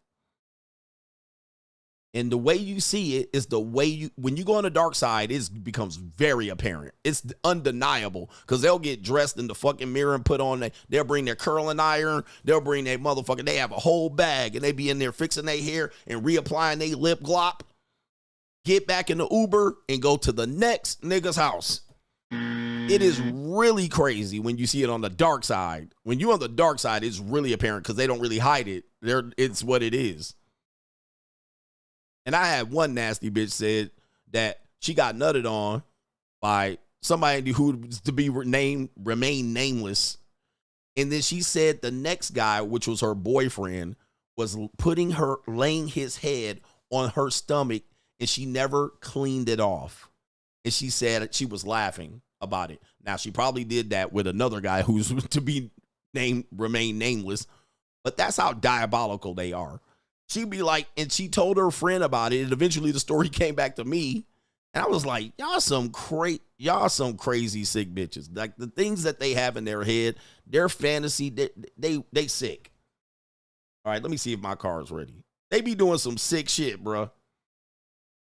They just wipe it off, don't fully clean it off, knowing they going to the next man's house, and you out here putting your head on their belly. Like, these people are sick, man. They wild with they shit, bro.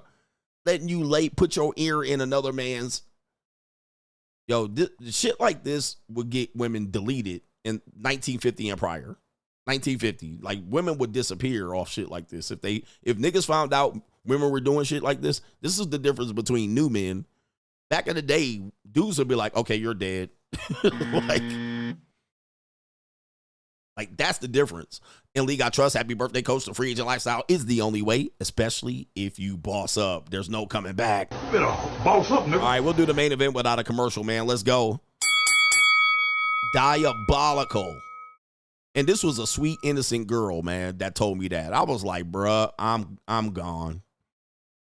I'm gone. I ain't dealing with this shit no more. I've been traumatized out here, ladies. I haven't been hurt. I've been traumatized. All right. I've seen good, innocent, regular job working women do the most diabolical shit. I can't with you women. All right. Main event topic here, why weak men fail with women. And the number one reason, I'm going to tell you what it is right now, and we'll get on with the proof here. The number one reason why women fail with men, well, let me say it again. The number one reason why weak men fail miserably with women is that they don't accept women for who they are. Write it down. Okay? The reason why men, specifically weak men, do not succeed with women and they fail miserably is because they don't accept women for who they are. Now, to further explain this, simply you can just look at it and say, men just want to control women. You want to control their thoughts, their belief systems, their experiences. You want to control where they go, what they wear, and so forth. And then when it is apparent that you aren't that guy or you don't have that money to be able to do so, you then want to give up. All right, I give up. And let's be clear, that's most of the manosphere in the red pill. All right, you can't control your wife. These women are out here feral creatures. They want to come and go. They want to live out their fantasy and journey and all that shit. And all we do is sit there and ridicule them for their shit. All right, when I've been trying to tell you, brothers, accept them for who they are so you can deal with them and deal with them accordingly. But much of what they sell men is a fantasy. And then they sell you on the idea that you could get a loyal, faithful wife if you just try to get married. You never know. And you roll the dice and then reality hits.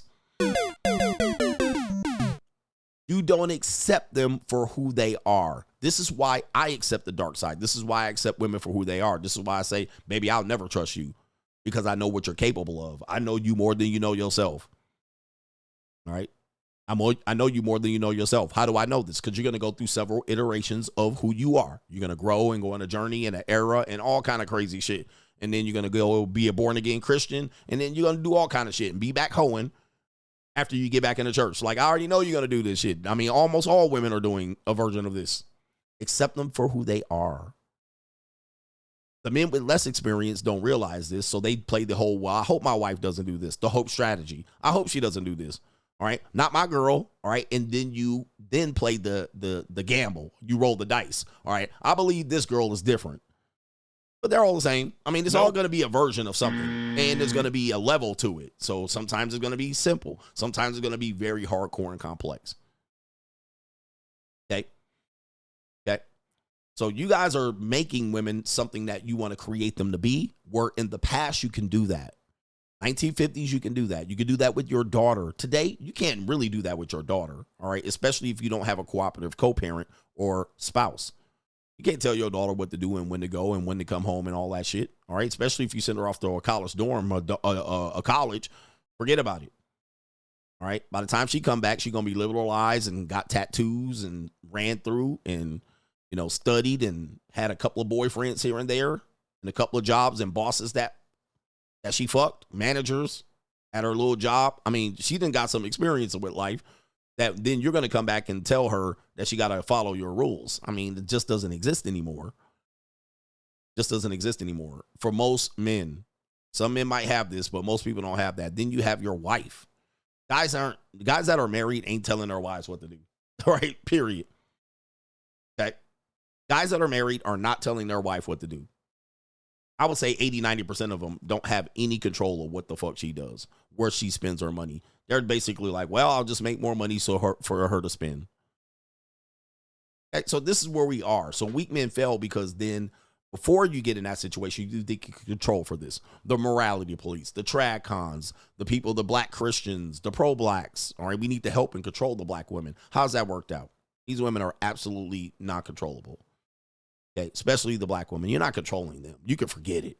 All right, they're going to do what they want to do. Now, if she finds value in you, or she wants something from you, or she likes you or loves you, you'll get her to submit under you for a period of time. But her track record shows that she's done this before, and sometimes she's disillusioned about it. She don't want to provide that again. No wife. She's not going to give you wife role before you marry her. Or she might have been submissive before and got violated by the guy, beat up, controlled, stalked. And so her experience tells her to not do that again. Women are not dating and committing at a younger age, typically in big metropolitan areas. So they're not trying to commit for a guy to life. They're committing for a guy for a temporary period of time. Right? And then they'll change that boyfriend when she grows up and her brainstem develops. Or let's say, for instance, I was in Las Vegas. Well, I'm in Las Vegas currently, but I was at the pool party. It was college weekend. Some of the girls you saw pictures of me sitting with, there was one young lady I was sitting with, and we were very close to each other. And I eventually asked, I said, do you have a boyfriend? She said, yes. And I said, I just want to ask you a question. If your boyfriend saw us like we're sitting right now, would he be happy? And she said, absolutely not. And I said, listen, I can respect that. And I don't mess with girls that have relationships and boyfriends and husbands. And so she was appreciative. But previous to that, there was a lot of flirting. All right. Shit was going. Okay. Shit was going the way it was going. So that's even a woman that has a boyfriend. She outside. Doesn't mean she's cheating on the boyfriend. But I actually have a definition of cheating when it comes to women, because what they're allowing men to do to get something, which is food, drinks, alcohol, entry into clubs, requires flirting. Sometimes they give out a number. Sometimes they might insinuate that something's available until they say, oh, I got a boyfriend. All right. That is a definition. That's cheating at this point. All right. That's going to lead to bad decisions and bad behaviors down the line. With that being said, since women have their own things that they're interested in and they can do or pursue or get access to, it's hard for men to control them. It's hard for men to control them, even at a young age. And even to that point, men are interested in having children and families, but the women are not interested in that. With that being said, before this show gets to the 5-hour mark, I got to hit these particular marks here. And let's go to the first video right here. Men want to change with morality and debate. How about the debates between men? This is a complete waste of time. This is just a circus for men, specifically weak men, trying to find answers. Guys, you're behind the fucking answers. Okay. So men debate against other men about how we have relationships with women. Guys, that's not even up to us. It ain't even up to us. It's up to the women. You should be debating the women. Why you debating men for men? Well, you're a track on and you over here, you're a heathen. You promote buying pussy from women. It don't matter, bro. You be talking about the same woman. The same woman.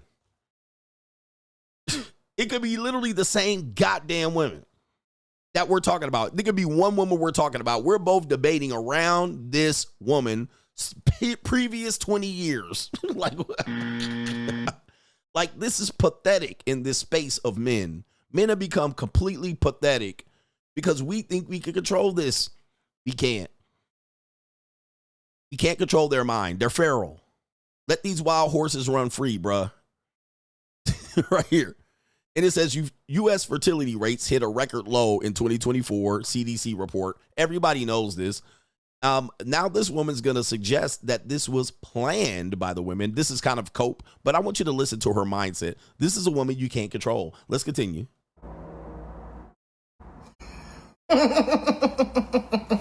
Yes. Absolutely. Yes. Yes. That fertility rate, low as fuck since last year. Are you dumb? Are you dumb? So proud of my girls. So proud of my girls. This generation, turn this shit the fuck around. And y'all hate to see it. Mind you, this is the real team. Fuck them kids. Yup, she was an auntie with no babies. Ain't it crazy? And you hate it. I'm in Dubai with my ladies. Fuck is you talking about? Ladies, like I said, we're doing great. Society has made the fatal mistake of convincing us as women that we have to procreate just because they said to. Fuck that.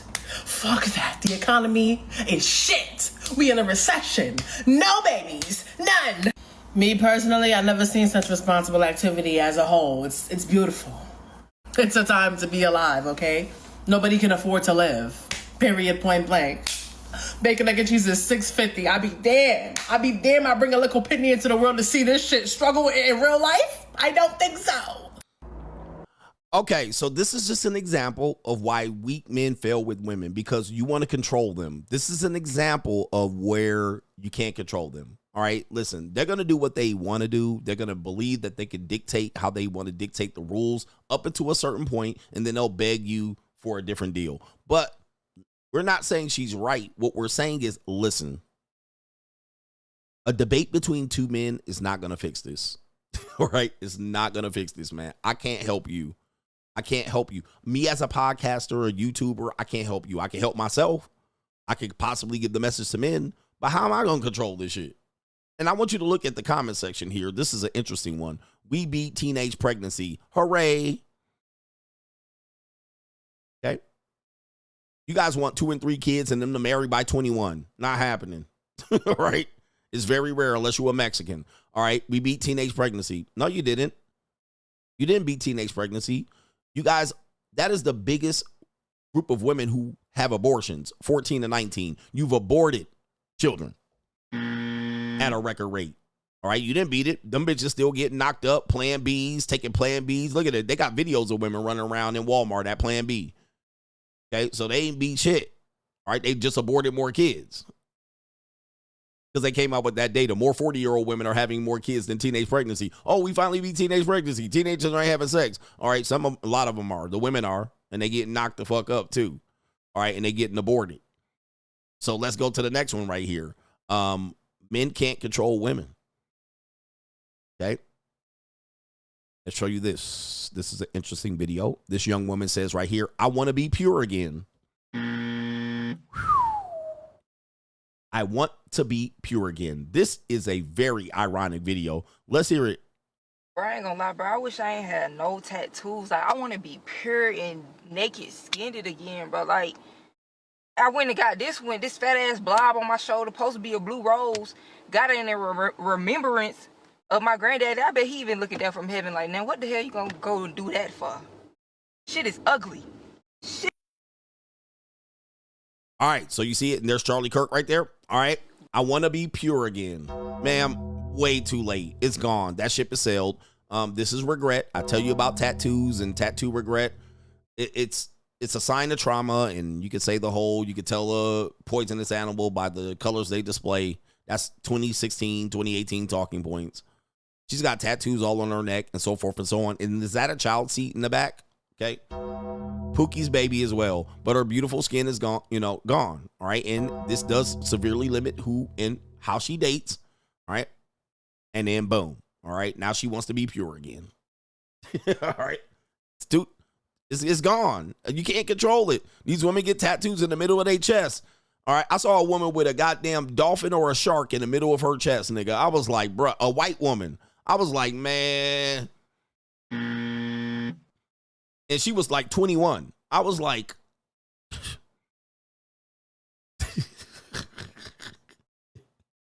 I want to be pure again. I want to be pure again. It's out of our control, bro. It's out of our control. All right, we got nothing to do with this, man. It's out. No debate is helping us, bro. All right, so let's go to this woman right here. I've seen this woman before. Let's see what we got. We got a woman that says she got the guy she wanted to treat her like she wanted and she didn't like him. She didn't like him. She thought she would like him, but she didn't. She got a provider male, a trick, or a simp, but she didn't like him in. Let's continue. I went on a first date, and when I opened the door, my man was at my front door, and I was like, "Oh, like right." And then he hit me with the Rico. He pulled the flowers out, and I was like, "Wow, this is different, right?" So I'm not even paying attention. I brush past this, trying to walk down the steps and get to the door, right? Because I'm not paying attention. I'm just so not used to it, and it just hasn't, like, I just didn't have a lot of practice. He opened my car door. I get inside. He closed the door. I immediately went to my group chat. It's weird. Did you say he opened your car door? High five. No. Now let me explain, right? Let me explain. By the time we got to the restaurant, my follow-up text was, "Y'all, that's my bad. I just realized and all that stuff we be talking about, we don't really want it."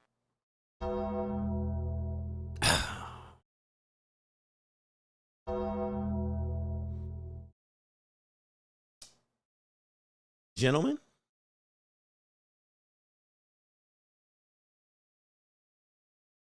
it's hard to control something that they don't even know needs to be controlled.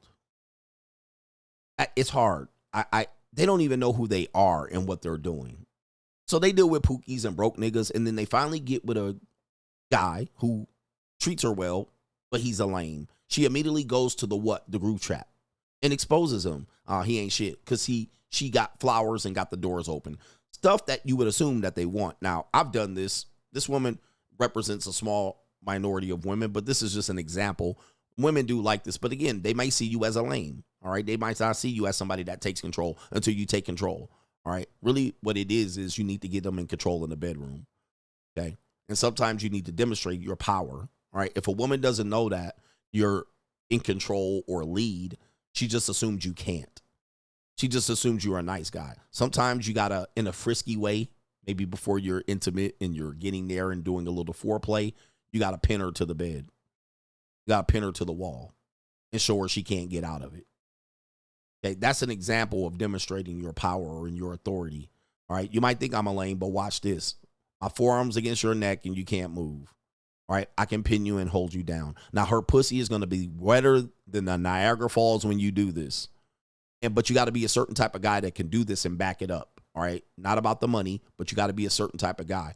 But otherwise, these women think they can beat your ass because they've been watching Captain Marvel. And they think because you goofy and opening doors and giving them flowers and paying on dates that you're a lame and you're weak. And men never understand that it's literally the authority. You got to show them that you can cut their head. You don't have to cut their head, but you got to show them that you can whoop their ass. You got to show them in a ways where you're not doing it. You got to get that neck, pin them to the wall, see if they pussy flood or they kick you away. Most of the time, their eyes are going to go goo goo gaga.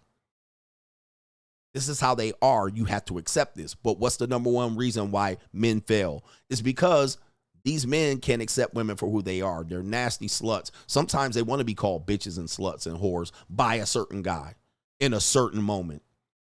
Not all the time, not walking down the street, but if they like you like that and you demonstrate that, they will submit to that. They're showing you that that's how they submit. Men won't accept this. Y'all scared and I don't want to do it. I get it. But that's a reality. You better accept it or you can reject it. Okay, if you reject it at your own peril. If you don't think it's like that, it's like that. That's why your wife cheats on you, nigga, because she cheats on you with a lesser man. Okay? She cheats on you with a lesser man that can dominate her, period. This is why they like tall men. They'll tell you they want to wear high heels. No, they want to get picked up and pinned to the wall and your dick inserted in them. That's a fantasy. Okay? They want to be picked up and they're through 290 pounds and they want a nigga to pick her up and throw her on the bed. If you can accept that, you'll understand women. If you don't want to accept that and say not all women are like that, go ahead. Go ahead and keep going out here and trying to find the one woman that ain't like that. The reason why wives don't respect their husband is because these husbands don't cut that head. All right? They don't dominate her. Some women you look and say, how he get her? He dominates her. When they get to the bedroom, he asserts his authority and she loves it. And he a goofy, fat white boy. Or he a goofy ass Puerto Rican nigga. And he got her. He got the baddest bitch. He's asserted his dominance. She can understand if she goes too far, it could get real. I can't just run off at the mouth and run all over this nigga. That's what she's describing. That's why she thought he was lame. That's why she thought he was whack and a goofy. Until he's able to exhibit that, all the flowers, the opening doors, the non-opening doors, the no flowers, the no payments, the payments for dates, it's nothing. It means nothing. What they want is the understanding that you can be a leader. And that leadership starts with, can you get her under control? Most of the time you can't. Right? You can get her under control for a period of time, but most of the time then what does she do? She tries to test what your limits are. Let me test where your limits are. So you can be a guy that can assert dominance in the bedroom, but lose everywhere else. And we have this conversation all the time. What about the broke guy that wins with women? What about the rich guy that wins with women? Guys, it's all the same thing I'm trying to describe to you. That parallel lasts there. The broke guy that wins with her asserts a dominance. The guy that's rich that wins with her asserts his dominance, right? The guy that's rich that doesn't assert his dominance, asserts his dominance, she goes to a guy of any level. Pool guy, personal trainer, muscular nigga in Jamaica that asserts that dominance. This is the stuff that I talked about earlier where we say we believe we don't have these beliefs, but if we look at our things that we do, we have these beliefs. We have this belief that men shouldn't be with younger women. Although sexually, if you look across the board and you look at pornography and you look at the women that work in the strip clubs, these are all women that either look young or are young. Okay? Same thing as OnlyFans, same thing as music videos, K-pop, Britney Spears. Across the board, we've accepted these sexual fantasies, role play, teacher, student. Across the board, we know that men and women have this desire. Older women, older man, younger woman, older man. A submissive dominance. The woman submissive. She's the nurse. You're the doctor. She's the stewardess. He's the pilot. All across the fucking board, we play this game, but then we come out with our rational, non-lustful mind. We want to demonize people that play this game. And if I come out and say, I ain't playing by those rules, you then say, I'm creating the problem. You understand what I'm saying? This is a difficult thing to discuss. Then when I say women want to be dominated, y'all niggas, man, this ain't true. You can accept this and lose, or you can accept this and lose or win. Take your pick. Take your pick. But if you fight this, you're fighting reality at this point. You're fighting reality. Okay. Men want to control women. You can't.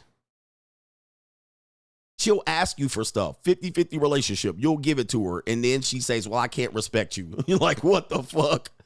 Right? I can't respect you like that. I don't see you like that no more. All right, it's cold. What about this one right here? This woman says, this is how affairs start.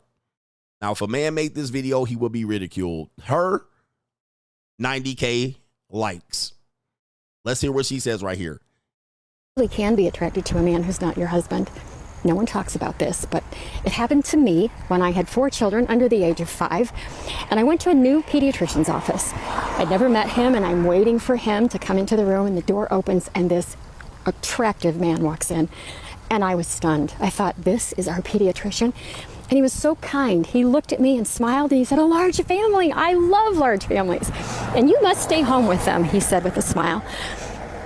I'd never had a reaction like that living in Los Angeles. Everyone gave me grief for having more than 2 children. And then he looked at me, caught my eye, and he said, you know, I wish my wife wanted more than 2 children. He seemed sad. He connected in that moment, and I thought, oh my gosh. It just took me by surprise to have such a vulnerable moment with a man I just met. And then he turned and looked at my son and started doing the checkup, and I thought to myself, well, I can pursue this conversation, or I can let it go and we can focus on my son, which is what I did. But when I left on the way home, I thought, why was I drawn to this man? What was that reaction about? A week later, I realized that I was thinking about the doctor. And I thought, oh my gosh, no, Is this how affairs start? Let me stop right here, gentlemen. I'm going to stop right here. Now,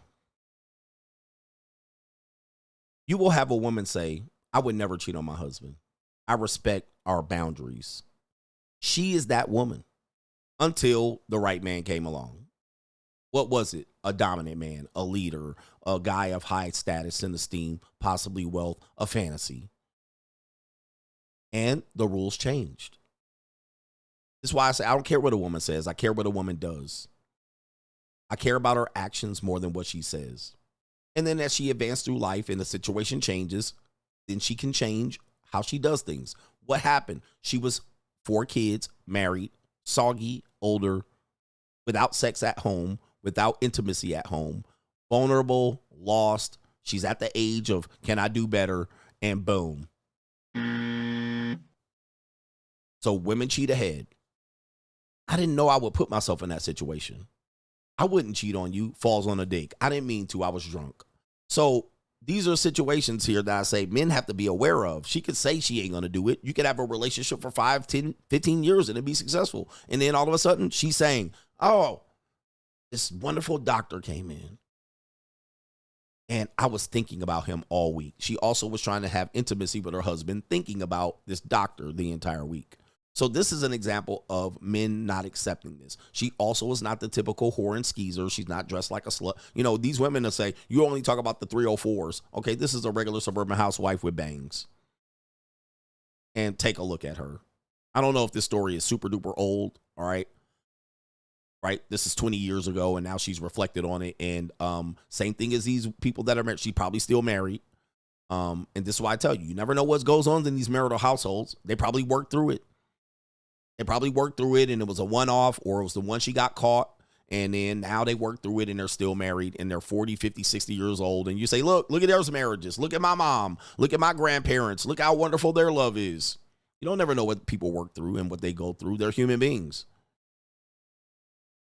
So you would see them in a nice suburban neighborhood and think they were married and bored and blah, blah. But these are the biggest swingers out here. Okay. So look at her. She's now 60, reflecting back on this when she was in her 40s. Okay. But they're at the country club and the golf course, and she at the tennis club. Right. And she thinking about getting throttled. Let's see if she ends up getting throttled. I don't know. I'd never talked to anyone who had an affair, but it made sense to me that it would start off as a friendship, someone you have a shared interest with. And because of the fact that I had thought of it several times, I thought, I can't go back there. I don't know what this could lead to, and I'm not willing to risk it. I know it sounds like a radical move, but I felt I had to make that decision because I was invested in my marriage, even though my husband and I were so busy. I mean, so busy. We were like 2 ships passing in the night. That's a reality, and these are reality checks. We're loved and we love each other. We can't keep our hands off each other. When you have kids and you're making a lot of money and you have, calendar events, you're like 2 ships passing in the night. That intimacy somewhat disappears, or it takes a break, or you go in a drought.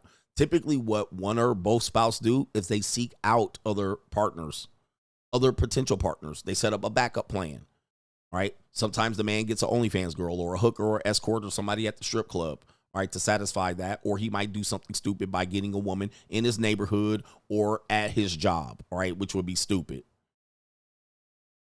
Okay. So she said, I was vulnerable, but but she gave you the reasons why. When you guys talk about marriage and love, that all sounds good until you get to what? Real life. Okay. It sounds good on paper, but then all of a sudden you're talking about people with jobs and careers and responsibilities and homework to correct, and he making extra money to afford the mortgage. All right. This is why I say at this point, it's cheating at this point. It's cheating. Although, I get why you would say it's not. I just wouldn't want to deal with this. Trying to keep our family afloat with all we had to do. But I thought, I have a man I'm committed to. I love him. He loves me. We have children together. I am not going to play with fire. So I made a decision to cut it off. And I never told my husband. Why did I need to tell him? Y'all getting a reality check here. You'll never know what your wife or your soon-to-be wife has done. Again, you either accept this or not. Accept women for who they are. Again, you want me to fix this and change them and ridicule them and shame them, and you want Cam Newton wants to get his girlfriend, fiance body count list. She didn't tell the husband, and I wouldn't expect her to tell it. But in the way women operate morally, you would expect them to tell it. The way they'd be like, we're moral high ground and we don't do this and this you men ain't here. But guess what? She's fantasizing about another man in her marriage. She's certainly not going to tell. What about the guy that got her phone number? She's not going to tell that either. What about the guy that she fucked in the bathroom at happy hour? Not going to tell that. What about the personal trainer that grazed her titty or grabbed her titty and they made out in the car in the parking lot? Not going to tell about that either. Down the fucking line. What would she tell? When she got dick down in the motel, when she was in the hotel, when she was at the work convention? Not going to tell about that either. Okay? Not going to tell about that either. Okay? So this is a reality check where dudes can accept it. You don't accept who women are.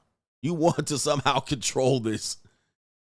All right? And you can't control them. They're feral. I don't care if they're white, black, Puerto Rican, or Asian, old, young, whatever it is. Liberal, conservative, feminist, feminazi, submissive, conservative, masculine. It don't matter. And even if we did this and we went to Hooters and got the Hooter bitch phone number and flirted with her and finger fucked her in the parking lot for $200, we wouldn't tell neither. So that's expected to us. We're expected not to tell. We're expecting them to tell. And they won't. They won't. Okay. There was nothing to tell him. I took care of it. And I made a decision that even today, I'm really proud of myself for making that decision.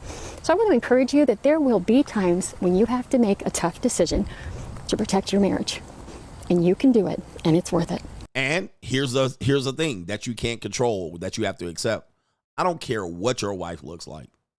Somebody's going to hit on her. So all of us have to deal with that reality. You can have a wife that you think nobody gonna want, and yes, sir, she's gonna be put in this situation where she has to make a decision for her family and her marriage.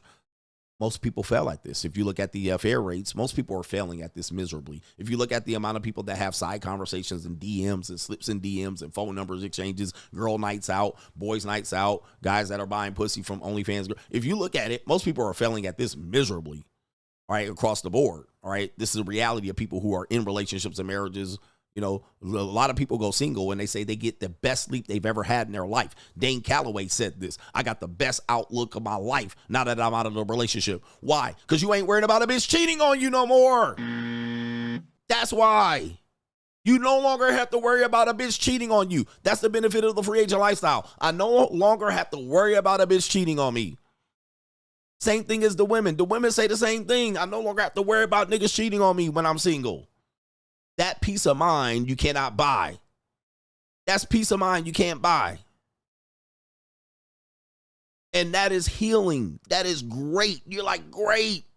Even now at the JUCO, you can fuck, toss young women of young ages, 19 and 20. You can finger pop strippers in the club. She's 19 and 20 and 21 and 22. You don't have to worry about the outside world telling you this. You don't have to worry about this bitch being on the next client's dick. All right, you don't have to worry about nothing. You get your nut and you go to fucking sleep. Then you wake up and you go to work. Then if you want to get a nut, you can decide when you fuck instead of waiting for this bitch, your wife, to fuck you or fuck the doctor. You literally getting peace of mind. That's what I'm preaching. I'm not preaching perfection. I'm not preaching the best option. What I'm saying is, it's pretty clear what I'm preaching. You can't control women. You got to accept them for who they are. It's peace, quiet, and freedom. It's the free agent lifestyle. It's the power to go when you want to go.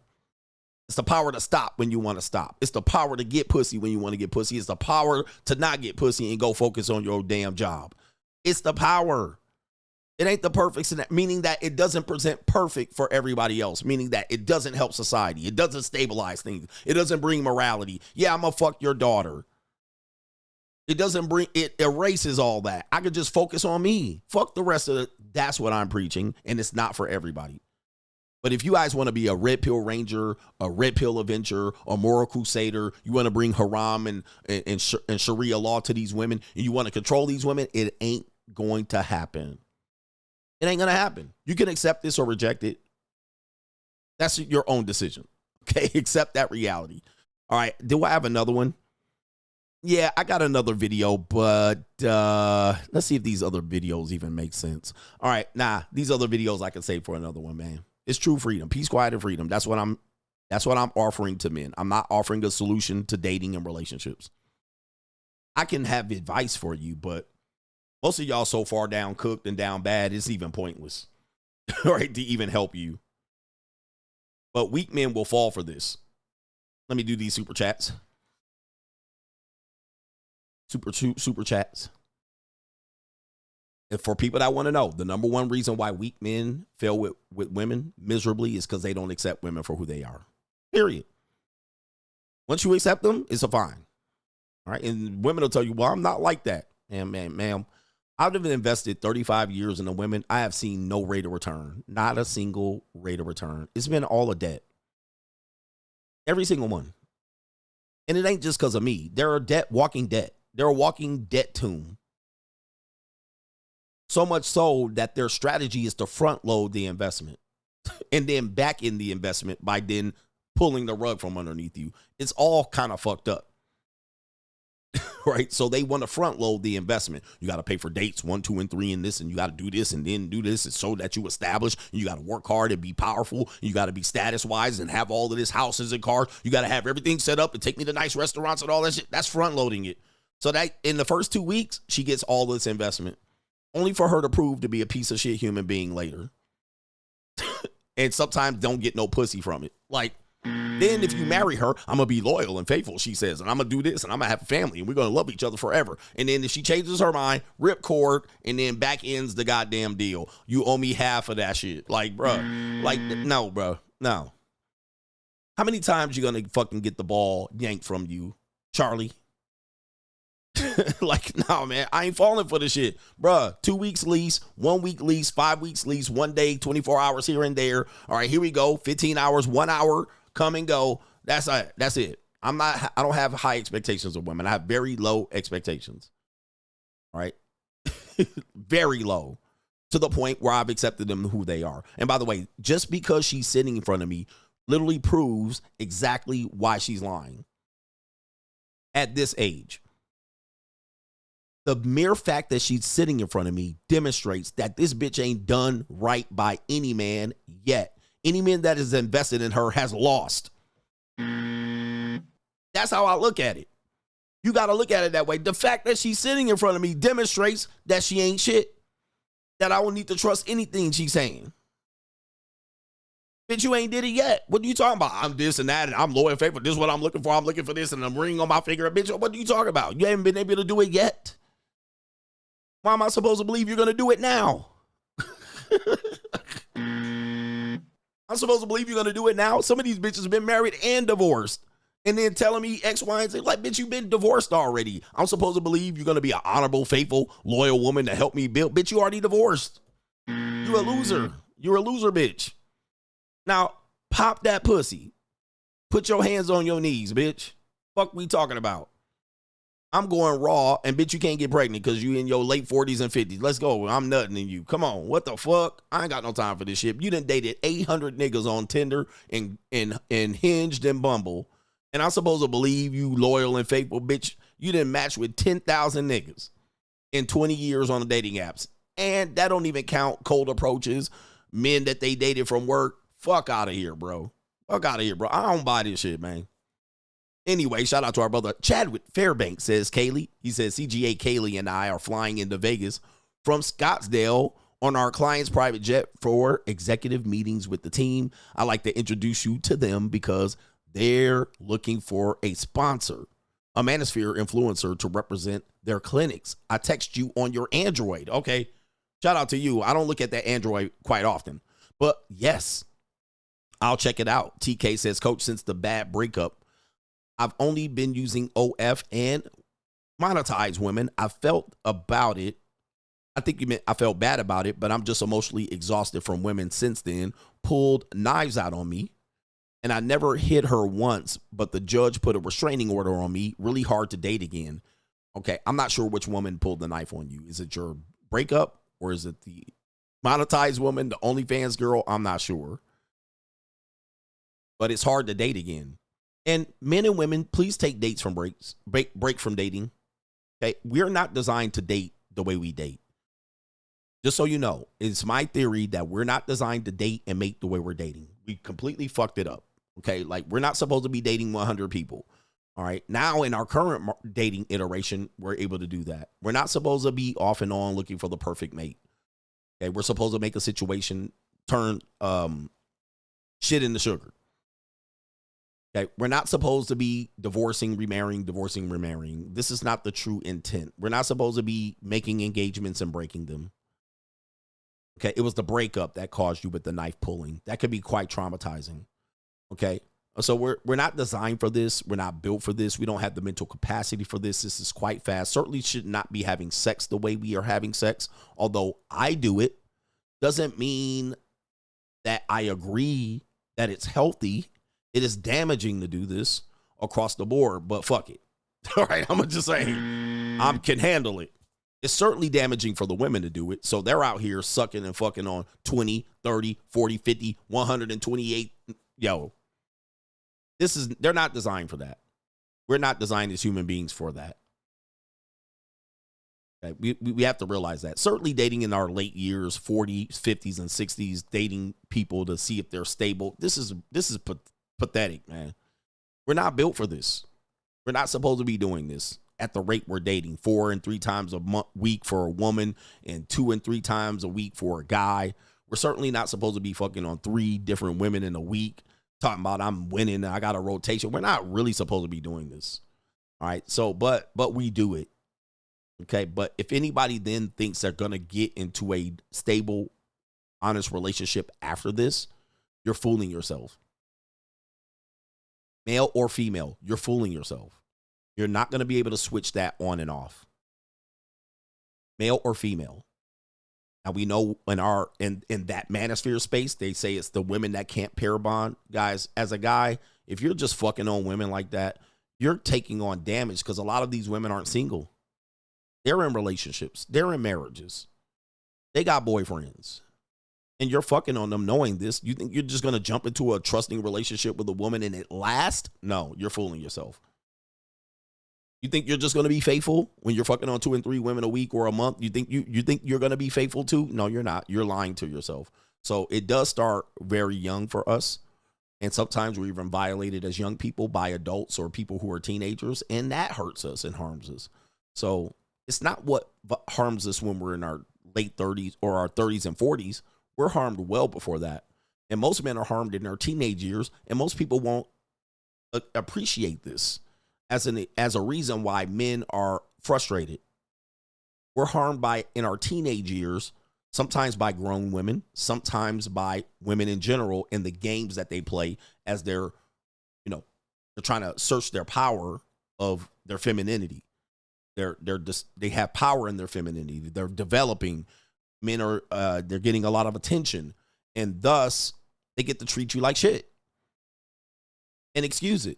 Now, when you're 40, treating 40-year-old bitches like shit, now they want to tell us we're fucking up. It's messed up. All right.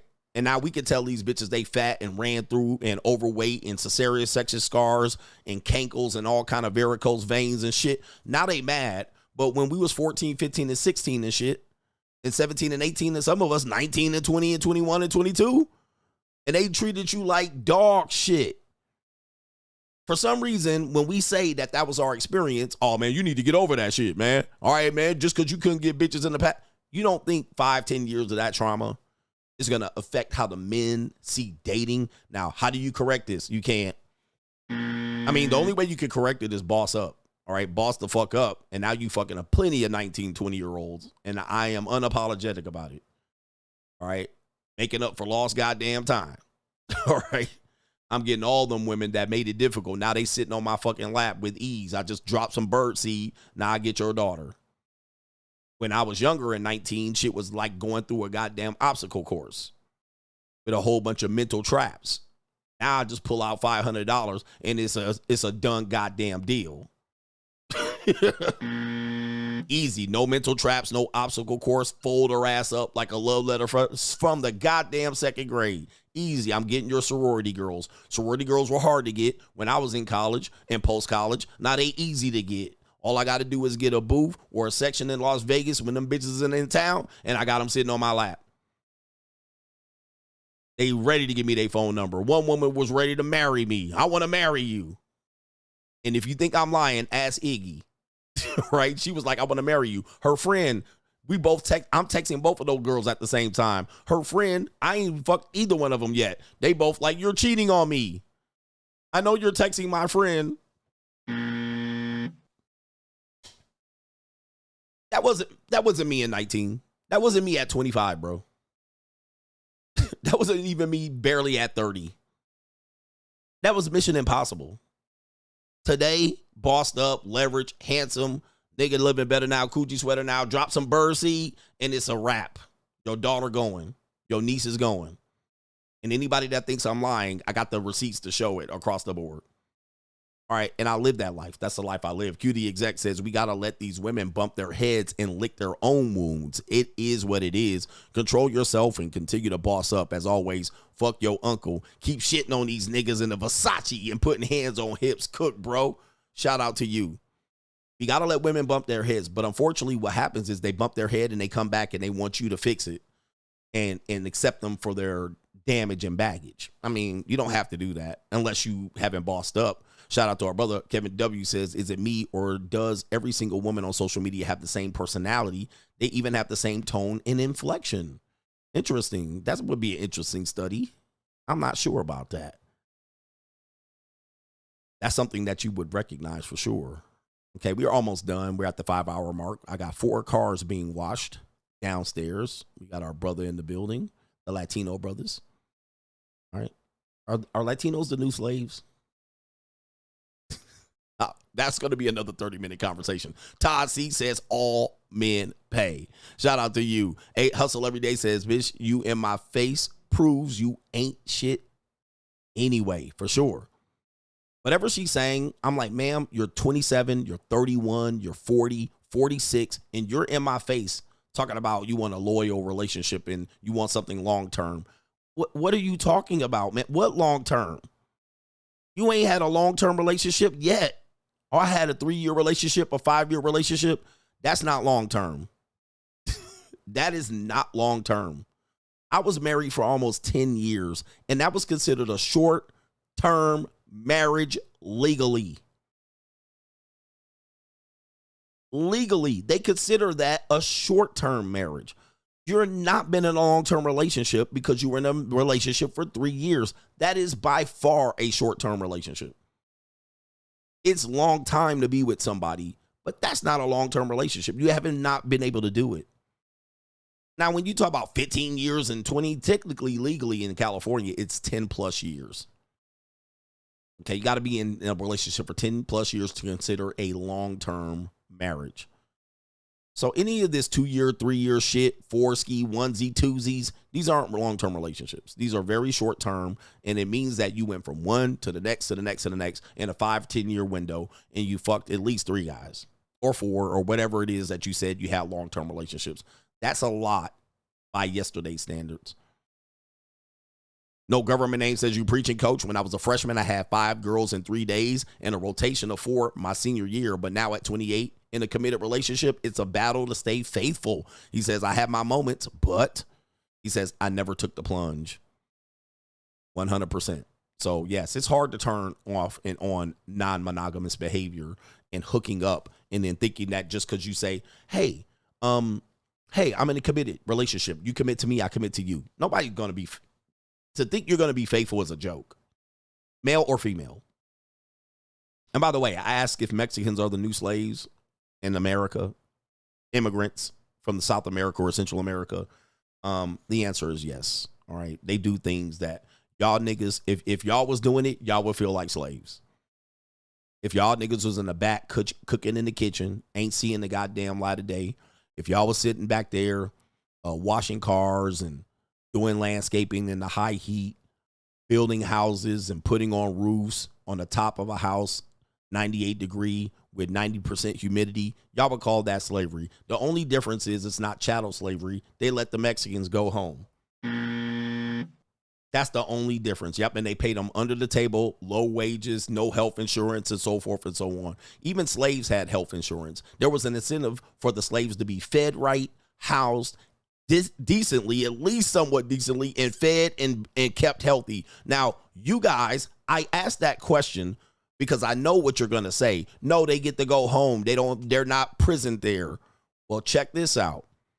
You niggas got jobs that they pay y'all low wages and y'all go home too. Are you slaves too? Uh-oh. New world order. Uh-oh. It's not the Mexicans that are the new slaves. You the new slaves. Oh, nigga. And y'all niggas can barely pay your bills. You're barely healthy. You're barely taken care of. Barely can feed your motherfucking self. Nigga, you would be better off a real chattel slave at this point than take the whip. You bitch niggas. Fuck you Mitch ass niggas too. We out of here, brothers, all day long, every day. Peace.